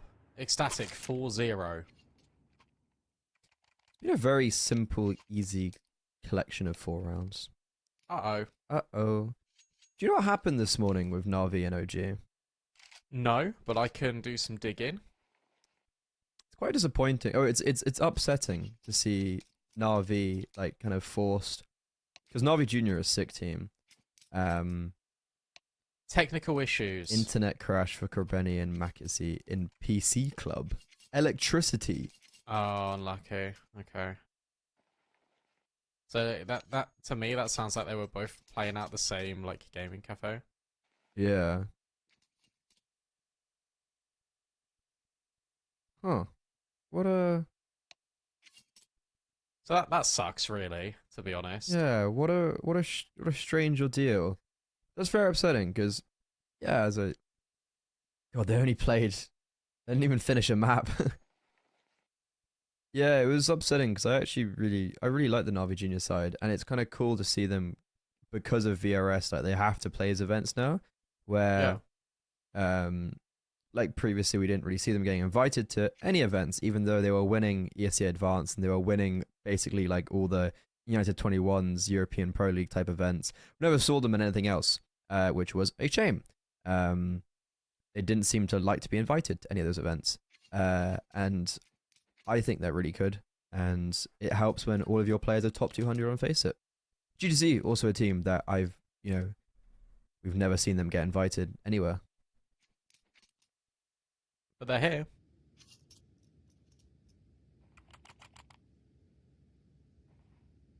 And we will have them. This has been pretty, I think, breathtaking so far, really. I mean, GTZ, they've had one good mid-round reaction. And that was it. And now we look for them maybe just being on the front foot. Show some of that Portuguese flair, you know? Like, I associate Portuguese teams with being really aggressive, wanting to get in your face. Not really seen any of that so far. No, we haven't. Like Portuguese and Spanish CS. Yeah, definitely. Definitely. It's fun Counter-Strike to watch sometimes. Especially the comms, very, very erratic at times.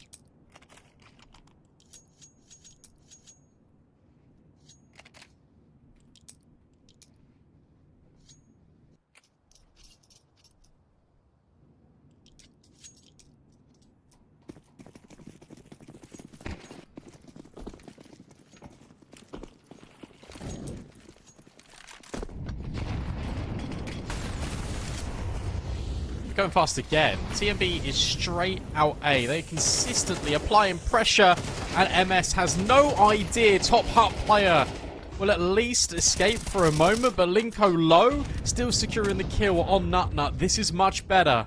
A defense somewhat holds. At least one of them is alive, but this retake is going to be a bit tricky. Smoke put forward to get the vent player up, and then you've got one in towards heaven. So I'm just going to freeze. Smoke towards main. Bit of spam onto Christu. Bomb can be planted. Up vent. Christu dodges the flashbang. Probably didn't want to have Snappy being the first player to activate there. Probably could have waited for the main smoke to fade. But instead, the advantage has now been eradicated. Still towards heaven. We're going to reveal ourselves. Nopej throwing out utility. And GTZ, they have a kit. It's on Nopej. If he dies in heaven, that just could be round over. But he's going to be fighting his way out. Syrah now left up for the clutch. A smoke's been picked up off the site. Nopej. Wait, the smoke's not on the bomb. Smoke's not on the bomb, but Rafix, he hits a no-scope. How is that even a no-scope? Why is that even a no-scope? And if that shot hadn't connected, it probably could have been dire for GTZ because Nopej thought the bomb was default, but it wasn't. It was outside towards main. Okay, yeah, don't know how he's hit a no-scope there, but you take those. You absolutely take those. Good response. I think the issue was that vent player being the main point of contact, but because it wasn't the heaven player, the fact that Nopej is able to get those 2 kills is really important.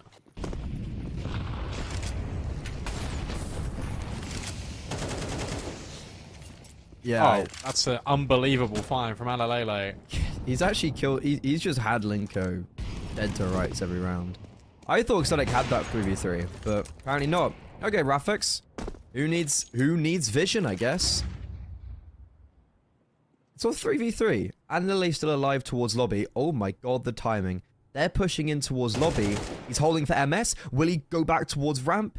Doesn't matter. Nopej, not going to be aggressing. And Lele, he's orchestrating these rounds completely by himself, it feels like at times. Like he's saying, okay, you guys are failing outside, well, I'm making the work in lobby, and I'm going to push and pull all these rotations. What's Christu going to get up to? Because if Nut falls here, that's the bomb. Oh no! Rafax, maybe you should have no-scoped. Analele now walking outdoor. Rafax has got no idea this is happening, and Analele takes his head off. Still one more player in ramp, but not for long. Nut removes him. Awesome round out of Analele. Ecstatic. They get back to winning ways. And yes, there is a little bit of money here for GTZ, but only on 2 players.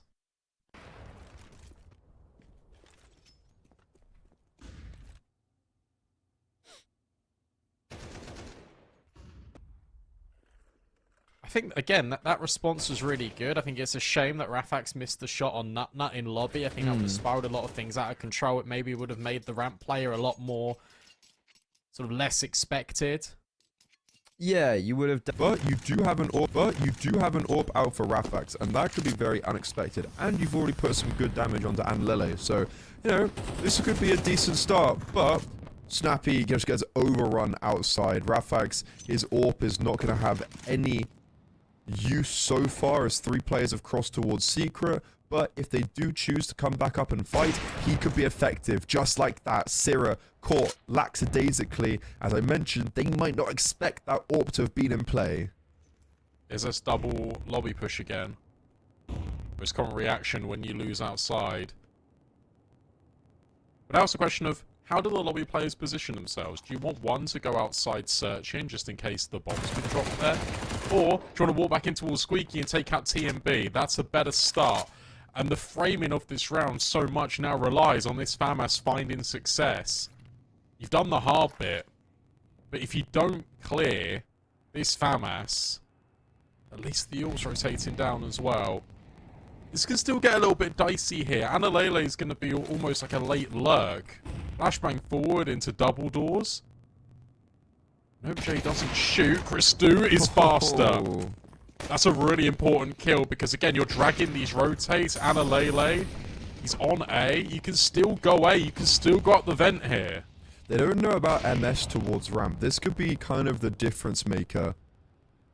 Yeah, they're going up towards A. They're going up towards A. And also, Linko, he's being dragged over towards ramp. That smoke, the utility that Christu put towards ramp, just blocks off all vision from those GTZ players that are all congregated, guess what, towards ramp. So they have no information. Well. Brandon, they're still looking towards B, by the way. They're still going for the retake. Utility is still being put down towards the B bomb site, and we haven't yet figured out. We are still trying to go for B. When's the penny gonna drop?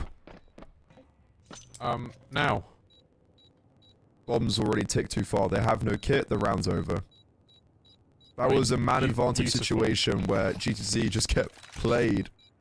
And also, from this position, Rafax dies, I think, here with no armor. No, don't say that. Oh my god.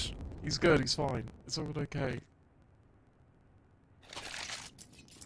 I mean, look, what you gotta say is, beautiful mid-round out of the Ecstatic, and it's a shame for GTZ that they don't figure that out sooner.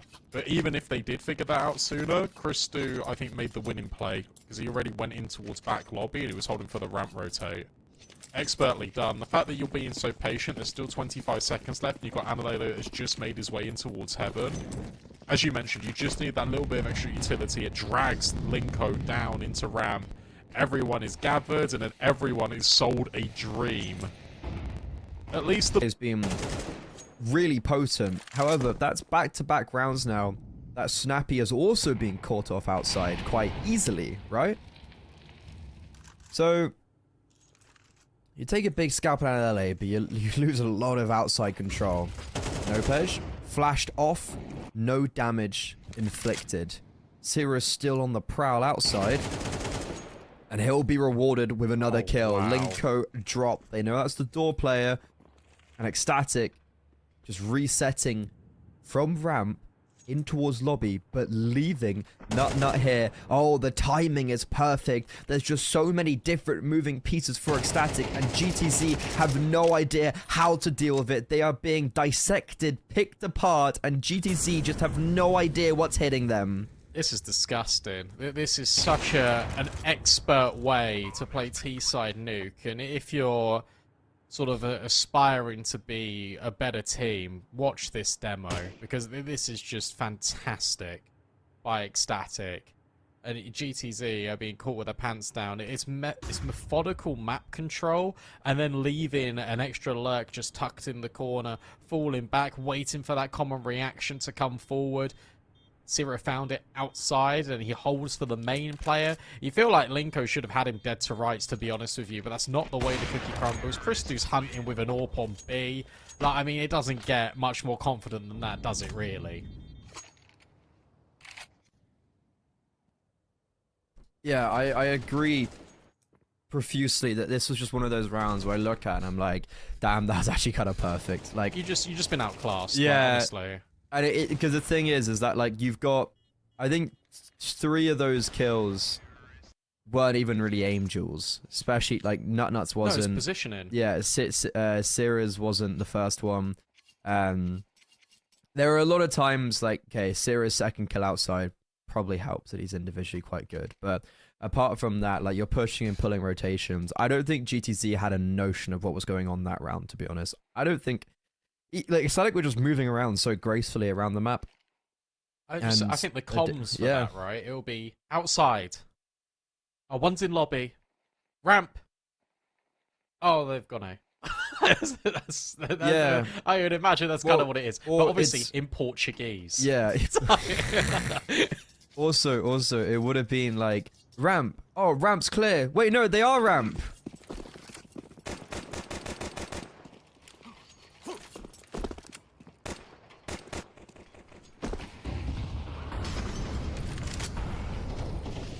I think what's brutal is, wow, that, but also we just haven't really seen any, apart from the A rushes to start the game, we've not actually seen any simple rounds out of Ecstatic. They're being very slimy I'd to argue- GTZ. I'd argue these rounds almost are quite simple. It's just it's a simple formula Art of of deception. Counter-Strike done really, really well. Yeah, they've read Senzu. We play some Mongols now. Oh wait, no.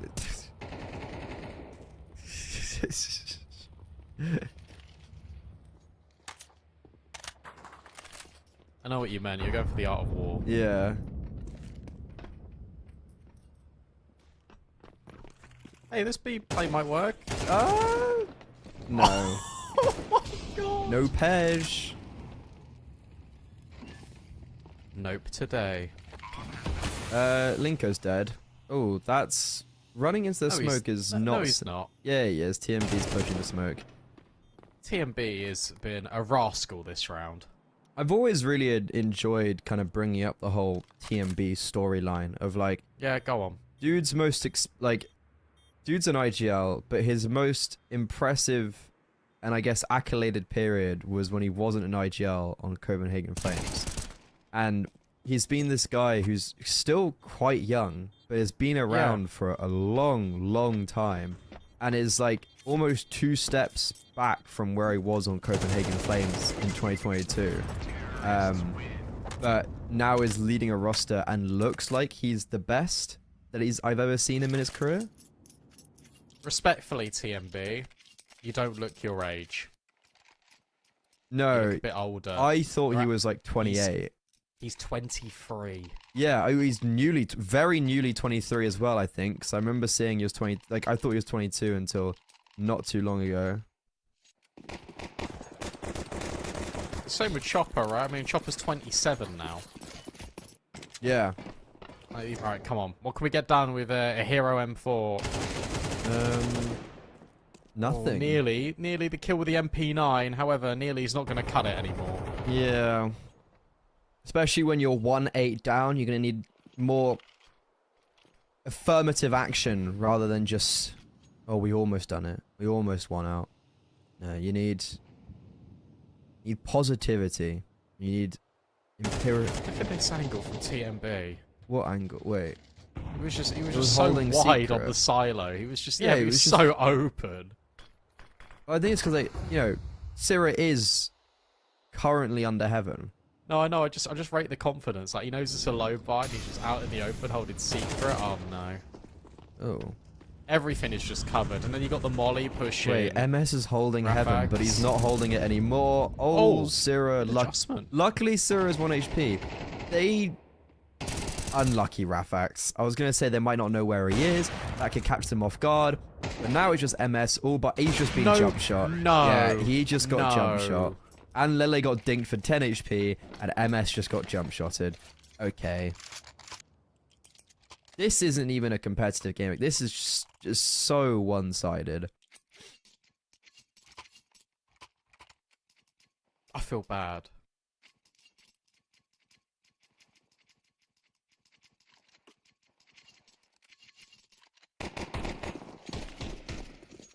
Got Rafax back on the AWP again.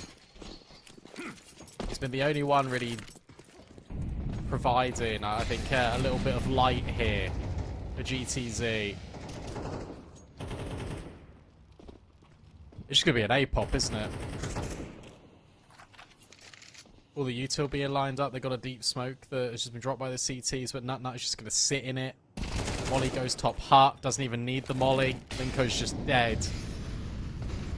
Maybe. Ooh, hello. Finally. Good catch. Did he get the trade? Oh, yeah, you can go one better. That's another kill. And there's that AWP swinging in for more. Christu will trade. 2 versus 2 situation here. Look at TMB. Oh, TMB's got the play, I'm but he's in. going to get backstabbed. Oh, he was holding for Rafax and decides to look around towards main. Christu, wait, he's in a 1 versus 1. This is all turned around. MS, he has made the read though. He's made the rotation, but the bomb's not planting for him. Christu gets off. Tech 9 in hand, switches to the AWP, close range, and nails the cranium. Ecstatic, that round looked pretty much done. It looked like that would be the first in ages for GTZ, but not today. And I'm pretty sure, Brandon, Nopej disconnected during that. That was a 3v2, no? Look at this. Am I missing something? So, okay. 3v2. No, he died. He died to the AWP. 3v2. No, Christu got him. Literally instantly. He was swinging out from heaven. I thought... Oh, okay. No, he wide swung from... We were watching the player back heaven. There was another player that swung right side rafters. Did and Christu kill him? Christu killed him, yeah. Oh, yeah, Christu did. I don't think that was a timeout sitch. Okay, that wasn't. I thought... Because I remember just being like, it's a 1v1. Like, wait, what? That's been the best round outside of the one, obviously, that they won. BTZ. That really felt like that should have been theirs. And will get his kill. Somehow, Christu stays alive and deals with Rafax. And Syrah is trying to be a little bit of a nuisance. Over towards these smokes. I think he's hit the timing. He has. Snappy's made noise as well. The reconfirmation of his position. Linko blocked out from main, unable to lend any aid to his teammate outside. And Snappy, he's been definitely focused quite intently in this half because he's been falling quite continuously. And Lele, though, on the duality of that, he's been a very sturdy rock. And he could be dead here. There's a wrap on ramp, and he's being wrapped from lobby, but he doesn't get cleared effectively, and that will be their downfall. Syrah backstabs Nopej, and it just can't get any worse for GTZ. They will end the first half with one singular round. I honestly think that by Syrah walking hell there, that's just changed the comm, and then they stopped looking at a radio, or they gave it just a cursory glance.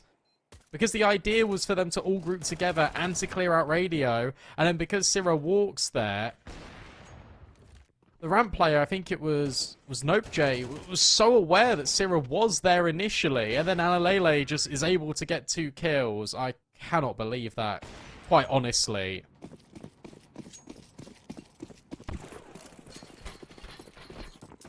Linko, more like Plinko, the way that GTZ keep falling down. 11-1 for Ecstatic, and they are a hop, skip, and a jump away from taking their map pick in emphatic fashion. Oh, yeah, I don't know. Write it off, boys, I think. Oh, yeah. It just can't get any worse, can it? Not ace? Not Ace? Oh, no, he's going down to TMB. Sorry, that was insane from Nut. He only had 8 kills. Like, he was one of the lower-end players. He's 12-4 now, and yeah, he's going for it. Nut. Christo, move out the way. Oh, there you go. You've been hit by the nut. That was actually insane. Like, that last kill, whatever. But the kills to get the ace... And he even missed the silent ladder drop, and he still just gets 2 quick kills like this, plays away around the hut, and just backstabs the player trying to get him. I mean, it's free, really. No one's really shooting at him, but I mean, an awesome ace, nevertheless, from Nut. Yeah. 11 rounds in a row needed for GTZ. Easy peasy.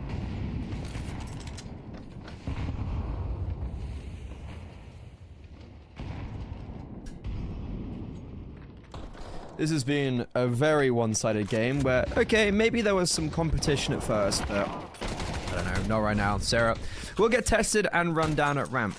He does fall back, but Christo's not really got an is org. effectively enough. Yeah, Christo is an org, but he's very far away. And Snappy, you know what? He's definitely doing a lot better at the end of this game than he was the whole game. And Lele, I don't know how he gets away with these multi-kills. Sorry, this round's over. This game's over. And Yeah, it's done. even though this round might have looked competitive at times, and we got the bomb down, it's just they fall apart in the post-plant, for instance. Like, nothing's going well ever for GTZ. And Christo, door stuck!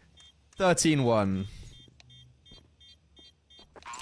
I don't really know what to say too much on that, to be honest, apart from that was a complete dismantling from start to finish. You get more and more impressed with Ecstatic. This is the reason why we hype them up so much in the pre-game, because, let's be honest, that was a non-contest. There was a couple of close rounds in there for GTZ, but it wouldn't have affected the overall landscape of the game. Ecstatic firmly in control. Their map pick won in emphatic style. Yeah, I think I agree with you on the point of there's not a massive amount more to be said about map 1. Ecstatic, they got kind of bodied by Spirit Academy yesterday, but now they're looking to body GTZ. We're going to be going on to Mirage. I haven't seen Ecstatic on Mirage, and they don't look amazing on it. However, if they play like that, I think they will be all fine and dandy. But with that in mind, take it to a short little break. When we're back, we will have map 2. Will we put to a third, or will GTZ go 0-2 in their first tournament of the year?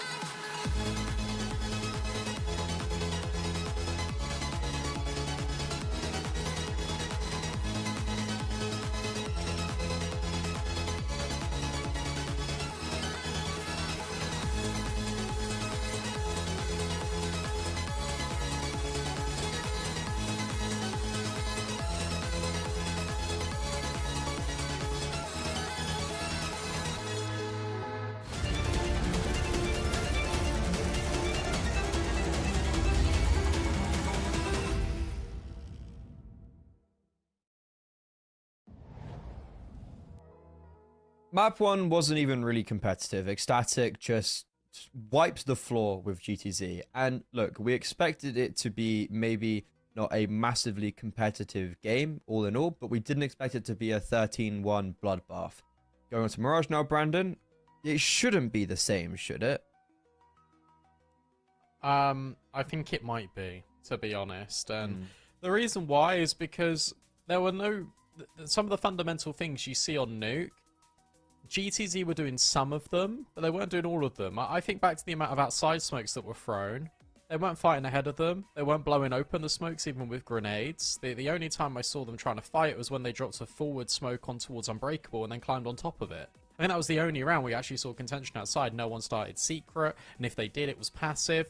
I think they gave Ecstatic way too much respect, and I think they're going to give them that respect again. Yes, you're on T side on Mirage. Yes, you can dictate pace a little bit, but with the way that map just went, you feel like Ecstatic are going to be pressing on the accelerator. You feel like they're going to be the ones taking map control off you very easily, and considering basically, apart from Rafax, I would say, every single individual gunfight basically went against GTZ. I'm worried. I really am. I do think that, yeah, they might get a few more rounds here, but I cannot see them taking the map at this moment in time.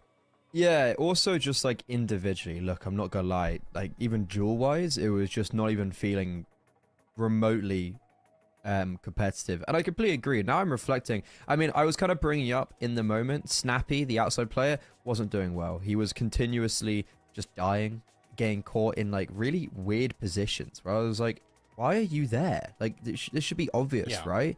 And then yeah, they weren't doing anything really pragmatic anywhere. Whenever they pushed lobby as well, and Lele was there. Timings, there was a lot of rounds where I was like, okay, Ecstatic have got some pretty good timings, but Ecstatic also didn't do anything. There's a reason for that as well. Yeah, right? Yes and no. There was definitely some rounds where I was like, okay, unlucky. But Ecstatic, they played very simple, good Counter-Strike. Mirage, you know, that they play 7 maps. Mirage is certainly the worst of all of those maps by quite a landslide. True. It's not even the map they banned the most as well, which is amusing. But I think it's gonna be interesting because they haven't played in quite well, as you just said. They haven't played it like a month, but it's been a long time. There's been a lot of officials in that month, so I wonder how ready they are. Let's see. Let's hope as well for GTZ that we get a bit of a stronger start. However, look at this lean already. There's 4 players on B. Basically, Sira's trying to help out Christo, and he doesn't need any help. One quick click with the P2000, and that's your mid pressure effectively nullified. Sira's not yet revealed himself.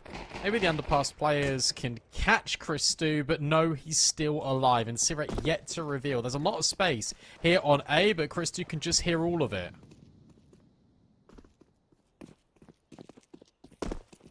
This is maybe a part of the reason why we haven't moved around so much. Is that because, look, we can come with the kit and smoke, and with the confirmation of Rafax towards default and this utility that's being thrown out, you can see people are starting to mobilize a little bit more.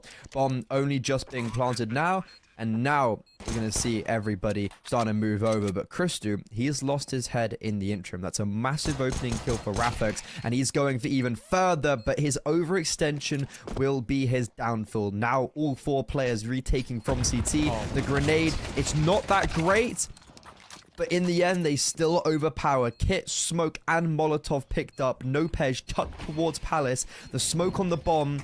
Molo towards Palace, and he's just sitting, sizzling, coming out. Oh, but the coverage, it's not good enough. And Nopej through the smoke connects on both of them. He has stolen away that round. Nice. I mean, look, a good response, right? You can't fight in the molly. You can't stay behind it because you'll definitely lose. The only way is just to trust the smoke that's been put down by your enemies and try and hit that defuser off. And he did just that.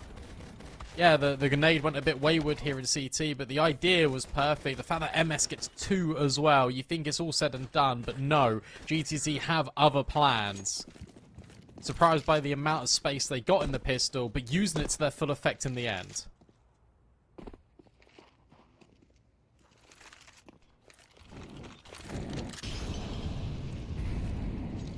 Watch Analele here on this CT side, by the way, because he loves to push Palace and just be a bit nosy into what's going on. TMB tries to fight ahead of the util, doesn't work. MS is powering up here on Mirage. That's 2 quick kills. That should be round over. Just like that, Brandon, GTZ have more rounds than they did in the whole of Nuke.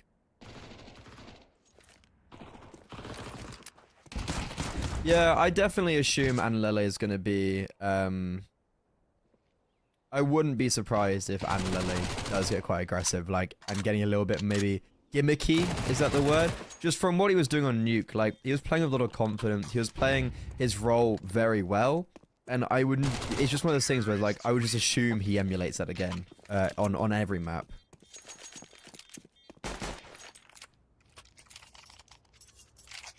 That was a force buy. Didn't really feel like one, very ecstatic. Now they have to eco. The GTZ can get off to a red hot start here on Mirage.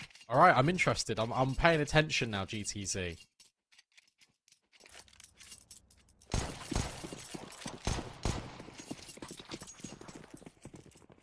Yeah, it's quite, I'm not interested, you know, I'm still a long way to go before I'm interested, let's say.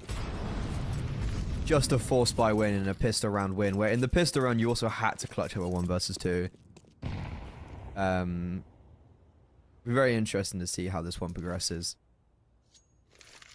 But for now, it's GTZ. They're at least gonna get a good start.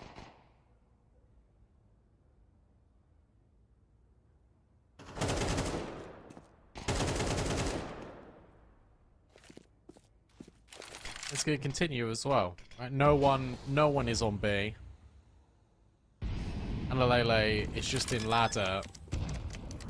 Timing means he might be able to find Snappy, but instead it's MS and Linko with the Mac 10s that are looking to cause a little bit of a ruckus. Because even though you've lost that AK, it serves as a massive bait for the others who are trying to grab it and remove it.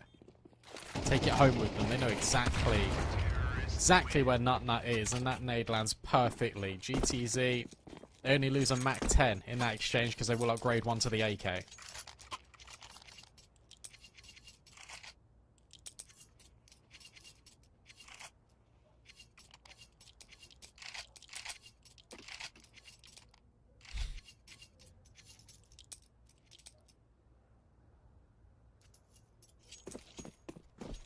Okay. We're into the meat and potatoes of things. Christo, he's got the AWP out.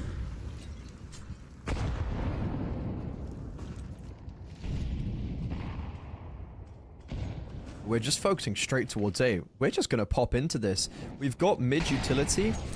That's just keeping Analele and Syrah at bay.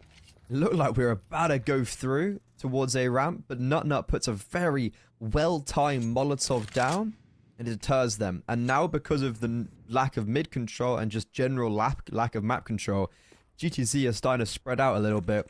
But you got to think, if that Molotov didn't come down towards ramp, GTZ would have exploded. Interesting altercation here as well between the apps players, because it's one of those in which Christo is sort of in a stalemate of, do I move to help my team or do I just remain on this line? The longer Snappy takes, the more the AWP is sort of out of the game. And in fact, it's permanently out of the game. That is an awesome entry to find. TMB will throw a nade on him, but now the split comes in. This is exceptional work, really, from GTZ. This is a great round. This is so clean, so easy.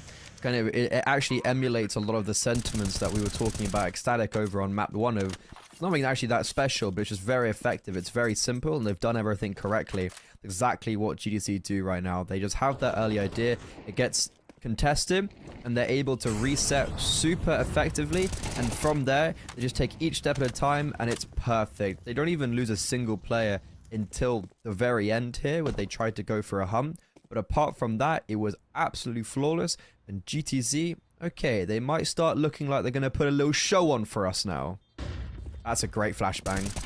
Oh, that's so good. Brilliant.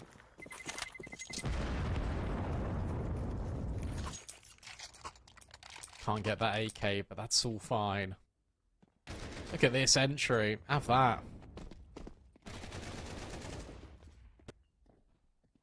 And as soon as that contact comes in, that's where the acceleration comes in from short. Everything done perfectly. Even the hunt at the end with a perfect flash. 4-0, no money. No contest so far. This is exactly, as you said, what Nuke looked like for Ecstatic. It's going the other way. There's been another opening kill. Rafax is now flexing his muscles, which we saw a little bit of on Nuke. And Syrah backstabbed. Oh, it's just not, yeah, okay. Not even able to really get into the round.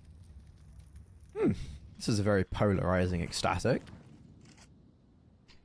Also, very polarizing. GTZ even blowing open that smoke for no shenanigans whatsoever. A flawless round out of GTZ. We're just seeing the individuals step up a lot more as well. Like, these A lot more comfortable, right? Yeah, like the fact that GTC at the end of map 1, Linko had 3 kills at the bottom, and the top was Rafax on 9. Already you have, I guess Linko's still on 2, bless his heart, but everyone else, like, they've already exceeded actually the kills they were on, or they're close to it, and map 1 already. Brandon, look at this round. It's the exact same from the previous gun round. Yeah, I was gonna say that. I wonder how they react now again, because like it looked like they were ready to go, but then the counter utility comes in, and it sure we're just gonna reposition again, but this time Ecstatic are actually contesting middle a lot more. Yeah, How it's has he gotten just away? Analele. Zero was there holding on the pass, so it wasn't just necessarily Analele. There was, you know, there was a structure to that at least. Yeah, but how far forward he was taking those fights. Yeah, that's what I mean. Of like, you know, it doesn't look completely structured, but there was certainly something there with Syrah and Analele together. They're doing the same thing. They're, again, bringing the bomb over towards B. Christy this time taking a more of a passive line. TMB, isolated. It's exactly the same round as before, but this time Christy's in a different starting position. Let's see if this helps Ecstatic.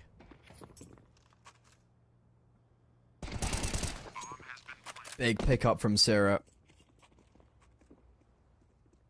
4 versus 4. We actually have the chance of a retake. No utility. And Lele has a kit. You've got no utility, but there's no AWP in apartments, for instance. That's kind of like a big piece of the puzzle where, for me, Ecstatic are going to be able to actually get onto the bomb site with kills like this. Linko traded out. Now it's just down to Nopej, who's already clutched up a 1 versus 2 before in this map. He could just do it again. The kit is down, but it's been picked up by Christu, and he's actually just running for the hills. He's going to save, and we've got 6 rounds on the board for GTZ. Nopej winning 2 of them single-handedly in the 1 versus 2. It's so important he just stays alive there. Doesn't need to overplay his hand, sees the short player coming in, knows the AWP's over towards door, so if he swings wide, he gets that 1v1, then he can just tuck. Doesn't need to play it any more dangerous.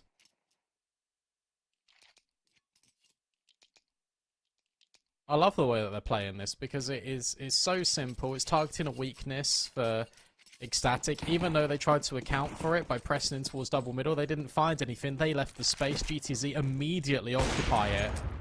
And there's your AWP gone. How about that for an opening from Rafax?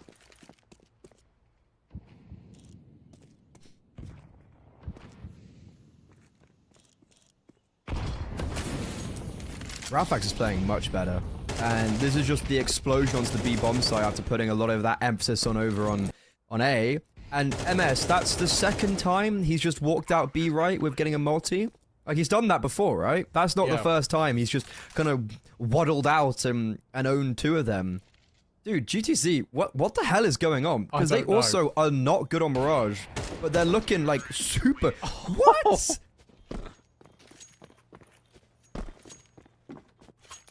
They're looking great. I don't know what to tell you. This is a redemption arc of redemption arcs. I did not expect this, but I'm all for it. They are playing beautiful Counter-Strike. And now you look to the individuals of Ecstatic. Where are you? We know you're here, but you've not been delivering in the same way.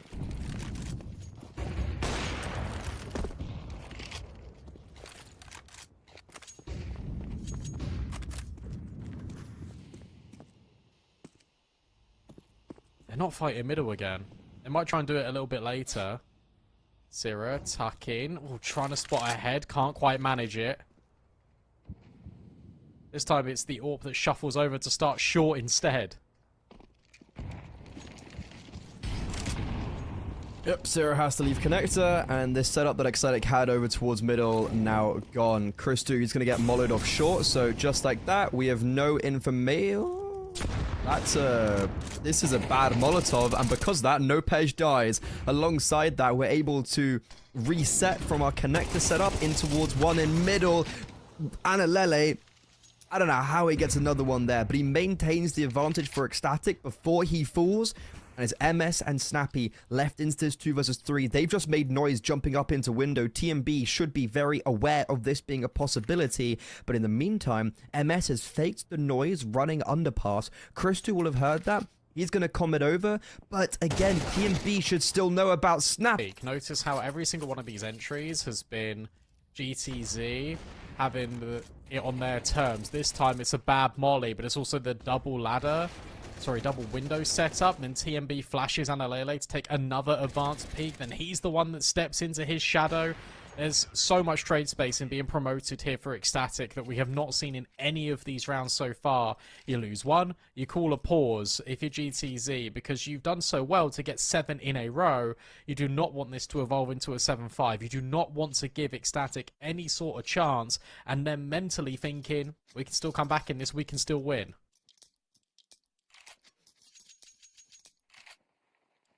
CS2 is amazing in so many ways, but the one thing that I hate is the fact that the team can go 7-0 up, and Ecstatic can just win 3 more rounds here, and boom, it's a competitive half. Like, you win these 7 rounds, and you look like you look like the bee's knees, and you just lose 2 more rounds here, 3 more rounds, and it's like your 7 rounds just completely got negated. 8-4 halves is super competitive, but Snappy, even though he's just eaten a grenade top middle, they've actually very effectively traded out top mid, and Ecstatic in a disadvantage. TMB, look at what's going on? Yeah, I think I'm pretty sure MS, he like walked back. I don't know, I didn't see, but I think he would have noticed TMB in the smoke there, or like they bumped into each other. But okay, awkward, but yeah. Brilliant response. Oh my gosh, he nearly got 2. He nearly got 2 with that spray. But a really good response. Just the change up there was a little bit of involvement in towards underpass. You expect the AWPer to be there. Your player, yes, he eats a nade in top middle, but no one swings off the back of it. So you know you can try and take that space. Really effective trade out of Snappy in under when Syrah goes searching for even more. Just to try and trade out his AWPer. And from there, you just evolve it. TMB, it looks a little bit silly. That's because he's just trying to catch a timing. Didn't work.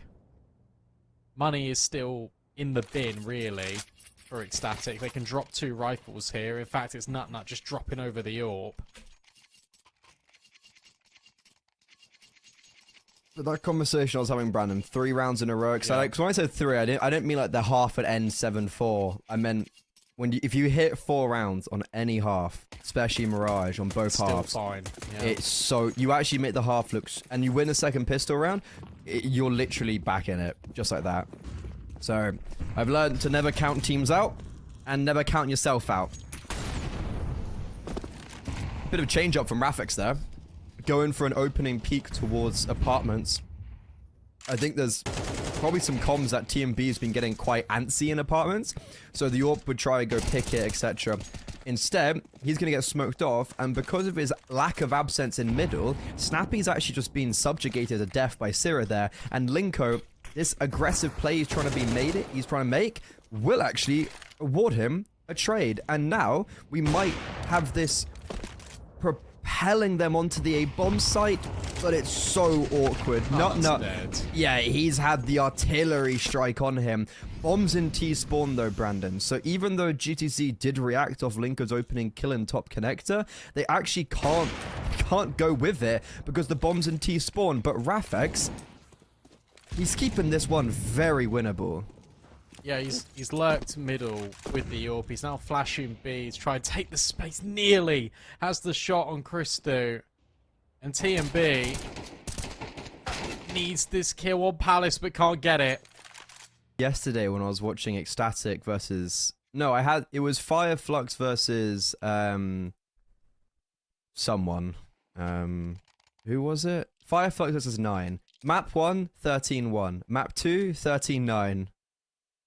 Sorry, 13-3. It was 13-1, 13-1. Both teams winning their own map picks in like super decisive manner. This is so bizarre. But okay. Do Ecstatic make it competitive? Are they able to get 2 rounds in a row at the end here?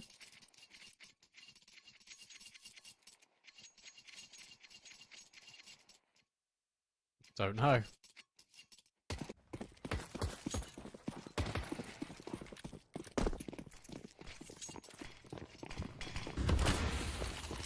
Does it matter? The way this is going, it actually just feels like we're just ready for Inferno. Yeah, right now it is. 10 would seal the deal. If you get 10, really it's good decision here as well, by the way. What You a know they've got nade. limited money, so you're just gonna exec A. There's no counter utility. Oh, It in we has go. to be a dive down, and oh my god, okay. Maybe there's a conversation here in this round because everyone just exploded through that mid-smoke. bombs in the middle of nowhere as well. In no man's land, they're gonna have to cross out of the trenches to go collect it. Oh, What? right. Okay, TMB, sure. Rah, that is insane from TMB. And, okay, I guess the round's not possible. It was, 100%. That 2v3 was very winnable. And Nopej doesn't even have the opportunity to do anything. Rafax, it's a really nice rotation that actually is not even being held for till now. And he will get the kill. He'll get the opening in the 1 versus 3. Oh my gosh. He's got the right idea, but surely Analele doesn't offer up anything. He's He's looking for searching for the feet. pixels. Yeah. He's searching for whatever he can get. Spots Oh. TMB. Oh, that's a quick shot. Knows about Analele towards default. 10 seconds. The flash gang goes behind him, and Analele just swings for the fences. The MP9 connects the instant headshot, and Rafex, he made that one competitive. Yeah, he did. Shout out Rafax. That looked really good. The fact that he was instantly able to adjust onto TMB, but this is just a 3-2-1, let's go. And whatever this is from TMB. I want to see the second shot if we've got it from Rafax. Clean. But Analele, I think, gives Ecstatic the round that they definitely should have deserved. Can they get consecutive? You were asking for this. See if they can get that third. Linko. Oh, it's charging. And alongside Snappy, well, they've basically got 3 kills.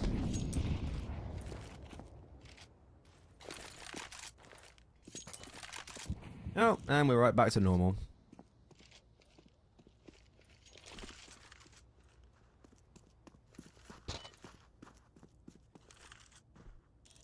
I don't see a world Ecstatic win this. Oh, That...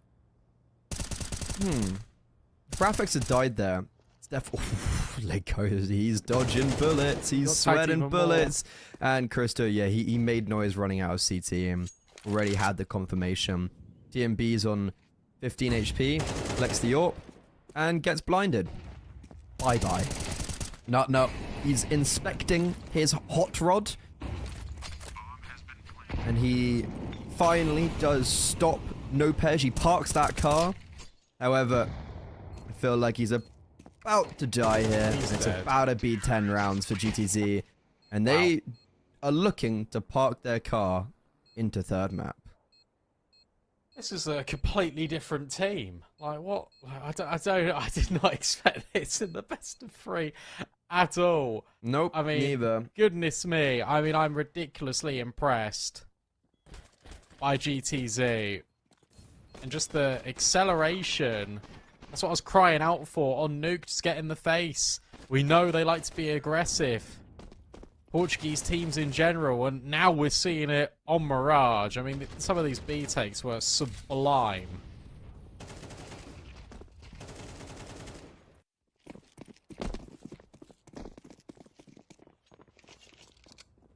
And yeah, TMB is just being perfectly tracked. What's the plan here, Ecstatic? You've lost a player going out B.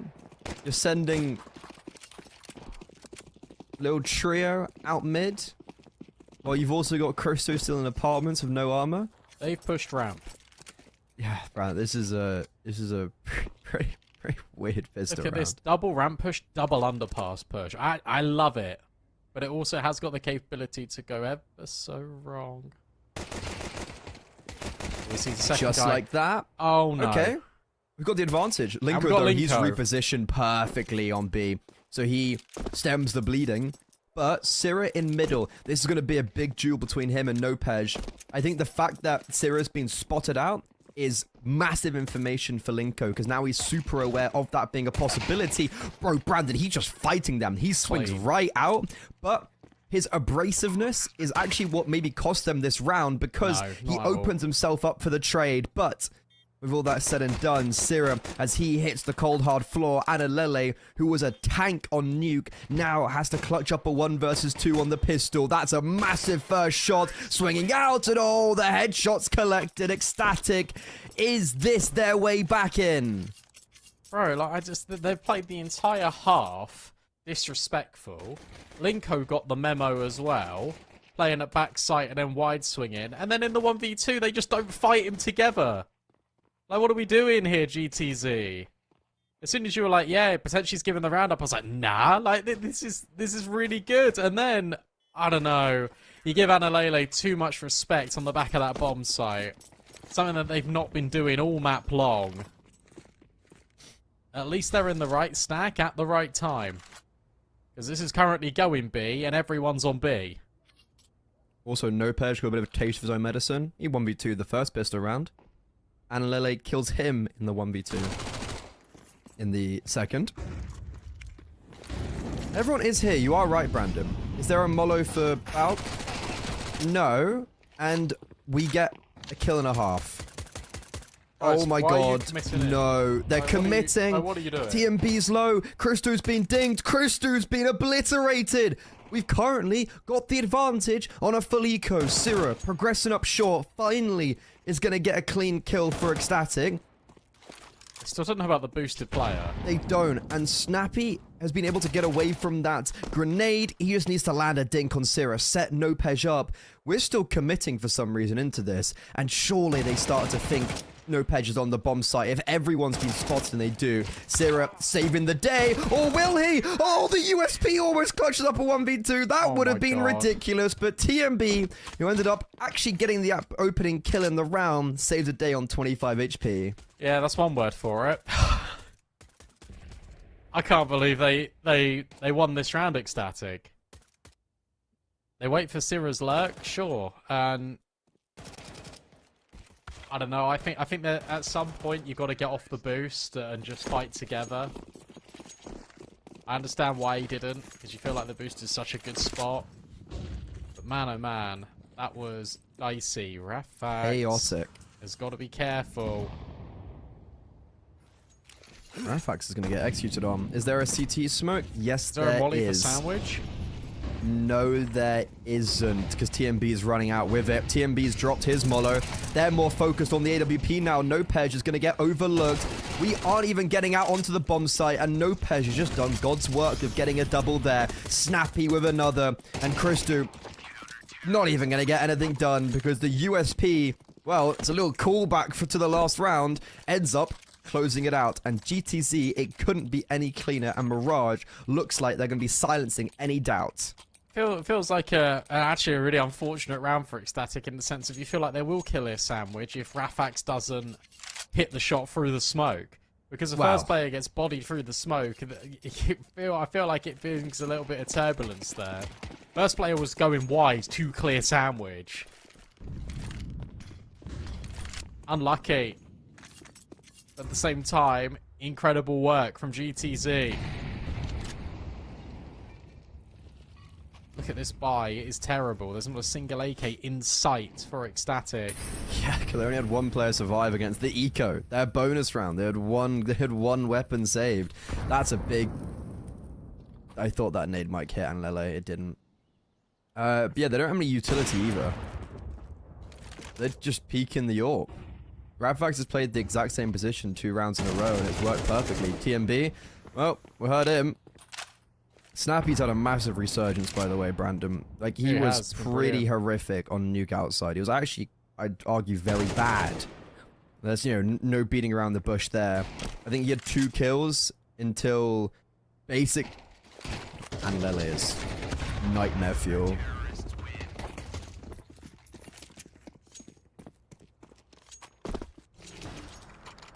They played a brilliant map. It's got to be said, a brilliant map out of GTZ.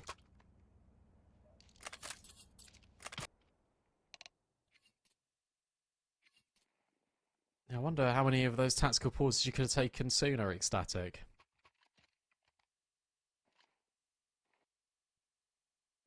You've been mashed up by Nope J and Snappy. And Rafax, even though he's only got 12 kills, I feel like his positioning and his impact has been severely understated. He's been incredibly good. Like, really, really good this map. Finding openers, even selling fakes. Bro was lurking with the AWP in middle. Like, you couldn't have asked for anything more. I can't believe that full eco round. This game should be over. Well, I think it is. It should have been over a few minutes ago, you know? Yeah, well, it's been a very boring game of Counter-Strike both ways. Would have been nice to see a little bit more competition on either of these maps, but we're going to have to make do with what we have. Snappy's missed the nade. I think he let go of it too early in window. Oopsies. TMB's just about to die in apartments. And then out mid we come. We're wrapping short. Ooh, a lot of attention's been turned away, but MS lines up 3 of them. 2 fall down. And Linko, he's just surviving and fighting on B, smiting down all his adversaries. And these Tech 9s, these pistols, this eclectic cohort that Ecstatic have tried to muster up in round 17 will find nothing. Anadele, the only survivor left. GTZ are going to be surging onto Inferno. After losing on their opponent's map pick 13-1, they come back with vengeance here on Mirage.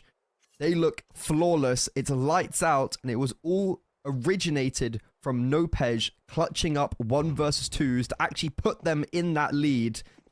And from there, they just ran with it. They don't seem to know about Anilele, as Snappy has just run past. What's going on? Okay, 2 players ran past Anilele, but all this chaos, it's going to come back down to normality as Snappy ends on a devastating 20-9 scoreline. It's very much like the first map.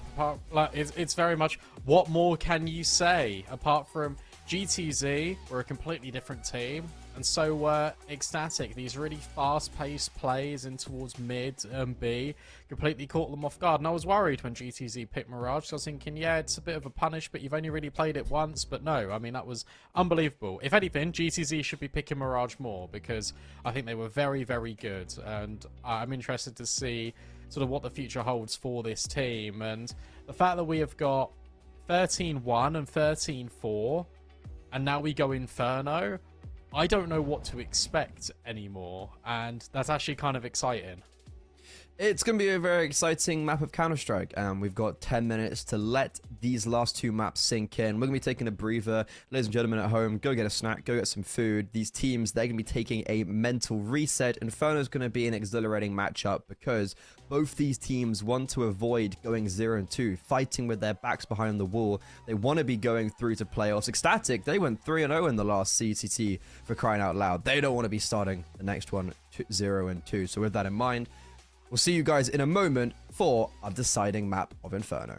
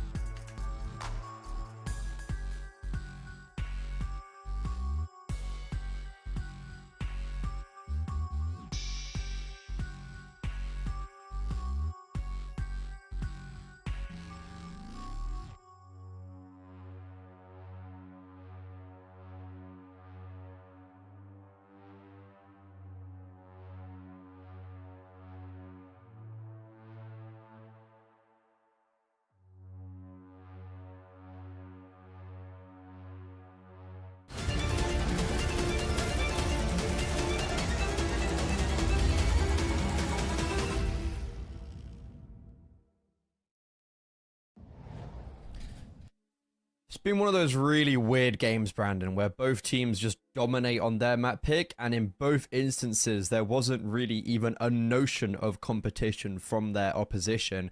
Inferno, this should be now the even playing field to, well, hopefully, give us some element of an even game.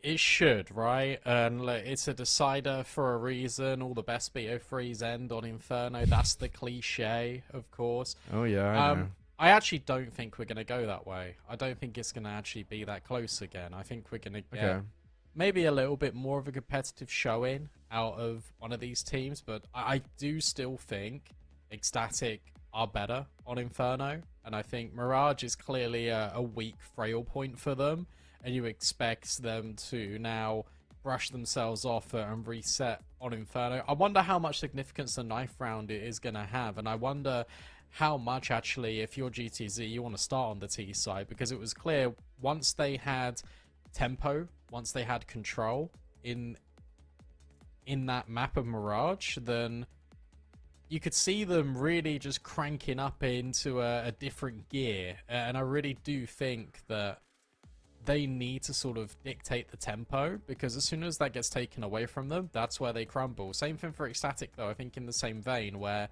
you look at some of the individuals, they just weren't even able to get online. The pace changes were so good from GTZ on Mirage that you could never really truly feel comfortable if you were Ecstatic. Yeah, I don't know. So for me, Nuke felt like tactically GTC got outplayed, and Mirage, it just felt like I said it got individually outplayed. There was the kind of differences and approaches for me a little bit there. Inferno's gonna be exciting. I honestly, Brad, I have no idea where this one's going. Ecstatic really don't look that great on Inferno with some of their results, especially this. Like, they've played it quite a lot this year, and they lost to Gen 1 twice. Like Gen 1 are ass. And for Rhino, there's not as, you know, we haven't really seen Rhino, or GTZ rather, play at that high of a level in Europe that much outside of now, pretty much, because they haven't been invited to any of these tournaments and only now are since their IESF grand final placement. So they don't have a lot of reps on HLTV, so there's not a massive amount to go off by. But even then, Inferno, it doesn't seem...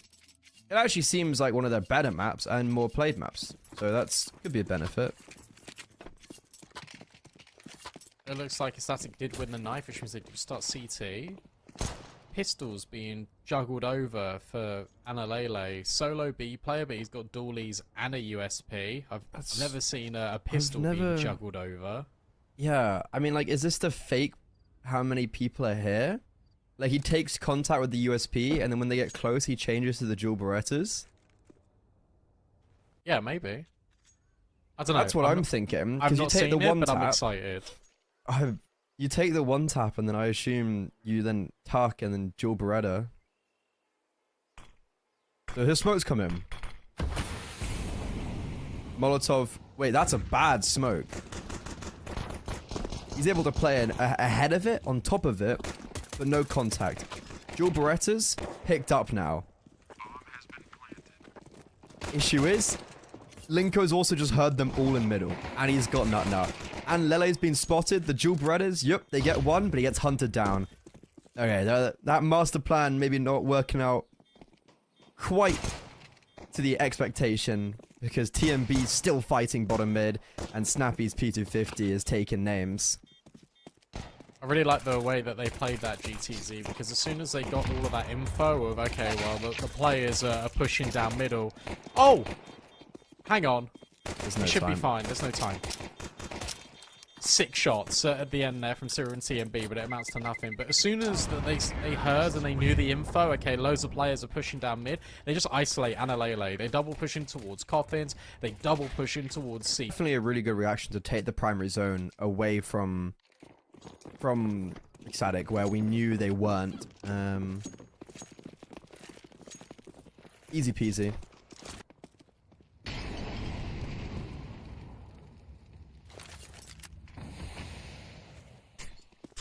Okay, force buy. Inferno's definitely one of the maps where I'd like a force buy. I ain't against it. 5.7s can be dangerous. MP9 can be perilous. Putting a lot of effort in retaking top banana, Ecstatic are. Good nades. Oh, those were good nades. 2 players tagged down a lot. TMB's got a smoke. He's just jiggling CT. Issue is, in the meantime, what's happened over on B? Okay, yeah, so Sira has fallen. TMB has, I don't know how, both the players that have been naded, he instantly hits a headshot on, so both of them fall down. That is the utility being used perfectly and ultimately for 2 kills and an advantage for Ecstatic, where GTZ have been propelled away from B and over towards A, which has now been red. It has been, but can the rotations really help Nut? Because the smoke's going to come forward. Christu's going to play... Oh my god, a nade. Oh wow, okay. I was going to say, Christu's going to play behind that smoke, so Nut needs to at least get Good one. TMD. He's taking his time. The It smoke should is pay off. down. That smoke bomb perfectly denied. covers him on short. It's beautiful. You still know about Graphics are Christu, but you have nothing. no idea where Analele is. Does he get tagged? I think he was not on 13 HP before. I think the scout just tags him, and well, this sets up Analele perfectly. As you mentioned, they don't know where he is, and Christu, he's just making so much noise. And it's Ecstatic, it's a force buy that is won because of 3 different grenades doing 50 damage, and TMB's 5-7 just executing everybody in front of him. Yeah, he rocks those heads as well. The 5-7 drive-by, almost. Clean. And to be honest, that is what you're going to get out of an Ecstatic CT side. You're going to get these really precise grenade placements. Banana's going to be so tricky to try and take down and nullify if you're GTZ. Take that area control away from Ecstatic. And this is now a little bit rough because you did get the bomb down in the previous, but you want to eco because you want all the nades that you desperately need.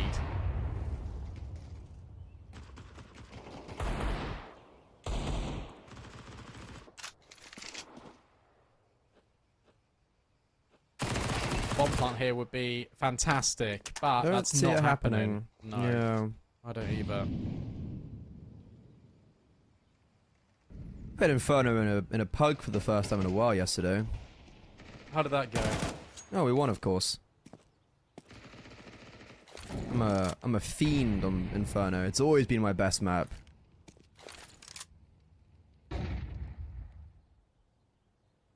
Very T-sided though, I find on Banana, especially. Like you know, the whole CT Molo malarkey really does have a big effect on it. Like Inferno is the map where I see it the most. And Anubis as well. Anubis Inferno is where I see them two come out a lot. And like you really notice it if you're playing anchors. They just run straight for them. You been successful, prosperous in your pugs? I prefer not to comment, actually. Let's just say it's been what is your it's elo? been a rough couple of weeks in the office, and I'm down about 400 elo. You're down 400. Are you level 10 anymore? Yeah. Hanging on by the skin of my teeth. I'm up. Good work. It's behind the smoke over at top middle. Nade does the damage on Linko. 4v3, and it gets even worse with Christu just rotating in. That was the bomb. Drop has now been picked up. The boost has spotted the player in mini pit. Ecstatic are currently running rings around GTZ. They got the bomb down. That's about it, really. Good early aggression taking Banana for Ecstatic. And they're able just to pounce towards A. Really nicely done. I feel like this map favors Ecstatic, like, tactically. Now I'm kind of thinking about it more. I feel like Yeah, it it makes a should. lot of sense. Yeah, it definitely should. And I think TMB, especially as an IGL in the rotation position, I just feel like he slots into that perfectly. While also having good individualism. And he's already showed that this map. These are some interesting early smokes being used. Obviously the Banana one. Yeah. Insta mid smoke. Are we trying to condition something? Are we trying to utilize that for future that's gotta be careful. endeavors? Yeah, insta mid smoke for the T side and the CT side. But the T side's insta mid smoke, nothing. Oh, wow. They get shut down. They get railed. And finally, Snappy does get a trade. Christu's in a bit of a difficult position. Even though he does fall, the bomb's still down on short. There's a rifle that can be picked up. There's an AWP that can be picked up. And Snappy's just lost the rifle. No way. Oh my god. I've never seen that before. It slid down. The rifle has slid down the car. The kind of like truck. And it's just disappeared. So Snappy only on a Tech 9. It's not like it's going to have much of a difference though. And it's no Pej up for a 1 versus 2 with the AWP. The bomb is down and they know where he is. There's no way that rifle's just fallen behind the car. He was trying to be a good teammate. He was trying to help out. No, Jay was like, no, don't worry. I've got an AWP. He's not clearing apps, but Cyril's already walked through all of it. 35 seconds, you probably run to B and gamble it, or you just save the AWP outright. 1v2. I'd go for this. He's made the right read here. Long open. Cyril's retaken all of Boiler. He'll glance into second mid and top brackets and say, I don't see anything. TMB stay. Remain. Smoke on A. That will now be the indication. That's a bomb plant at the very least. Cyril's in a great position where he's already here. How does Nopej play around the smoke? He's just feigned that he's run towards long. Cyril's revealed himself. This is really scary. Nopej now has the advantage because we've completely lost him. Cyril tapping the bomb, coming out of the smoke. Knows Nopej is on the bomb site with him. Everybody's spraying wildly, but finally they will section him off and execute him. That round got way too close, especially considering Nutnut started off the round with getting 3 kills completely by himself. Yo, just imagine if that rifle was actually recoverable. And it was. Well, it did get recovered at first. Yeah, I can't believe that. Because if he had a rifle, we'd probably play it differently. His positioning would be completely different to where it would have been with the Tech 9.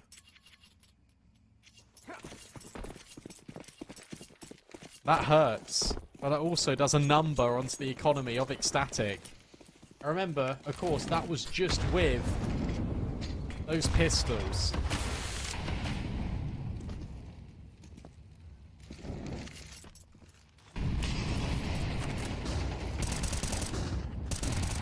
So much damage in Banana and no casualties.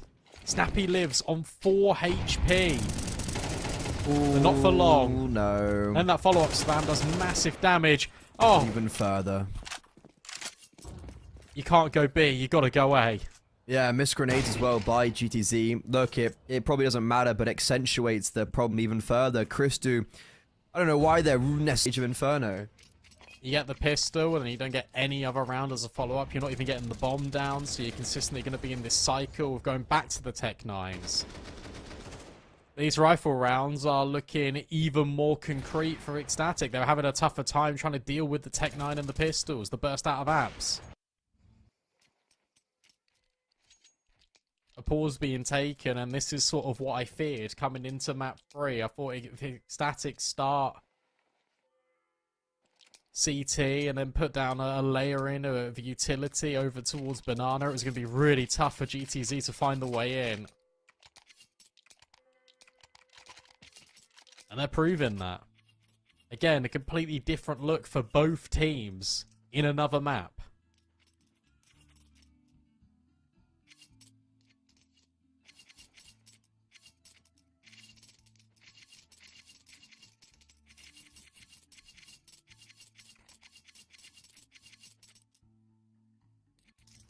Ah.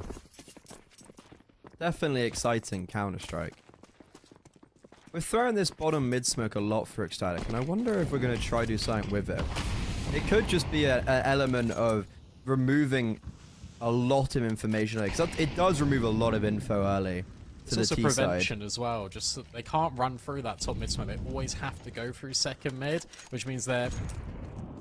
Wait, just top mid smoke as in like bottom mid smoke? Yeah, because you can't just run through. You can run through that if you want, but you don't know if there's an AWP on the other side. You can put down a molly to prevent the cutoff from second middle, and then that gives like a free reign. I think it's really tough to To be push through fair, that. they are dropping their own bracket smoke, so it's kind of they're both throwing utility to counter fight each other's utility. I just want, and GTC have already tried to use that top mid bracket smoke, but have failed.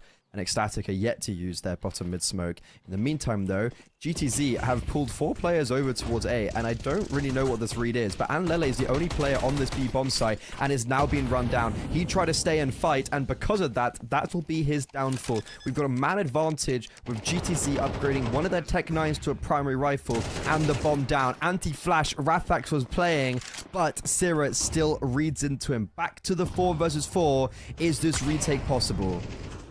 Yeah.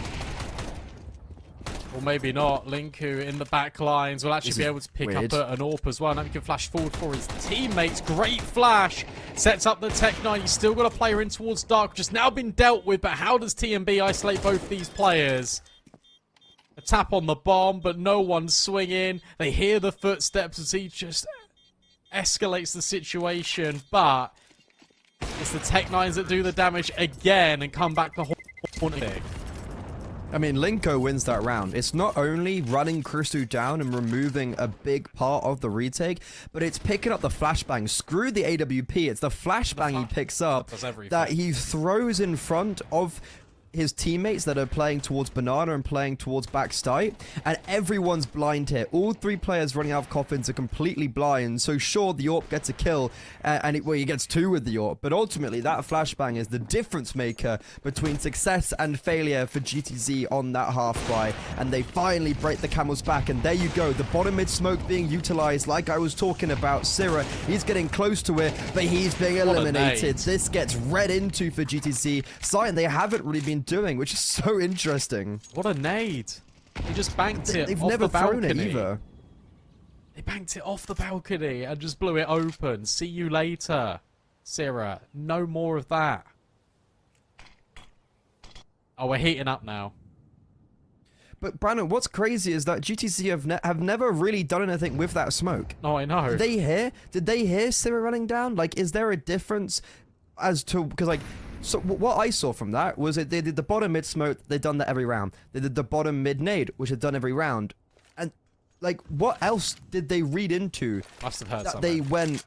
they went, okay, Syrah's going to be close. Because previously they've just sat there and waited.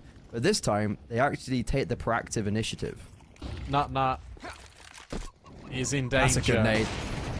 Great nade. Oh, even better shot. And he falls back. Nut headbutts the molly and is able to get the second kill. Christu's still alive. Rotations need to be on the way, or maybe they don't, because Christu's hit another one and looks for more on balcony. That is insane from Christu. And whilst Rafax might find one, he now finds himself in an unwinnable 1v3. Bomb stranded. Rafax isolated. Ecstatic with another round on the board. Felt like GTC were just giving Ecstatic those isolation of duels. Like, every single fight was taken. There was no trade coming through. Like, Apartments players were stuck behind a smoke and respected that smoke massively. They never took any initiative to fight through it.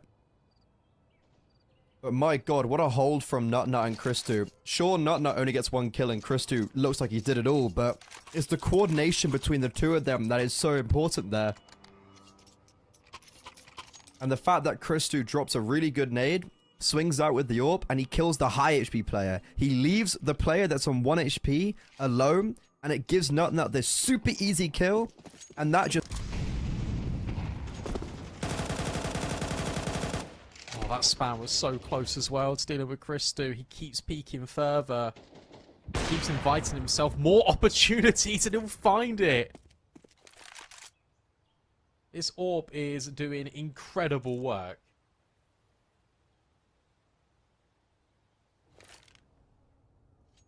Christu's always been an AWPer that I've loved. And he's... Every time I've seen this new Ecstatic roster, he's... In the recent time anyways, he's been playing really well.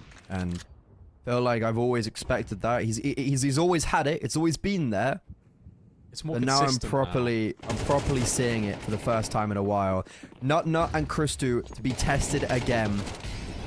Nut seems to be in a heap of trouble because he is very much by himself, and without getting any kills as they come out of Apartments, it's very free flowing for them just to take those jewels onto him.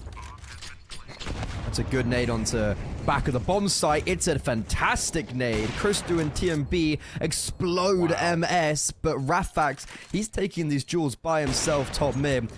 And he's not letting anyone pass. Those double nade combo opened up this retake alongside Anlele being in apartments, but Rafax just ended all off.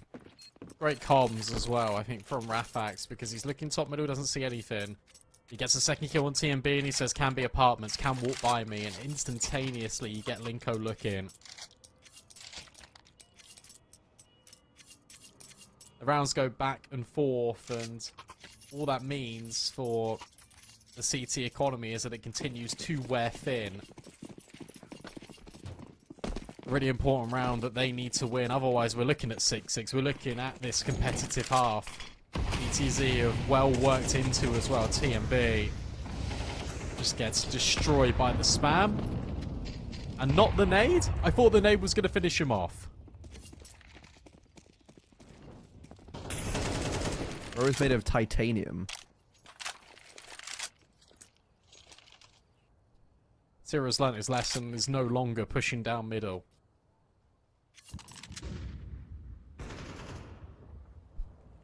Yeah, Sira's not really had anything to do in the last 2 rounds. He just died instantly, so it's nice to see him. Oh, Sorry, TMB is just Maguire headed at that nade. bosh. Dash. Important kill here. I think Rafix wins this duel. Oh, he's getting boosted. This is devious. Oh, he's walked away. As the boost comes into, that would have killed Christu. Oh, they're gambling. He runs away. A. Okay, they're gonna get the gamble stack wrong, but at least they'll survive. I wonder, so Linko's obviously made noise now. Did he make any noise previously, or was that just a pure gamble stack? I didn't see what Linko was doing. They've been ending A so often, I think they just gambled. I don't think he made any deliberate tells that he was trying to sell anything. But I think this again comes into the conversation of the money. There's something you can do on Inferno. You can set yourselves up to a point where we gamble a site. If it's wrong, we save. If it's right, we'll give it a good go. And we've got more reinforcements here. So I think that's the setup, especially after TMB got naded.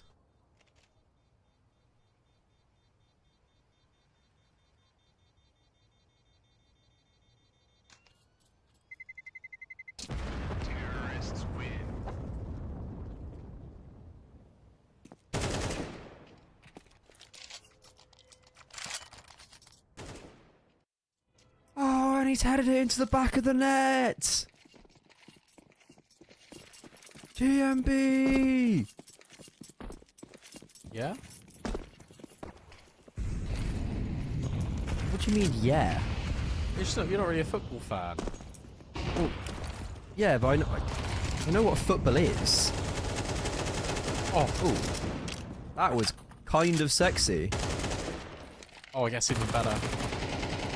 Okay, oh, well, TMB. Whoa, really? We can dissect what's just happened there in a moment, because even though we've got the opening kill, Christu's rotated in perfectly, and Rafix and MS are both very, very low. So sure, this A bomb site is weak, and if I'm GTZ, I'm speeding the hell up, because you know that the AWP has rotated away, and at max there's 2 players here with maybe not the best of purchases, and the issue with GTZ of them slowing down now is you've opened up a lot of space for Ecstatic to succeed with Unknown. Christu has revealed himself though. That's the big issue. Christu's shot over on A, so they've rotated back towards B, but the low HP, still a worry, and the smoke down for TMB. MS is very isolated. We're just running through the smoke, and luckily Nopej is crisp with it. Still though, further damage being done. We're still bringing players very low HP. Both players towards B are low. It's just able if they can get these kills or not. Yeah, I actually hate the slowdown there. I'll explain why in a moment, because Rafax has got himself on a really good line to punish this AWP. And you've got to remember, Sira's only on a deagle. So again, this round completely turns on its head. I don't think he can go for this whatsoever. Nut. Can't even save either. No. don't think he'll get out. And he doesn't. I'll tell you why I like that slow down, and we can have a little debate over it. And it's because you think about the last previous rounds that Ecstatic have run, they've always rotated an extra player over towards B. You know, in a low buy like this, the AWP is going to be really dynamic. nice. You know he's going to get one kill and then probably rotate away. That is how the meta is played at the moment. And last round, they rotated everyone away and no one was on B. So you walk back in, you get a trade, and you just set yourselves up for the round. I really do like that mid-round, actually, from GTZ. Yeah, if they were in a position to react straight away, I would say they should have done that. But the slowing down and when they caught the identification of Christu, that's the reason why they win the round. They identify where the AWP is and pivot from that information. And for Ecstatic, this was a fantastic first half, and now it's not looking to end too great. But Nut, he just proves otherwise as he goes and nails 2 with an MP9 alongside good damage with HEs over towards B. So GTZ falling a little bit flat here in the final round of this first half. It's interesting that they don't go for the weapons there. They instead back up because they're immediately waiting for a reaction to come through top brackets or top banana. That's why utility's been dropped here by Analele.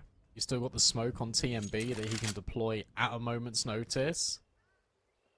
And Analele is also setting up a flash just in case the worst happens. There's the smoke. No further commitment behind it, so Analele holds his flash. This time GTZ, they're still a little bit uncertain where they want to go, but they assume that they've dropped all of the smokes out of B.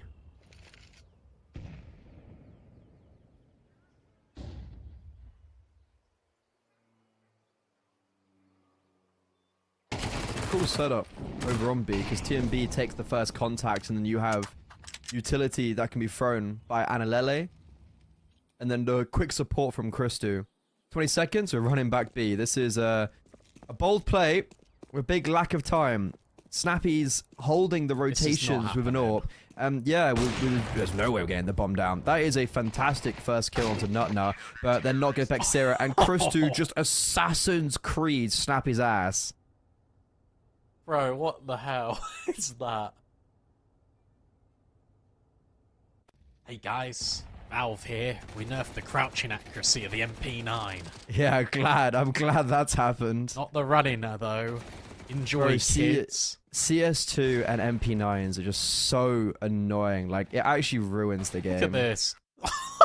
What? Like, what can you even do? It's a headshot as well, so it wouldn't even matter, like...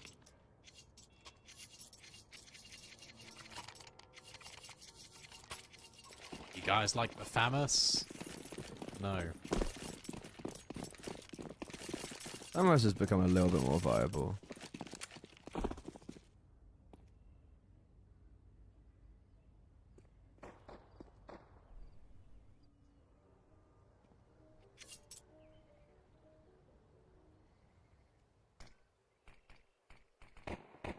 So Ecstatic will end with a little bit of an advantage. But GTC look to take it away. Great flash from MS, sets up the dualies, and they reek down Havoc, and he gets out without a scratch.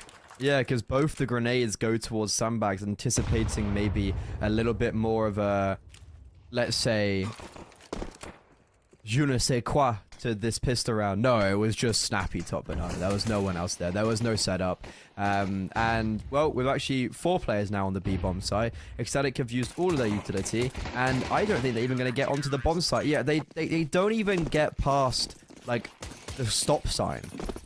They did 11 damage. Stopped. Yeah. And they had 2 grenades. They did 11 damage.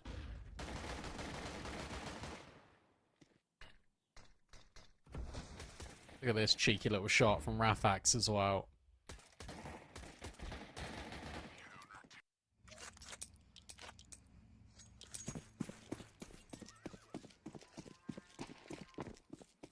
Full eco, chance to equalise. We have been competitive.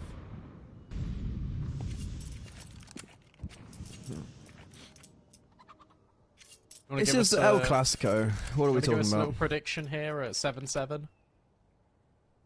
I think Ecstatic still win this. Well, there's a I think FAMAS. Ecstatic win this 13-10. FAMAS. Oh yeah. Yeah, but imagine if you had an MP9. That would be an extra $900.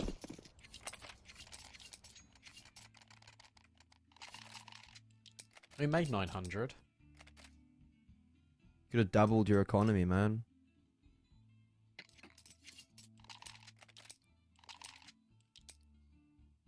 You know what I want to see more? FAMAS on Burst Fire. What? Pioneer of the FAMAS burst.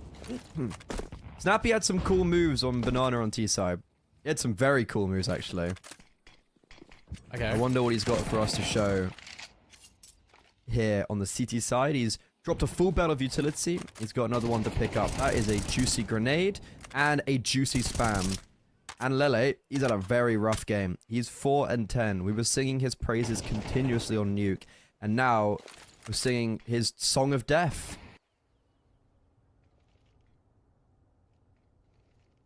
Oh, imagine if Nut just spams the window. You don't really see people do that anymore. You don't. Yeah, you don't, do you? Would have been good this round. This is... Oh, this is looking like a round over. This is looking like my 13-10 prediction. I feel good.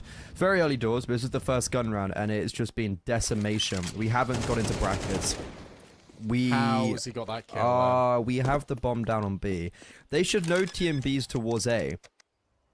If he's able to maybe get a kill on Rafix, this is so winnable. He's going to hear Rafix. Rafix is coming down middle. Oh, it's a 2v2. They know TMB's far away, so TMB's got to get it going. Rush. He's got to really go fast. And the CT smoke has faded. Christu, he swings, and it's a miss. Flashbang comes in. It blinds them. But the bomb's being defused. There's no kit. No Pedge misses the spam through the smoke, but finally does connect. And Christu, he had survived there. But because he dies, TMB's just too far away to assist. There was a flash for TMB. TMB could have flashed Christu in, but instead, Christu takes he just takes the duel. Tell you what, though, that's a crazy round to even be sitting here and saying that they could have won. Because that was a 5v3.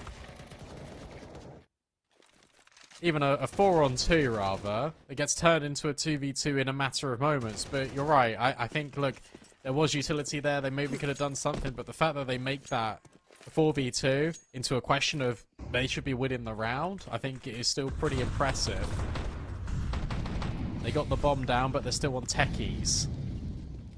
Techie weckies. Hey, these won one of the early rounds for GTC, right? Yes. Rush B. Vamos. Hey, it's because they're Portuguese. Aren't you in with the lingo? I tried learning Portuguese on Duolingo. Why? I just thought it'd be fun to learn, and also, like, if I ever wanted to speak to any South American players, like, that would help. Oh, yeah. Yeah. It's actually... But You got any Duolingo- phrases? No. Like, none? Oh. Well, I can't remember them. Oh. Yeah. So, this is supposed to be a split A. TMB and Christu are really splitting. They're like, you know... They're going as far away as possible. Wait. The AWP was the fourth layer here. Wait. Oh my god. No. It's all falling apart. Snappy had to spend so long in fighting TMB and CT that he's so late to the party now. I thought 3 players short would be enough, but 3 players short get mowed down. They go into the meat grinder. And now Nutna and Analele, they're in a really good position. The smoke does kind of dissect it, and that's a really nice piece of utility from Snappy to give him the 1v1 duel, but Nut just takes the place of his fallen teammate, and that will be something that Snappy never anticipates. Yeah, I like that a lot. Nut's repositioning is everything. Snappy gave it a good go, but the distraction from TMB is absolutely everything. And then they're just not ready. They think there's going to be a long split with one player just got pushing towards library to facilitate a push down, and then they look away for 1 second, they get crunched on from apps and short. Unfortunate. As Ecstatic leveling up the scoreline.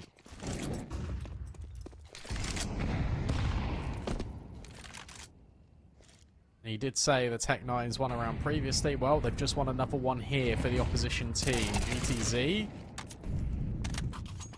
get flashed into Syrah. Syrah has had a first death, I don't even know how many times.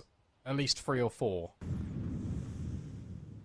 I think it might. It's 3 like big first deaths. There's like 3 big ones, 100% at a minimum. There was 2 in succession on the CT side, but this round's not looking too prosperous though, is it, Brandon? We lose against the Tech 9s, but GTZ, this is looking a lot sharper. They never should have lost that last round realistically, and it looks like they will at least be reclaiming victory in this. Not Fools and GTZ, they take back the lead, and it's a bit awkward for Ecstatic because we've got Nut on 7k. I don't know where the hell he's got 7k from. But I assume Hero AK is a lot better. He can drop the AWP next round potentially, but Ecstatic, that's actually really poor. That they break through on the Tech 9s, and they can't even follow through on the gun round. Also, Nut's got 7k because he actually was the only one to survive last round. I remember, right? He won the 1v1. I mean, an interesting thing about Ecstatic is they don't have a coach. Yes, that is. I was saying we were commenting. Very. Yeah, very. Actually, facts, because it's the whole like young player development type conversation. Shout out Berry and the Berry Bomb from. Shout out Big Bear. That was from CCT Malta Finals. Yeah, and well, originally Elisa. But we coined it better. We did. Okay, let's see what this Hero AK can get up to. There is a couple of pieces of Kevlar on Alalele and TMB, so if Nut gets removed, then they can potentially pick things up. Boosting the AK. Whilst TMB swings, and that nade's going to do a ridiculous amount of damage, and so is that wallbang. That was nearly a triple collateral for Rafax. Instead, he gets flashed back in. He deals with Analele. Nuts on 20 HP. This round is over, and GTZ are going to go to double digits. Damn, I expected Ecstatic were going to win this T side, Wait, but they're this looking. can still get weird. No, it's not. No, it can't. Linko's ever so consistent, very aware of his surroundings. On plant? No, I don't think he's gonna be able to cross. Linko's also rotated back in and is not like sitting in library. He's taken the dual advanced on default. Christu's not gonna expect this, and yeah, Linko he's run a marathon around the map, but he's got the right read every single time. We get an AWP here for Christu. No. No. A reminder of sort of what this game means. This is a 0-1 game. So if you lose this best of 3, you are 1 loss away from being eliminated. And as you mentioned in some amount of pre-game ago, Freddy, that exactly went 3-0 last tournament. Now they potentially are 3 rounds away from being 0-2. Yeah, unfortunately, the tournament they went 0-3, 3-0 and made the quarterfinals was the unranked tournament. So, you know, as kind of brutal as it sounds, the tournament didn't matter. It's like it never happened. When it comes to the VRS rankings, so this is way more important because it actually has a matter and a say in your future. And GTZ, they're currently looking a lot better. Does VRS work? I feel like I should know this, but I'm going to ask you just in case you know this. There's like, does it work on every individual game? Yes, head-to-head. Head-to-head is it's head-to-head. This is a really good result then for GTC if they're able to beat Static here. Well, I'm not even sure what the valve rankings are. Snappy, Anyways, what on earth is that? Oh my gosh, Snappy! That's one way to do it. Another kill through the smoke, says MS. More for me, please. TMB can't do anything. GTZ are now running their way through Ecstatic. That was disgusting. By the way, it's actually not that big of a result. GTZ are 43rd in the Valve ranking. Ecstatic are 72nd. Look at this. Are 70 So for GTZ, they're actually the quote-unquote favorites by quite a landslide in this. Oh, wow, okay. So they don't actually... It'd be way worse for them if they lost and way better for Ecstatic. Okay. Excuse me then. head-to-head also doesn't take into consideration as much the... I don't think at all it takes in the stage of what the tournament is. It's just pure head-to-head. Trust it. Tech 9s, and that's it. But it has actually netted an opening kill. MS has got to be careful. He'll drop the molly, he'll back off and call in the reinforcements. The AWP is on the way, and Rafax has been so clean with it. TMB is just popping by himself. TMB's doing his own little work here. The issue with these type of rounds, Brandon, is that, like, okay, we might win another gimmicky Tech 9 round. Then last time we got owned as soon as we went back on the rifles. So I actually just have no faith whatsoever with Ecstatic of, like, even if they win this round, okay, cool, you win the Tech 9 round. We've seen that where MS is only able to secure one solitary frag, and Rafax is actually being wrapped around in CT. No, okay, and Anale decide otherwise. It's retake. If this nade lands well, it could do a big amount of damage to either Nut or Christu, and, well, it does land, just not really correctly. And with that, Ecstatic, 2 rounds they've won on the T side have been both Tech 9 rounds. Yeah, that's a really good point. Remember, this game was, what, 6-1 in favor of Ecstatic as well at one point. And now they have just lost control. And yes, these Tech 9 rounds, as you said, have been very good, but you need consistency on top of that. You can't keep doing the same things in towards top banana because it's not going to work, and it hasn't been working. Finally, we see a little bit of a breakthrough. We see a change of pace because you've got nothing to lose on the Tech 9s. I like what TMB does because he basically drops his full belt of utility. He fakes that they're going B, and then GC are like, haha, nice. And then they walk away.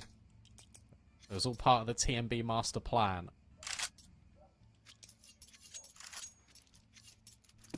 Sira just creating presence and getting the kill in towards Boiler as well really helps magnify the situation.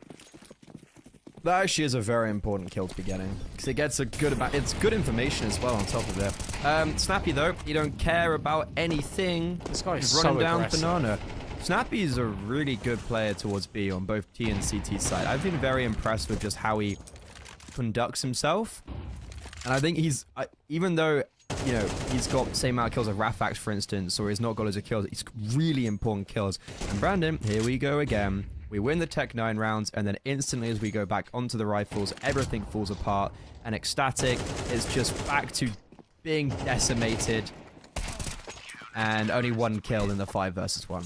It's interesting because Ecstatic are really trying to make plays, but at the same time, GTZ are controlling everything. Like, you get the kill on Banana, and it's Rafax to immediately just blow open the smoke. He's got no support, and yet he just feels completely confident in blowing open the smoke and just taking the kill.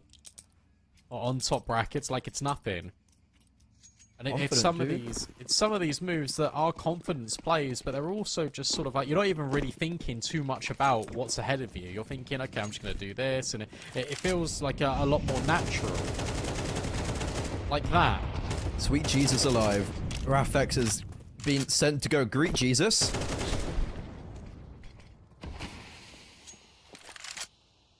It's caused a very early rotation from MS. He's gonna wrap in towards long, so currently, as it stands, Snappy is very alone towards B, and it looks like that's gonna stay that way. He's doing well so far at utilizing the utility to just take top banana control. There's no one there to contest, but what it does mean is that we can keep these 3 players on A, and that's the important factor. It's Ecstatic, they're coming onto this A bomb side. You've got one... Wait, the mollo doesn't hit. The mollo doesn't hit. How? Where did that mollo go? It extinguished by the smoke that wasn't even there. And Nopej, because he's alive, he creates this pandemonium that he can thrive in. MS goes 1 for 1 before he falls. And now it all stands up to Linko. He's playing close under balcony, and he gets hard cleared. Nopej still keeping at it. This guy unrelenting. But as the dust settles, it's Snappy that's left into a 1 versus 2. The bomb gets planted, and Sira repositions towards Boiler. Snappy with no kit, Brandon. There is one down in front of him, and he's spotted this reposition from Sira. And Lele, that flashbang also reveals his position. Unfortunately, though, the madness comes to an end. I can't believe that. What happened to that molly? It doesn't come back to bite Ecstatic in the end, but if it did, then you'd be really upset if you were the Danes. Fortunately enough for them, it does work. We're actually in a bit of a precarious position here if you're GTZ, because you lose this round, you're going to lose all your money. You're going to lose absolutely everything, and you're probably going OT.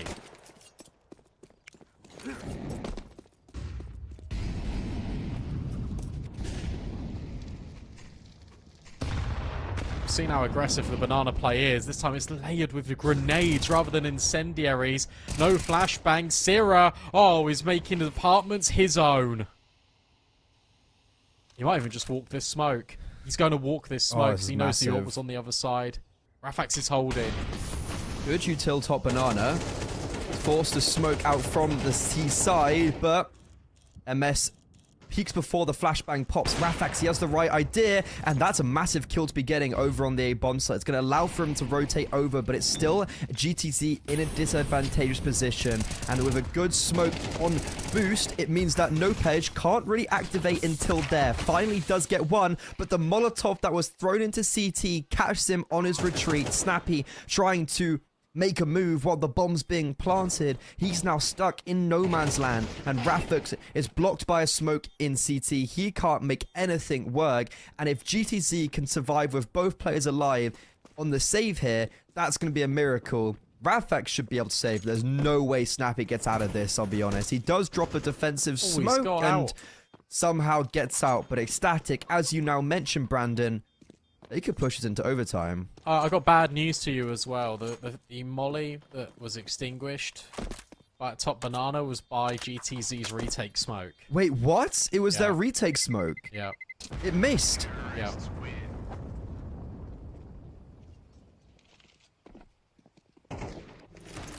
Does he live? He does.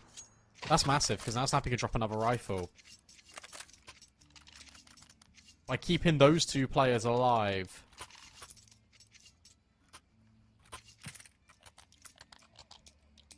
I'm pretty sure it was, because it was a blue smoke on the minimap. Unless it's that weird bug where if you're on the T side, if you pick up a smoke. Yeah, yeah, it could That's be what I thought. That was my instinct. I don't know. Could be right. I was telling you what I saw. Yeah, my vision. Oh my gosh, nades go both ways, and Analele gets the best of Rafax. That's the AWP gone. The follow-up nade doesn't deal with Analele. Ecstatic are eking ever so close to get into this B bomb site. Go and Molo towards triple, and these flashbangs are brutal. He's dancing around default. Oh, that's perfect. First kill. He's also spotted this guy going in towards CT, and GTZ, no way are they holding on to this lead. No way are they going to hold on to this map. It looks like they're going to be forcing Ecstatic to bow down in a round that never looked attainable. The AWPer was the first to fall, but Snappy just picks it right up and shows him how to use it. Christu, it's a 1 versus 4. That looks impossible. Shrapnel's flying everywhere. And this should be over, Brandon. This is going to be Ecstatic going from 3-0 in the CCT main Swiss Series 16 to now 0-2 in Series 17. All credit as well to GTZ, because you've got to remember how this first map started. They lost 13-1 on Nuke. They come out the block swinging on Mirage and Inferno. They were tested. It was back and forth. But it's GTZ ultimately to shut the door on this overtime comeback happening. It takes all 3 maps, but they do it. And do you know what? They've proved, I think, a lot of people wrong. Certainly proved me wrong. I've been certainly surprised by what I've seen out of GTZ. Very impressed to watch their development here in the Swiss stage.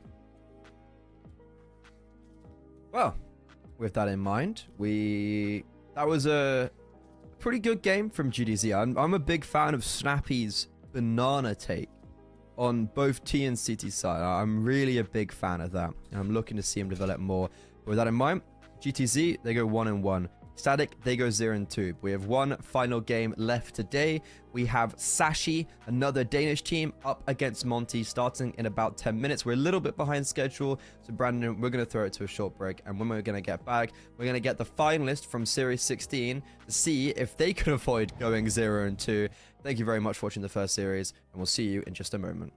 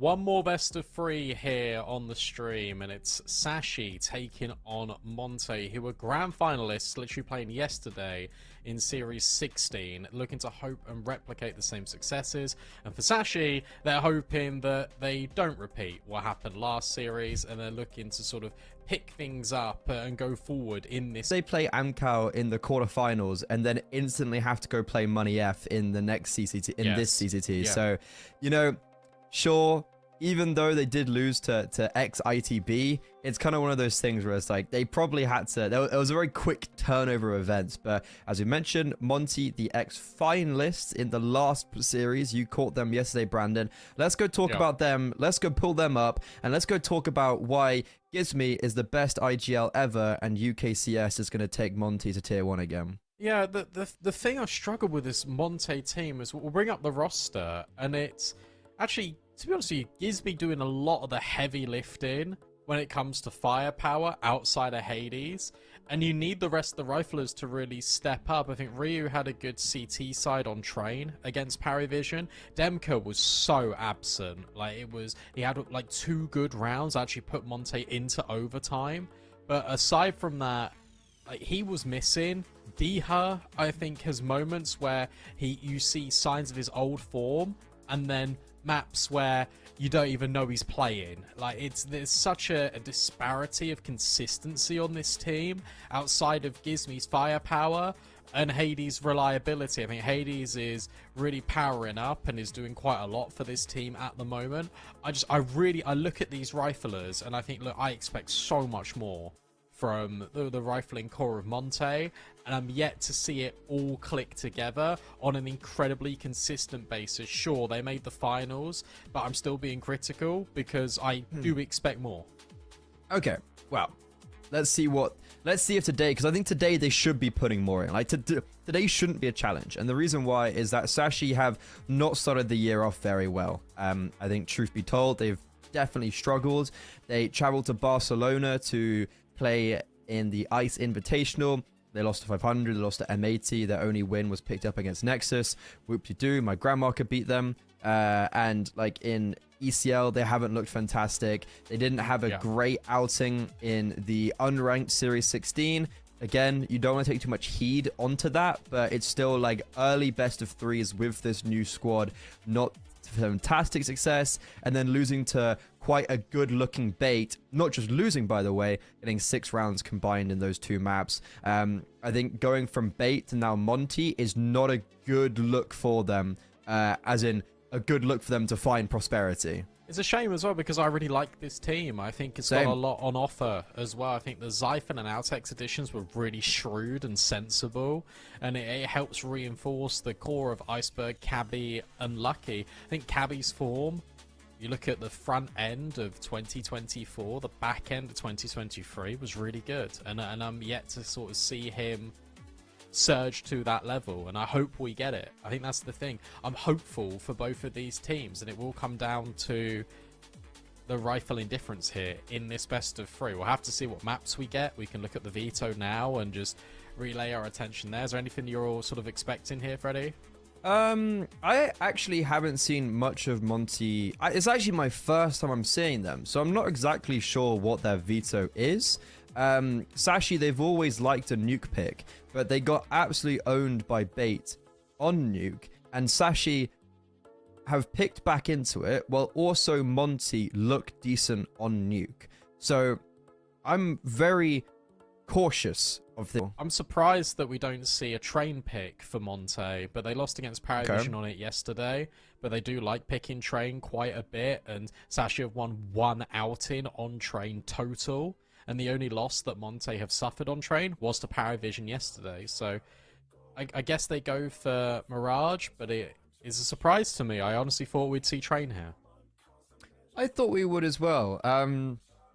I think I'd caught, like, I was watching some of Train, some of Monty's Train. Can't remember who it was against. I just kind of caught it for a little bit. I think it was against Amcal. And I remember thinking, oh, like, this looks pretty sound. This is like, you know, they look pretty good on Train. Which one? Because we saw them 13-0 the second Amcal one, as the, well. the nons 13-0, the one in the quarterfinals, I think, right? And I thought they looked pretty sound. You know, realistically, Train's a UK map. And I know Gizmy would have played it a lot in the good old Lucent days when he was actually IGL in UK as well. So, you know, maybe there's a bit of crossover there. Maybe. Oh, but it's not. It was a long time ago. Well, look, I think Nuke's going to be an interesting one because, look, you've got Monte, as you said, a strong Nuke team, and then they start CT side as well. If Sashi can't get the ball rolling, then I think they're going to be in trouble. I think the thing is, where in the state CS2 is, and I hate saying this, but I actually think it's true, especially in Tier 2, you need to get off to a good start. You need to have a strong beginning. I think that's actually really important to Sashi. Yes, they can make comebacks in these games, but I don't think Monte will give them the room to breathe if that is the case. So I want a decent showing here out the doors early for Sashi, and if we don't get that, then they can enter a little spot of bother, I believe. Yeah, I'll be honest. From what I've seen of Sashi so far this year, I haven't been too hopeful. I haven't seen much from Sashi that's given me hope. I've actually seen them be more on the negative side, and with Monty, I haven't seen them at all. So I'm very intrigued to see them, because I'm a big fan of Monty. I'm a big fan of the general construct of this team, and bringing up the academy players who had a great run of form with the academy team. And in general, it was very clear that they did outgrow the academy squad. It was, you know, publicized. The CEO talked about it, or that the manager spoke about it, and that was, you know, very obvious. I think Monty, with Gizmy and Ryu, they've had this before, didn't really work out. They didn't give it much chance though, and this time, well, they've already got a grand finals on their belt. Let's see if they can re-return. Sashi, the first obstacle in their path.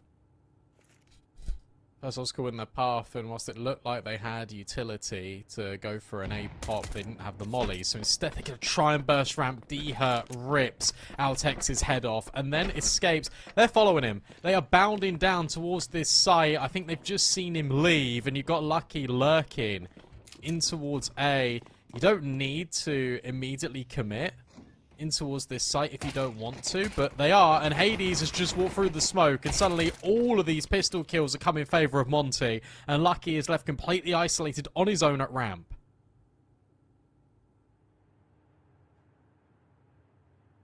This is unideal.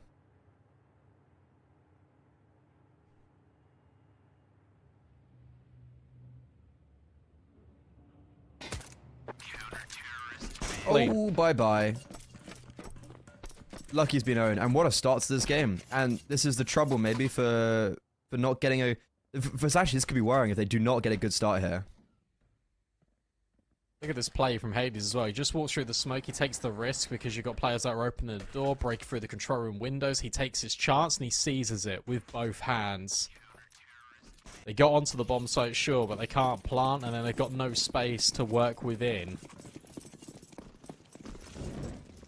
So a lovely start for Monte. I like the fact that Demka and D-Her are getting active early. Cabby! Oh! Okay! Style points. Unfortunately, won't amount to much. Ooh, style points lead to MP9s getting kills. Yeah, but that was still cool. It was very cool.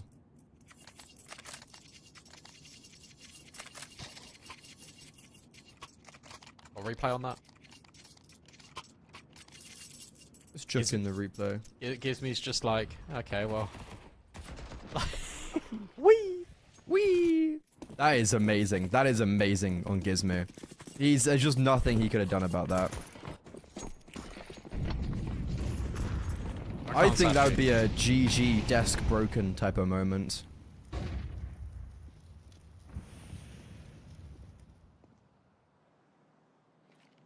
Outside control not really being fought for. Smoke's landed a little bit shallow as well, so potentially Gizmy can peek around the main side of it. In fact, just blows it open, but Iceberg's down. This is a very good start for Iceberg to already be getting in towards Secret. He's pulled the rotation from Gizmy. And Gizmy's actually looking to potentially go and take a fight, or is he just jiggling with utility? Regardless of all of that, though, Monty, they're still keeping this proactivity and trying to fight in towards lobby, but Lucky and Cabby slice everyone down. Gizmy does win his duel down towards Secret, but as he pops up towards Vent, everyone around him and all his teammates have been thwarted. Excellent. I mean, excellent work. I mean, it's the reaction, right? The fact that Gizmy goes and takes that fight down Secret, but the ramp hit and the lobby hit come in a second too early. They think they can get ahead of the play, but it's exactly what Sashi were hoping for. Preying on the common reaction of Monte and punishing them with ease.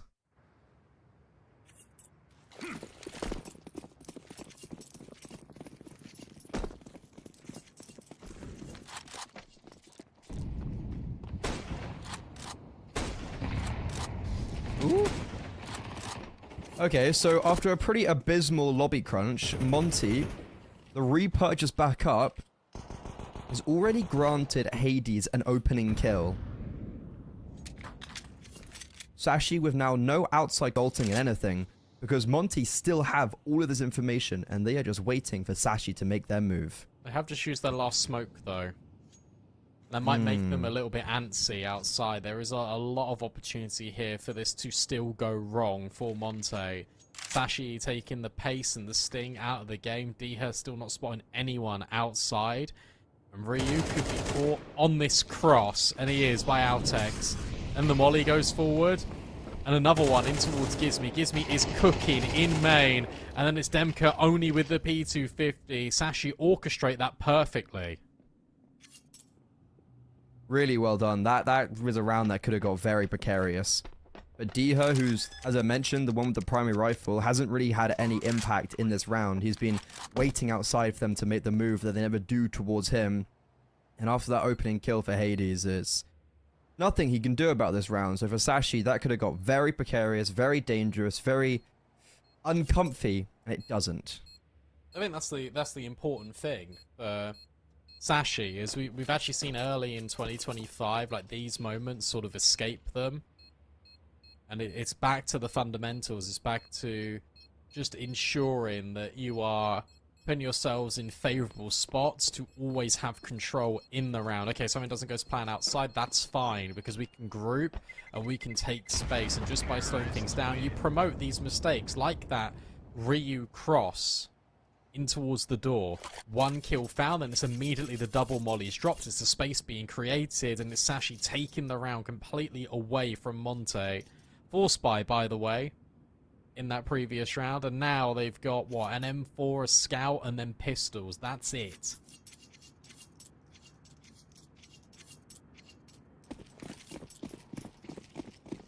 Okay, so after a good start, there's Monty winning pistol round, etc. Sashi actually taking the lead against the guns. Oh, which out A? We're rooming out. And there's no defenders to greet them. Dia's actually close. It's clever, Brandon, but it's very scary. It could go very wrong. When you're rushing out like that, it's always a little bit, oof, what if there's someone there? What if there's a stack and you just run into the hordes, you know? Yeah, but scary also, sometimes. Also, you know that they've saved 2 rifles. You know that there's not going to be an investment behind it. You know that they're not going to have any utility to counter what you're putting down. So, I like decisions in rounds like that. But I agree, can potentially get scary. Doesn't. Sashi now got 3 rounds. Can Demka find anything with his USP? Can the USPs actually do anything? Yes, they can. They get rid of Cabby. They're going to get on the bomb to fake it, maybe. But ultimately, no kit. No round. Gizmy even blows up at the end. In fact, 3 players from Monte die to bomb explosion, so it's still these 2 saving players in tow.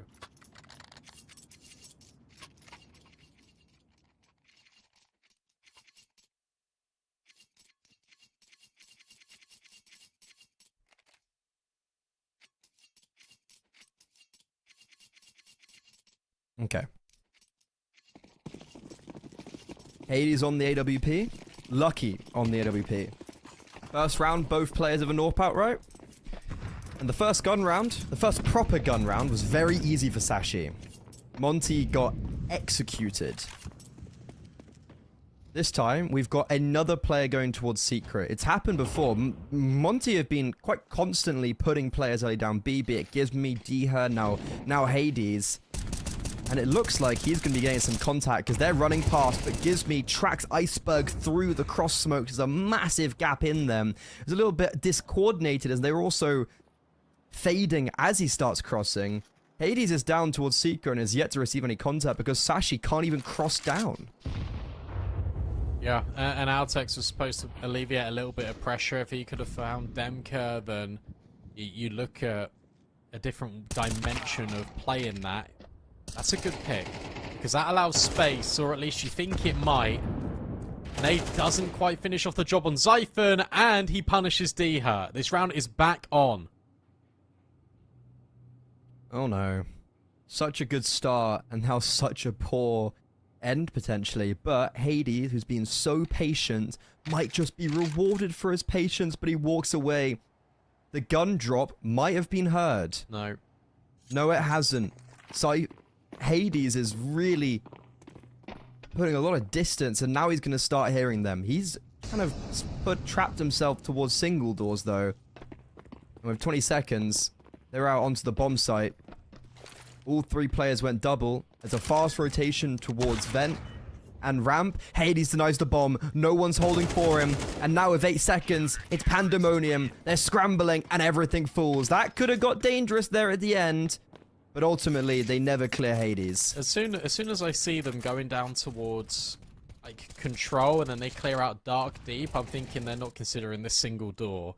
And all it takes for Hades is just a quick slide out, deny the bomb, and then move back in.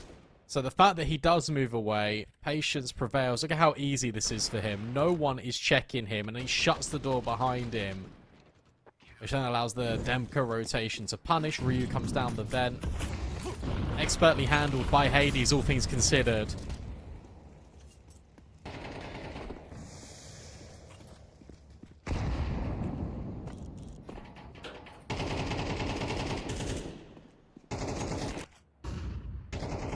Yeah. So no Okay. Cabby gets spammed, but all good. Ooh, that is, yeah, big uh-oh. Demka tries to throw the smoke to Ryu, who's top hut, and then ends up missing him, but then there was no smoke door. Oh my god, has he not? Yeah, okay, he's finally got it. That was a lot of chaos. Okay.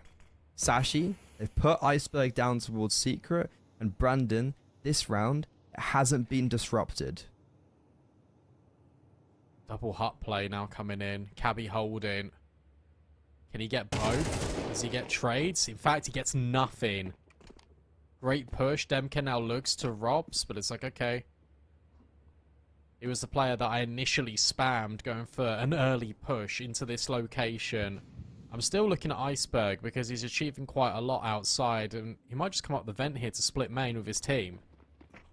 Time, an issue. 15 seconds. Demka hears all of it, gets rid of Iceberg, and then backside Ryu lying in wait. You've also got this player in heaven, but you can't get by Demka. He is being exceptional, and Lucky can't even walk away as Ryu spams him. As a last parting gift, Monte hold on, and it's the patience that is really rewarding them. I don't know. That felt like a really weird round for... That felt like a very weird round for Sashi. And it's very similar to the previous, where it's actually not a bad ending. They do it, though, with 15 seconds remaining. And it's just all a little bit worried. It's all a little bit flustered. And from a fantastic first gun round where they are able to capitalize upon aggression from Monty, Monty don't allow Sashi to get any aggression. Like, you know, Monty just aren't aggressive. So Sashi, they're waiting for that aggression. Never comes. And then 15 seconds left, they finally get onto a bomb site. And they just get... They get melted, and in this low-buy round, Cabby's already fallen. I said I wanted Demka to pop off, and he certainly is. Here's the nade just crunch against the bones of the hut player in Cabby, and he just deliberately clears him as well. There is no escape and no chance for Sashi. It gets even worse and exaggerated by Diha finding the ramp pick. Suddenly you've lost your extremity player, and once again you have got Iceberg outside, but he's only on a techie, and he hasn't actually got a kill this game.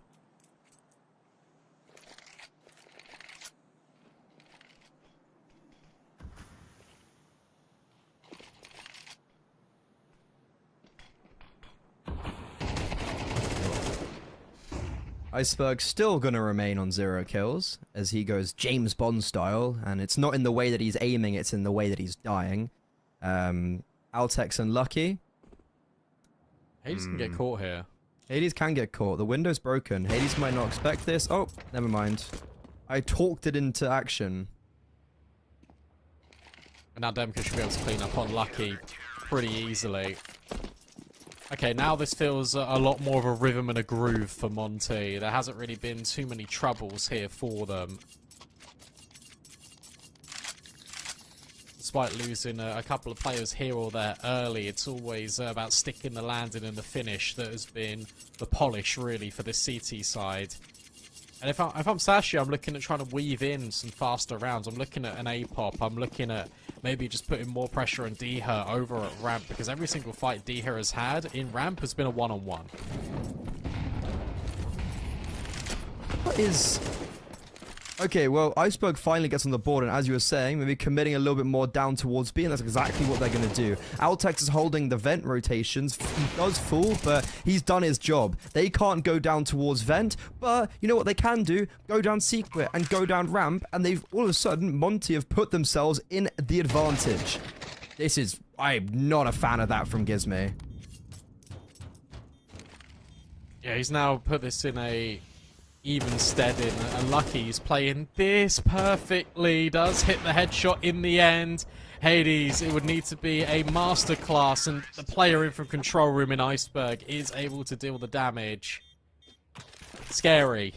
Very scary for a moment, but that gives me drop down the vent, gives the opportunity for Sashi to close. Iceberg doesn't get a single kill until this round. And then boom, 3 kills. What more do you want? But from this position, I don't know how we're losing this. Like 3 versus 2 retake. Why are we going down vent? Just run towards ramp, play the advantage, and instead we're kind of allowing Iceberg to and Lucky therefore to win out this round where they can just play together. And I don't know. Feels like Monty had a great position and then let it slip. That is a great start though, damage-wise. Demka, who fell to Altex last round, put him down to 20 HP before anything even starts. A bit of revenge. It's still good for Sashi. He's still got 4 rounds already. Still, the game is well within the balance. Lucky. Not being boosted to hold deep outside. It says to hold the deep secret position, which is fair because Monte have been starting a few number of players down secret. Doesn't happen, so Lucky gets to have a little peek and prod outside.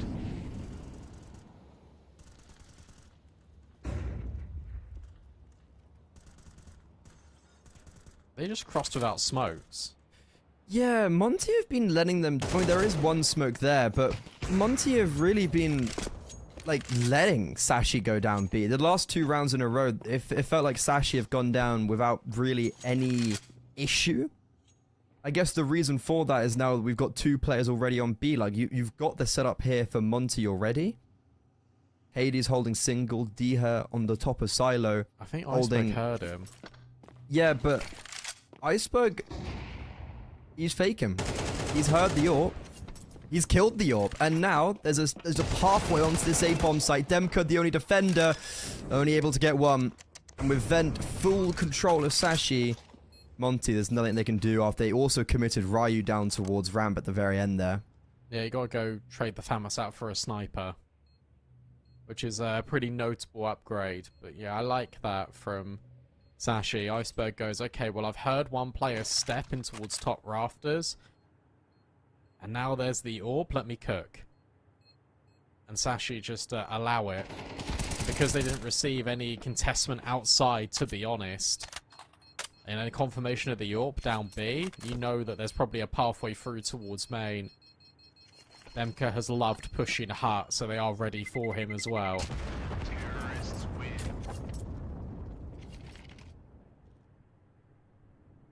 We got a game. But none of this blowout... Malarkey. Yeah. We actually have something interesting, which is always fun. We're seeing competition.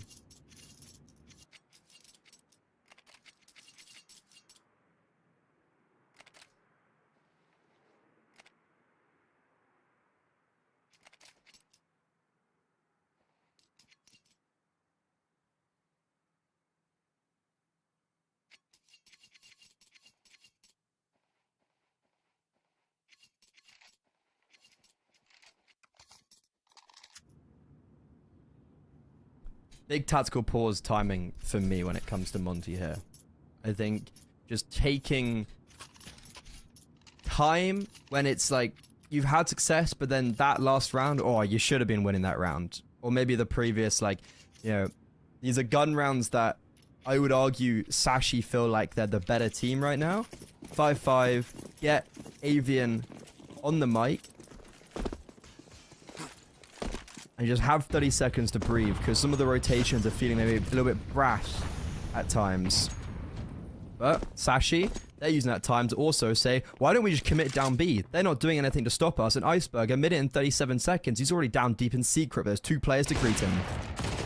It's a big pick. And that's even better. Ryu will get the AK and can get out of dodge. So suddenly you find yourselves in a 3 versus 5 of your Sashi. And all this aggression doesn't pay off.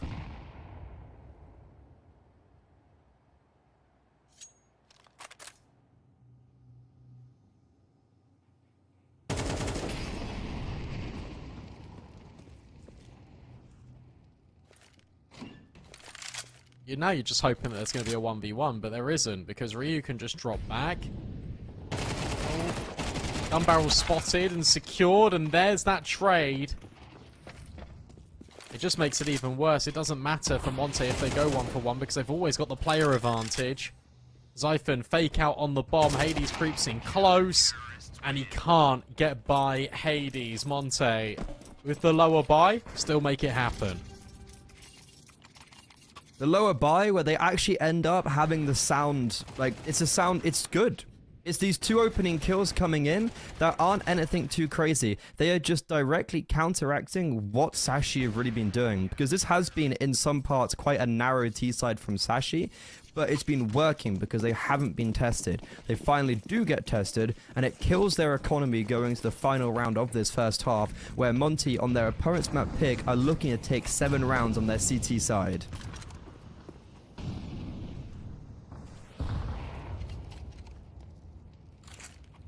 And they can. They're in a really good position to do so. Again, it's still this layering of outside util, but it looks like the Tech-9s wants to get aggressive, and then Lucky can come through the squeaky smoke at a moment's notice.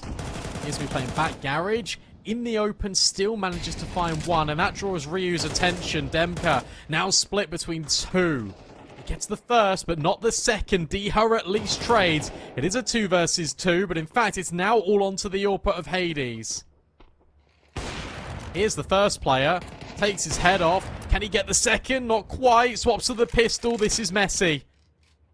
At least there's an upgrade to an AK. 100 HP. Zyphon's only on 4 bullets. It'll be Hades to lock in the... Topic of conversation for Hades, where he has been a bit hot and cold with his performance over the last, like, 3 years, let's be honest. Like, sometimes he seems amazing against teams of lower caliber and then struggles against the top tier. Sometimes he's also very hit and miss against teams in the tier 2 region. But so far on Monty, with the new roster, with the new addition of Gizmi and Ryu, it seems like he's a different man. He seems to be putting on some really serious numbers, and right there, a 1 versus 2 accentuates his 12-4 scoreline so much. And it feels like I could just carry the momentum for his whole team going into the second half. Oh, nice shot. Lucky here's D-Her and secures D-Her. And knows he's being hounded as well by Gizmi, and this enables Cabby to rotate over. Oh, it's so clean from Sashi. No spot or bother whatsoever. All 5 alive. Nice.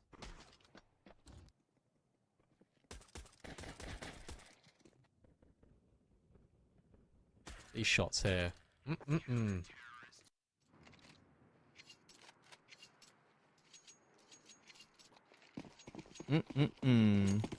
That's what we call in the business a sexy pistol round. Ooh. Ooh, baby.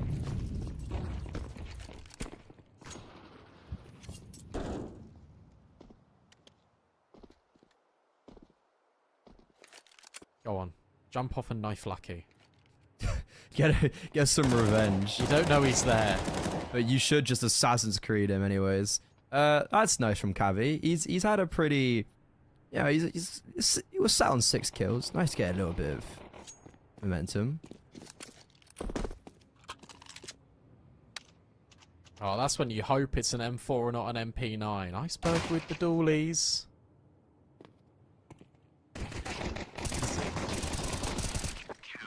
And won't get traded. Goes down to 15 HP. Ah, that means that Lucky's got AWP money.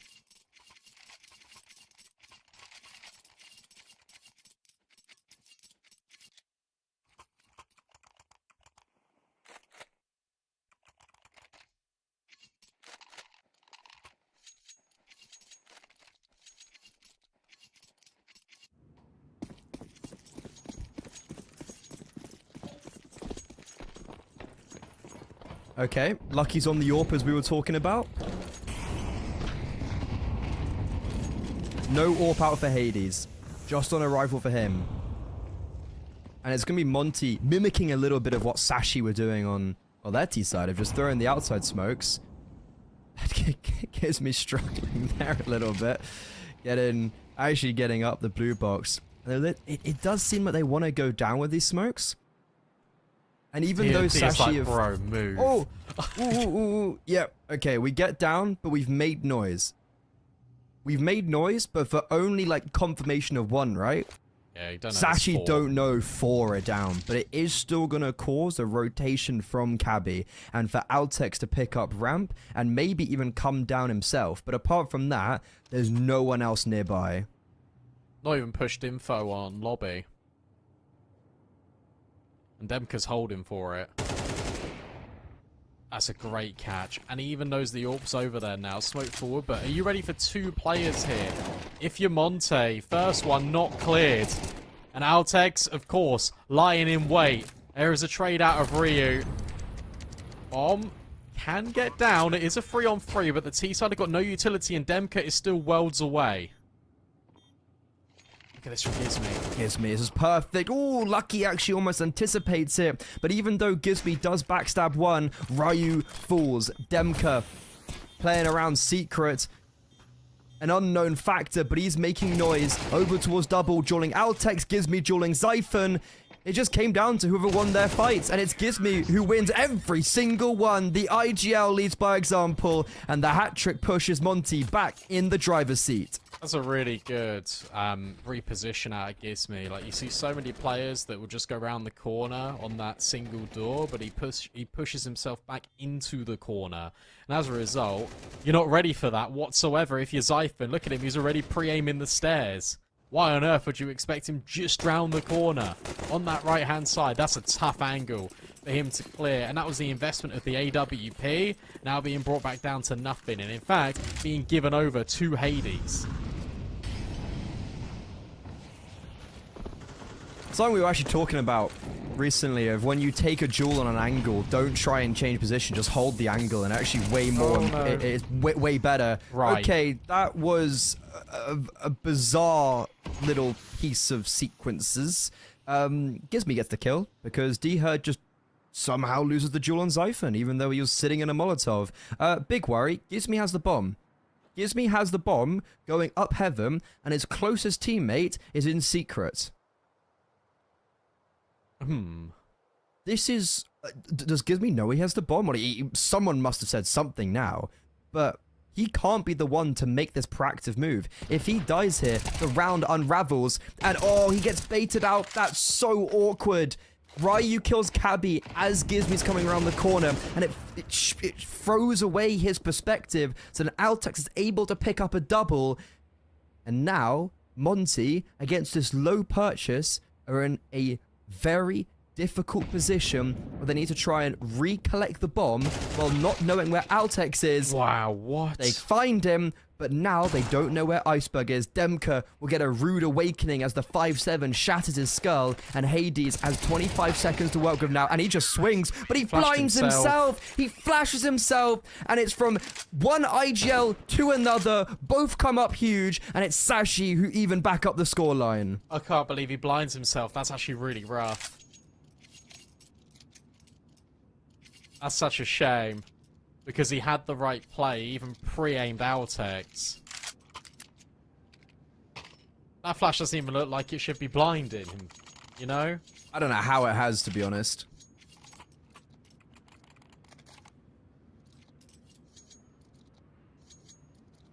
doesn't work, and just doesn't blind as well the player on site. Just doesn't blind Iceberg at all. Hades. Cray cray. Unlucko. 8-8. Go next. No monies. No head for Demka. It's good to see everyone on this team for Sashi just really performing. Like, Iceberg stepped up now. Yeah, he was on 0 and 7, and then he goes from getting basically 3 kills in a 1v1, and then boom, it's like 1v2 there. It's a lot more impact surrounding that.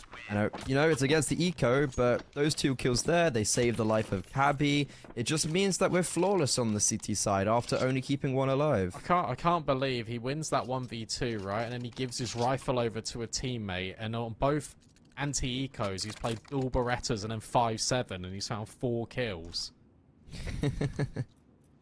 Like, okay, bro.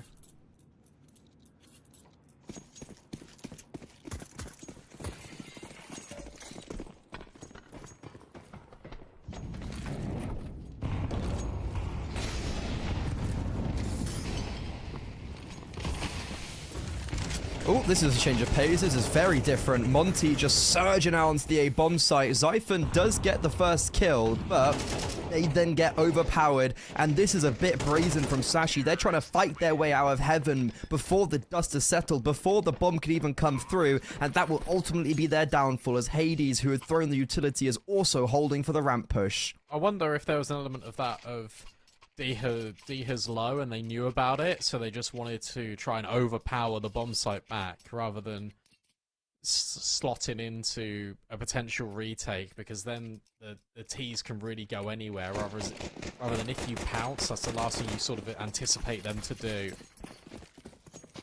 We'll never know. Which is interesting to think about. We go blow for blow continuously, and as we spoke about in the previous series, that will always favour this T-side. Altex with the MP9 is able to get 2 kills. And Xiphon deals with Diha Goomba stomping him. 3 versus 2, Demka is deleting. Hang on a second. Being planted on B. Yeah, but Cabby's ready. Cabby's ready. Hades! No way. He still beats him to the punch. No and now way. Xiphon, everyone on the server's low HP. This is a disastrous round for everybody included, it feels like. And we've still got Demka on A. He's still on the A bomb site. There's a Molotov going into hell. Sorry, into dark rather, but Hades anticipates that and he moves away. Demka's rotated towards single and is just ready to move as soon as Hades finds contact. That... Right. Hades! Oh, Hades, you cannot be serious. That is so mean. That's bullying. But that's also a wicked round out of Demka. What? Because he gets the trade, right, on Altex, and then he does this. You think he should be dead. 2 players are shooting at him from different elevations, and he headshots both like it's nothing. Cavi should have also killed Hades dead to rights. I feel like Monte have really gotten away with robbery there. I mean, Demka's certainly one of the guys where I feel like he's the win capacity for Monty. Like, it's him and Hades who should be the main firepower. Diha certainly alongside that. For me, it's like kind of, you know, Demka, Hades, Diha. Diha on 5 kills is unacceptable. I think he's, you know, his career trajectory has been very peculiar in the last year. He should be playing better than, you know, he didn't play well in Series 16. They get the grand finals with a 0.99 rating across all the games. Demka, I've always been a massive fan of him. And it's rounds like that that further my fandom. This is going to be 11 for Monty. This is Sashi's map pick, random. Yeah, this is now getting a little bit out of reach now, because Sashi, I think they're really leveling their way up into the game, and then a few rounds back here for Monte have really unsettled Sashi. It's just been the outclassing of individuals. I spoke about the fact that Sashi were all quite even, but all it takes for Monte seamlessly, and that's what they've been relying on quite a lot, is just the Hades show, and then one of the supporting cast to chip in with big moments. Gizmi's even finding his way up to 15 kills.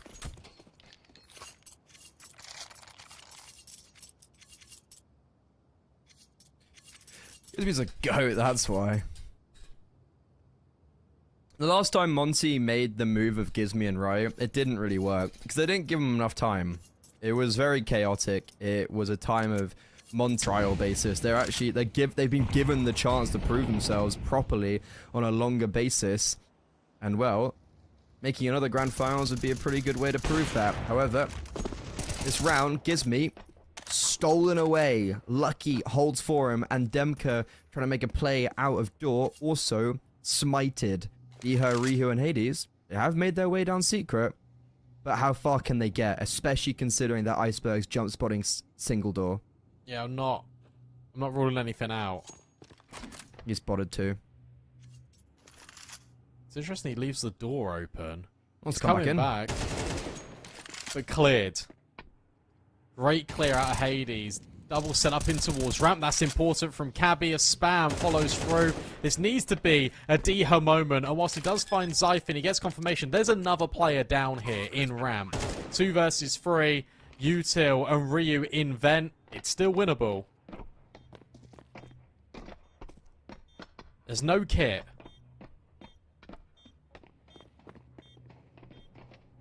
There's smokes though. Altex is just being annoying. Altex is still, and what he's doing is just holding, taking the attention. And now when these duels come in, Altex can mobilize. Bomb is being defused, but Diha finds the head through the smoke. The Glock almost gets 2 kills, and I don't think it matters anyways. Ryu taking pot shots and eliminating. That was a 3 versus 5 where Monty converts. A 3 versus 5 in which Monte convert, and Diha stepping up when his team need him. 2 important kills. This one here on the ramp player and surviving. And then the fact that he can just go forward with the Glock, and he knows the pressure that Sashi have got on this bomb. Nearly even deals with Altex as well, but it'd be Ryu to lock it in. Monte go up to 12. Money in the absolute garbage heap for Sashi. It looks like Monte have done enough to pull away. If you can't even win a 5v3, Brandon, with good weaponry, how are you going to win when you've got bad weaponry, right? Look, Gizmi's even holding for an outside push, because Lucky did this when they were on low economy last time. This is so patient. They know how important this round is. Yes, they'll have another buy going into it, Monte, but you just want to get this done right here, right now. You know the economy is not going to be in a good way. This is your prime chance to take your opponent's map pick. Playing quite slowly right now is good because it's doing exactly what they expect. Zyphon's getting aggressive and Gizmi breaks his wrist to clear him. That's a massive opening kill. There's only 1 smoke left for the CT side. Ooh, this is good control from Lucky because Gizmi just checked if anyone was outside and he sees nothing. But then Lucky, as Gizmi falls away, comes through the outside smokes. Doesn't push. He does not. 35 seconds. Monty, they've got full utility. And they're all towards the A-bomb site. Gizmi, we saw that. You know it ends A. Yeah, it ends A. And Lucky is here. He's committed. Molo top hurts. Yes, Gizmi, Molo's towards top part. That's going to force Iceberg away, but there's still one towards Mustang and Lucky towards main. This is a very late execute. The kills need to start rolling in, and it might just be coming a little bit too little too late. Alteg standing by himself. It's a leg shot, but nothing fatal. Hades, the bomb cannot be planted in time. He will pick up the first, but Cabby just survives, and that keeps Sashi alive. Hades even dies after time. That could really affect the economy for Monty in the next as well. Yeah, actually, you kind of want a half buy now. I don't think you can go all in here. They'll talk about it, but I really don't think it's the correct decision. I think if you go Tech 9s, you can get full investment. You can get Hades on the AWP. Doesn't feel sensible to go all in. Hero rifle, fine. but that's probably the extent of it.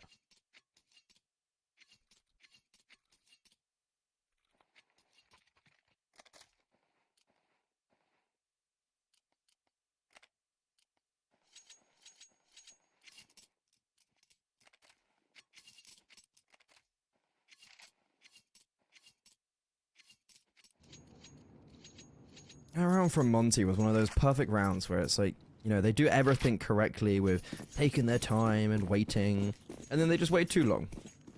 And they let Sashi have 3 players on A while also just taking their time to get out of A. It felt like it took way too long for them to get out of A. With also just like not good enough flashbangs. This is your AK round though. Ryu, that's just a beamer onto Zyphon. He's just ripped his head off. That's going to be a gun upgrade for, well, either Diha or Demka, who both have armor. Hades is the one who's picked it up right now. But if we get it into their hands, that could be massive. Demka doesn't look like he's going to be picking up any rifle as he gets shut down towards Hut. Oh, Icebox's been heard rotating in. Hades does get traded. This is such a weird round where Ryu has got the hero AK now up towards... To drop down silently. Oh, yeah. They know Cabby was ramp as well. They know Cabby was ramp. Wait, no, He is coming up ladder! No! Oh! Oh, he spots him! Bye-bye. And Ryu locks it in. A hero rifle gets a quad. And that is the impact that Ryu can bring. That was insane. An insane round from Ryu off of what was a hero AK purchase around pistols. They were playing to do it in 13-11. Instead, they get it done with a 13-10 scoreline after insane heroics from Ryu. Monte, take Sashi's map pick. I was even thinking, I was like, damn, maybe they should have brought up into this round because the economy for Sashi is so bad. Like, they have such a bad purchase. Maybe they should have just thrown caution to the wind. And, well it still worked out anyways. That was, honestly, what a round. That shot onto Altex just changed everything, that second kill. But with that in mind, Sashi, who have had a pretty difficult start to the season, that continues. Danish teams are just straight up not having a good time right now. 9 with their Danish editions not doing well. Ecstatic, they're not doing too well. Sashi, also not doing too well. And Monty, they're going to go onto their map pick with a lot of conviction. Find out after the break to see if it goes to a third or if Monty, our reigning grand finalist, are able to go 1-1 in the main Swiss.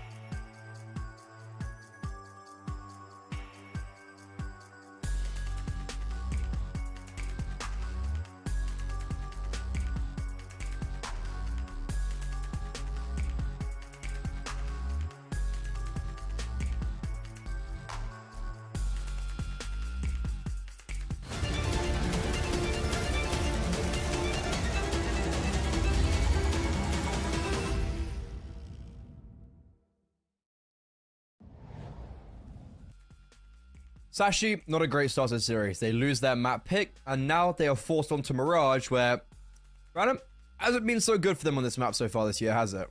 No, it hasn't been, but it's also been a bit of a tricky one for Monte. And again, I guess I'm just recency biased from the GTZ ecstatic game that I don't want to rule them out. So it's one of those where I do think the issue you've got for me, most recently for Sashi, is that Lucky has been not the Lucky I think we expect him to be. And on this map, going up against Hades, I think that's going to be the real sticking point here for me on Mirage. Yeah, Hades, we've kind of been going on and we've been talking quite highly of him in general and saying that out of any conversation of Lucky, he's been playing fantastically and played fantastically in that game.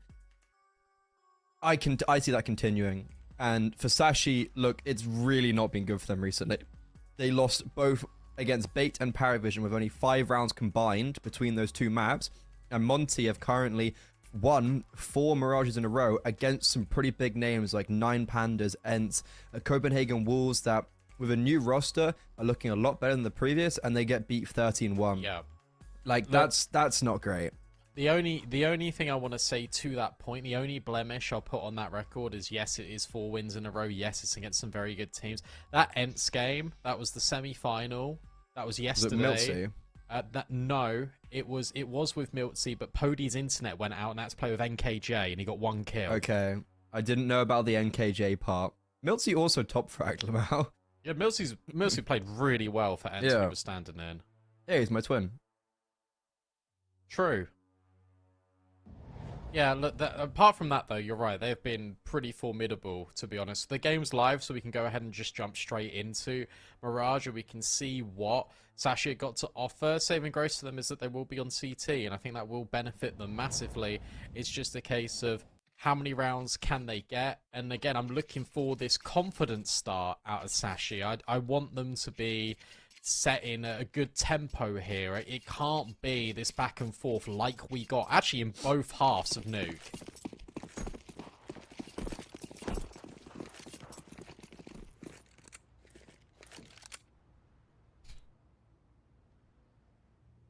This is an interesting start to the pistol round for Sashi. They've already sent 3 players middle to explore. They're just in a setup though.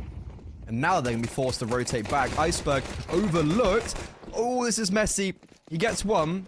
Probably could have got more from that position. And now because of that, we've lost a lot of control towards CT and just this early control for Sashi. And now with these fights streaming in, favoring Monty on the duels, this is just looking like a round that has a downwards trajectory until Diha overfaces. A very rough game for him on Nuke, and it seems like that's continuing here on Mirage, but Gizmy perfectly baits in for Demka, and this bait and switch is magical. Gizmy's also just run for the hills, by the way. He's out of there. He's letting Demka and Outtakes have their squabble because Gizmy knows he can just run down the clock, and he doesn't even need to anyways. Yeah, that's actually quite funny because the Glock of 20 bullets runs out of ammo, but the Dual Berettas of 30 runs out of ammo at the same time. And they both need to reload. And that means that Demka can just finish the job. On Altex here, look at this. Unfortunate. But yeah, a great bait and switch at the very end. The fact that it does come down to a 2 versus 2 is good for Sashi, but they obviously were hoping that they could just convert that into a pistol round win. They full eco. And this gives the game over to Monte. Monte are just looking for limited casualties. They've invested quite heavily into this. There's a lot of AKs. There's only 1 MAC-10, and Gizmy's got the bulk of the util.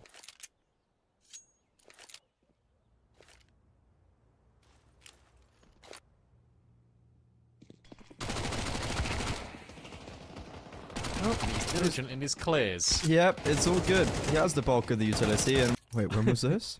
It's supposed to be at 7:30. Or 8:30, rather. They rescheduled it. Why did you even know this? Because he was playing one of my friends. Oh, is it in Div 2? Yeah. For half natty? I think so, yeah. Yeah, with Leaf as well. Yeah, yeah. And they played with Xavi as well last season. Because it's their uni team. And they won like collegiate, but he couldn't play the collegiate finals. It is a long time ago because he was going to Pro League, I think, with Monty at the beginning of last year. It was an Insomnia. It was like the last Priorities. Insomnia. Yeah, you know, he probably should have played the collegiate finals, Ryu? but I guess we're going to Pro League instead, or China. It was one of the two. 2 secs, because Ryu's yeah, got in the window. And Cabby does not seem like he's not even anticipating this, right? Focused on Palace, where there's a smoke up. This is a nice movement from Sashi, but wait, okay. Yeah, that's one way to clear him. But we're still going B, and there's a quick flank, but Iceberg dead. There's no way Iceberg gets away from this, and well, he won't even get one. And now you save.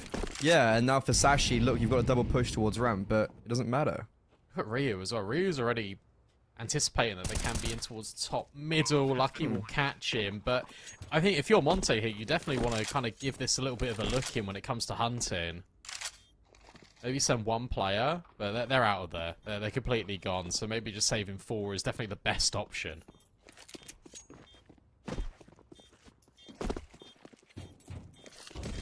I find it so funny a UKIC Div 2 team has Gizmy, Leaf, and Oh, I Shavy on know. it. I know. It's so funny to me. And so Leaf and Gizmy went to the same uni. That's where this team all originates from. Apparently, he actually does anti-strat for these games. For UKIC Div 2. I was Amazing. talking to someone and they were like, he definitely like prepped for us.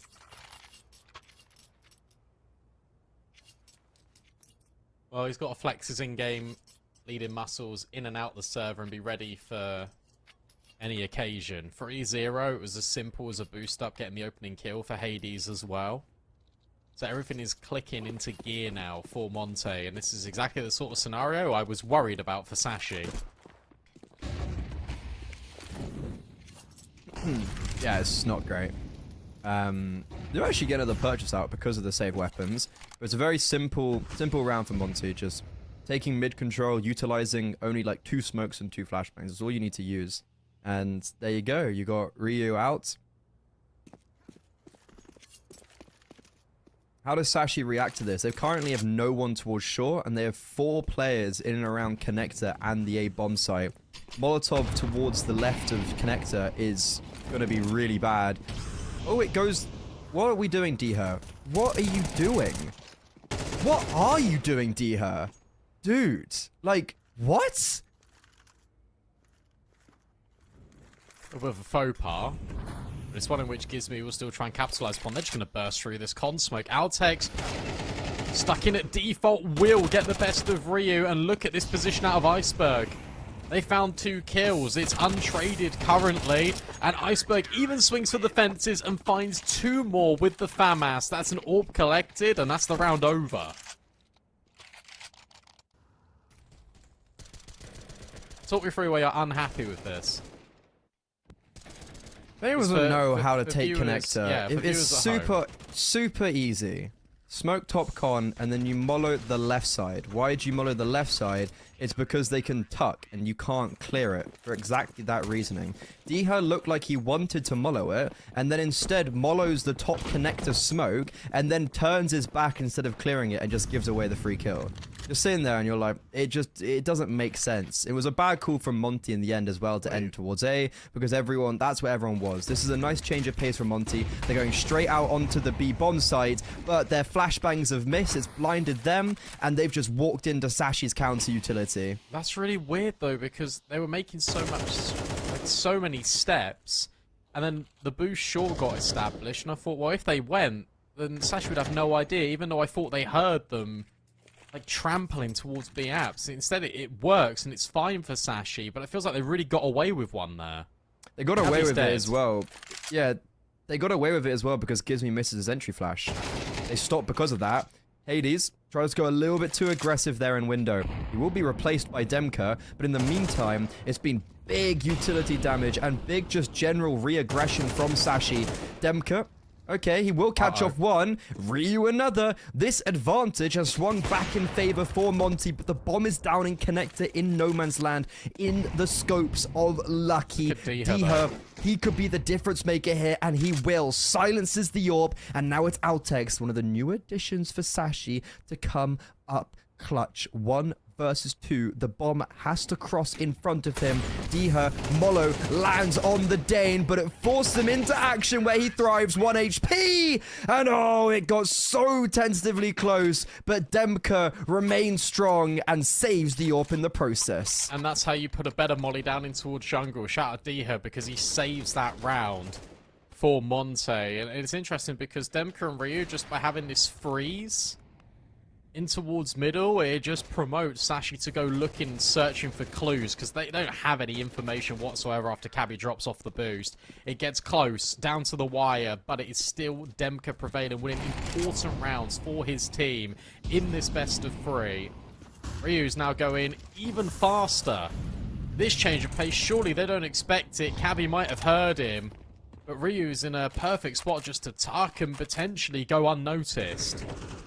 He's in ladder. He's got timing. And he sees both. Ooh! It's okay. It might not be okay. Uh-oh. This could very much be quite bad. And Gizmo's playing a little bit too close to connector for his own good. Demka does get the kill on A, but it comes at a cost of a load of his HP. Iceberg still thriving on B until the smoke spam comes in. But look at Monty's HP, 25, 21, 35. The flank's also coming in for Lucky. And if Zyphon's able just to survive, this baits Lucky in perfectly. They should be looking at apps because they have the whole of flank.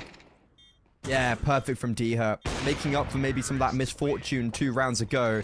And this round, they got very scary. It resumed the normality. That's back-to-back important rounds for Diha as well. And the first kill's got to be just as stated as the second one, because he spams the smoke on Iceberg and removes him, so the rotations become a little bit more delayed, and that enables that space for Monte to get the bomb down. Sure, Diha wants to take the fight, but isn't rewarded with a kill just yet. It's the correct move to go back in towards B. They made the right decision again here, Monte. They've been making a lot of right decisions. It was just that one round. The only round they've lost was... It was a culmination of a few things, but also just the wrong read into end A was also definitely a big part of it.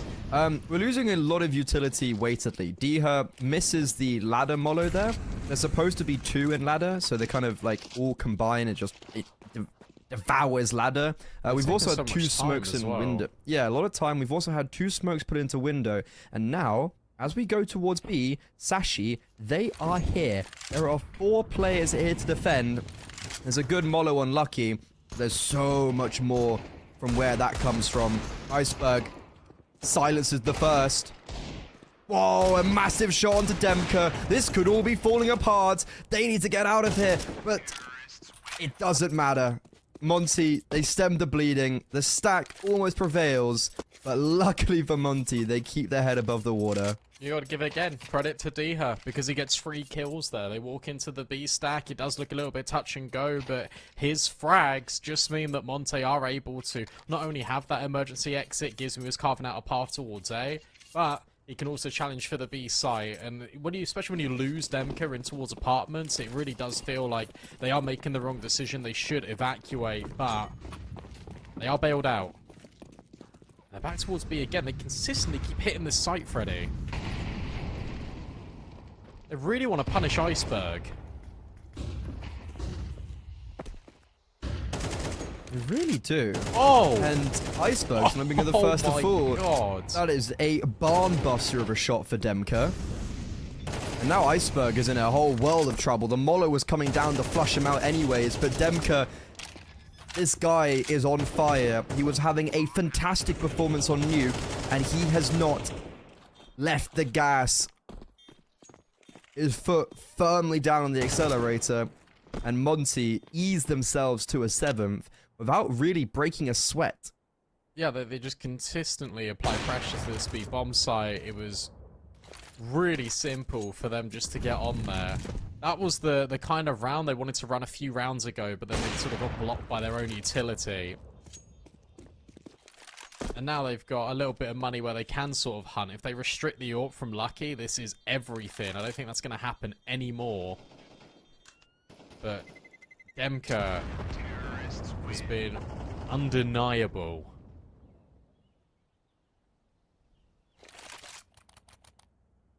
"7-1. This has just been instant as well.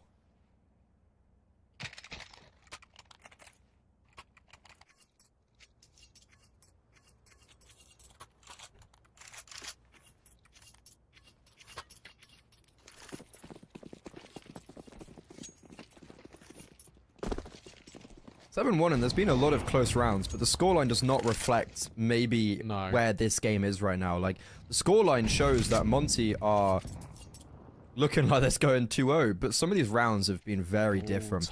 This is a very proactive play from Sashi. Diha, again, big misplay, dude. The flash is coming in ramp, and he drops before it pops. That's going to be the opening kill for Sashi. Lucky is able to catch off the lurker towards B, and this round has fallen apart before it's even started. Yeah, flash play was just not ready. It was ready, but Diha drops before it pops. Okay, it wasn't ready on his timing. There you go. Hades now circulating top middle with the bomb is a bit tricky, but with the players coming through underpass, we've seen 3v5s fall out of favour for Sashi before. With 40 seconds left, and with good control from Altex and Zyphon, it shouldn't be a cause for concern.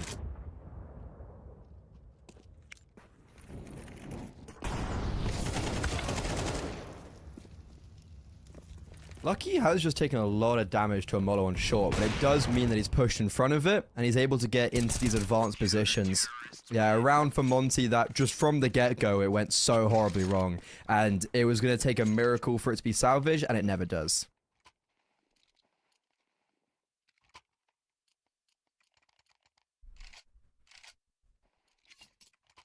They're teetering on the edge here, Monte, when it comes to the economy.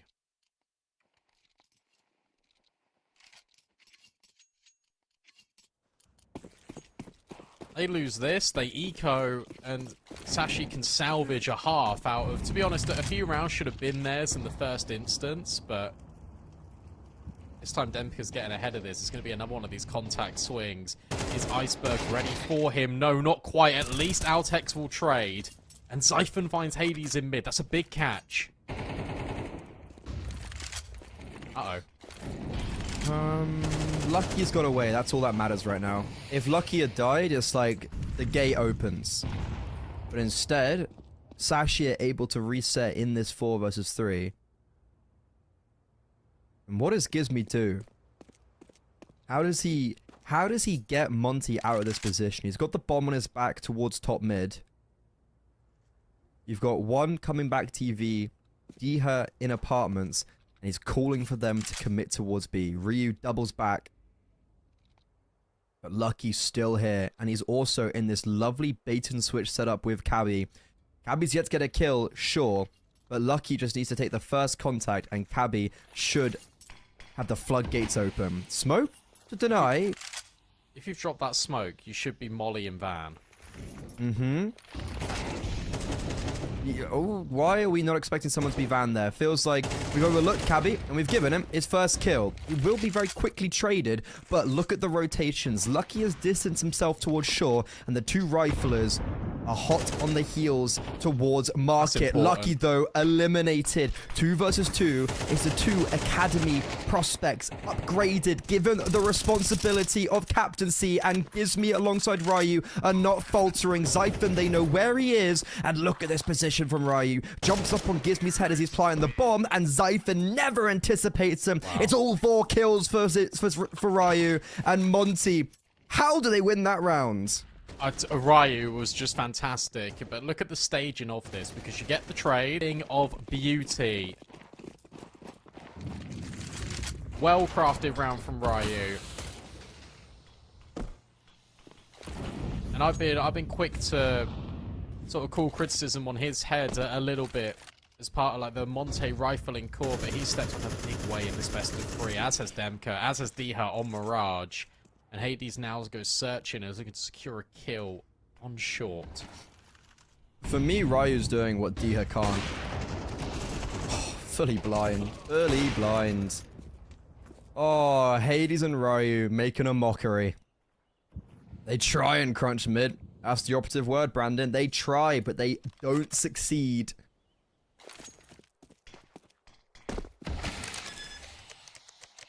Ryu's 11 and 7. He's top of the scoreboard for, if I'm not mistaken, the whole server. He's having some performance. He didn't really. It's like I'm going on again against about the last time that Monty upgrade kind of promoted Gizmi and Ryu. It's like I didn't even get to see much of them. It didn't feel like we gave them a proper opportunity. Like to be honest, when they played Pro League, I think Ryu was really good. Ryu was really good in Pro League. Gizmi also felt like he was playing quite well, and like they made playoffs. They that's pretty impressive. Sure, there's a lot more teams in playoffs, but there's just a lot more teams in general at Pro League. And I think since they're going back into the academy team, the only reason why it outlasted or it grew out of an academy team was because the main Monty team downgraded. The main Monty team ended up retaking the invites away from the academy team. And yeah, I think it's only a matter of time. It feels natural to bring up Ryu and Gizmi into a team that's on the same caliber of them anyways. And, well, this is a 10-2 half, Brandon. Yeah, easy. You had a couple of close moments in here for Sashi, but ultimately when they did actually sort of break the deadlock, they couldn't capitalize on it. They couldn't find their way back in, and again, it's these 3v5s, it's a 2v4 that has been won as well by Gizmi and Ryu. Christ. And now it's just Monte just performing exceptionally well. Cabby has 1 kill. Zyphon has 5. I think that's actually the more dramatic one. You look at Zyphon a lot for the firepower here in Sashi, and he's not been here. Zyphon was like the main reason TSM made the RMRs last year, and was one of the main reasons for a lot of success of TSM. And his addition to the Sashi roster should be bolstering a significant amount of the firepower. And I've yet to see that in any of the games I've really seen from him in Sashi. And it's just, I don't know, Danish teams, they're not having... 2025 is not the year of the Danes. You're the UKCS.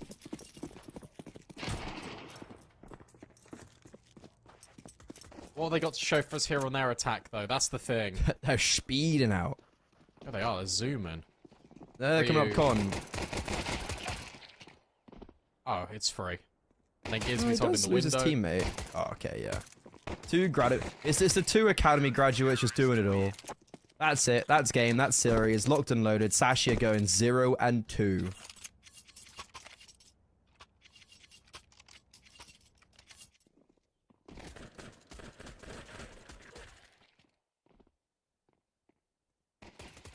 Well, they've put us back on schedule.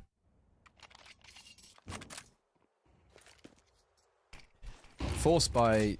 I don't even know, like, I don't know what we can get done here.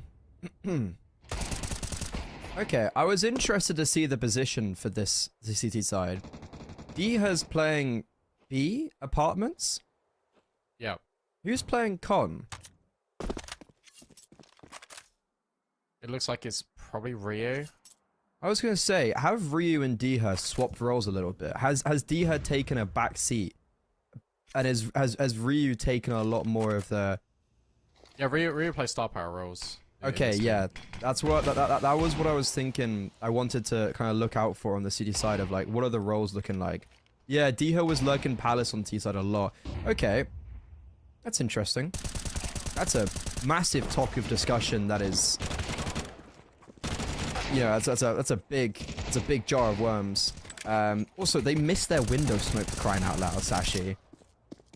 Like, how would you miss a window smoke from mid? How would you even do that? Freddy is not a happy bunny, and neither is Sashi, who's in 12-2 on Monte's pick. Ryu has got 17 kills now. Christ. There's not a single player from Sashi in double digits. Their highest kill player is Monte's lowest. Ooh, yikes. And the lowest is the IGL for Monty. So it's like, okay, everyone else is doing their job pretty well. It might all end here with this A pop. That's going to be a big nade. Oh, they're double nading ramp. They're double nading ramp. Not as much damage as I anticipate, but Cabby's still low. Altec's low as well. Ryu is just furthering his dominion. This man's ruling with an iron fist, and Demka's been baited in perfectly. Lucky's fading behind the palace smoke, and there's just nothing he can get done. He does actually get the spam through the smoke, but he's on 12 HP. And Monty, they're going to take this series by storm on Mirage. 13-2. It's the first time I've watched Monty this year with the addition of Gizmi and Ryu. And I am very excited about their progression. But on the duality of that, very disappointed from what I've seen from Sashi so far this year. Yeah, it's a bit of a tough one, really, for Sashi. It's a shame as well, because they went through a period where they were playing just really good CS. Now they just sort of struggled a little bit. I think the firepower has actually been the issue for Sashi rather than the strats, to be honest. I think, look, Zyphon, Altex do bring that dimension, but I have been worried about Lucky. And then Cabby, his form has just been negligible.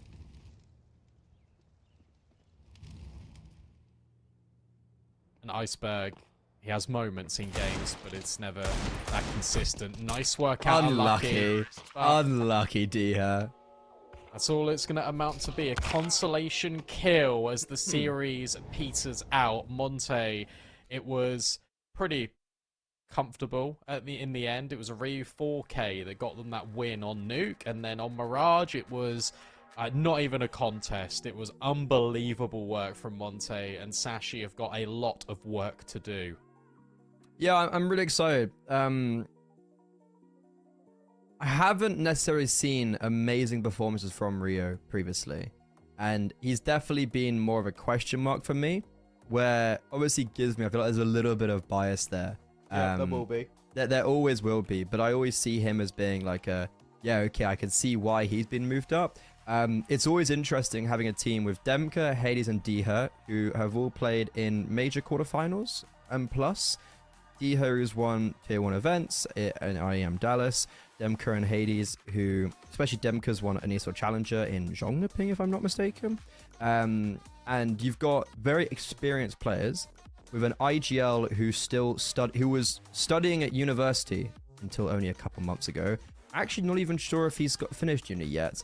But that's kind of, you know, that level of, he's a young guy, he's inexperienced. His first professional team is Monty Academy outside of UKCS, and giving your respect to an IGL, giving him, actually having the authority can be hard to come by sometimes. Sometimes people wouldn't respect you as much, but it looks like with this Monty roster, they're off to a great start, so Gizmi's earning that success. Yeah, for sure, and he deserves it as well. Good showings out of Diha, especially on Mirage, good showings out of Demka all the way through, and we always know what we're going to get out of Hades. That's Monte going through to 1-1 in the standings here on the Swiss, and you can see that those were the low matches. Tomorrow, Freddy, we've got the high matches. Spirit Academy versus Money F, Sinners versus Alliance, Fnatic versus Apogee, and Bates take on Fireflux. But that is for tomorrow. You know the drill, guys. 4 best of 3s kick off the action. As always, we always are bringing you the consistent 4 BO3s. Take care, and we'll see you tomorrow.